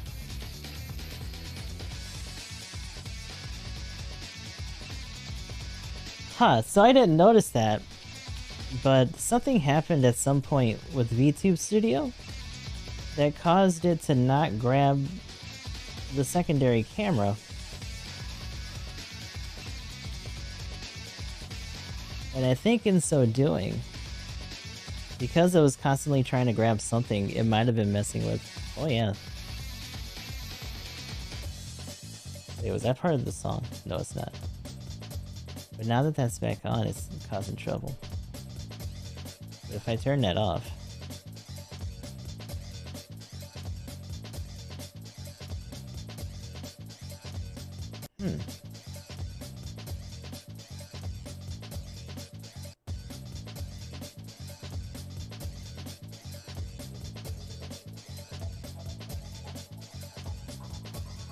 That's weird. So it was still doing it on occasion.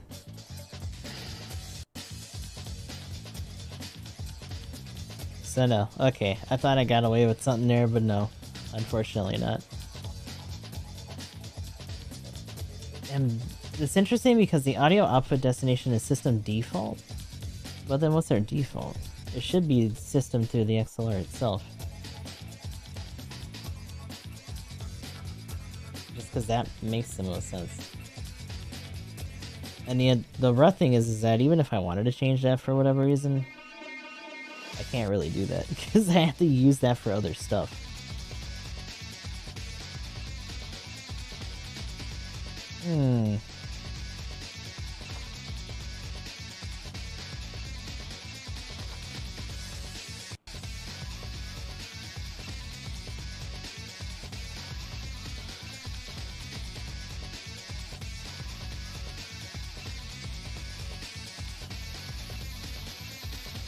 That's kind of curious though, because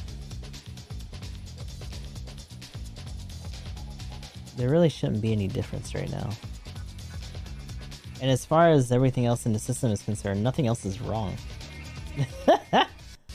That's kind of crazy.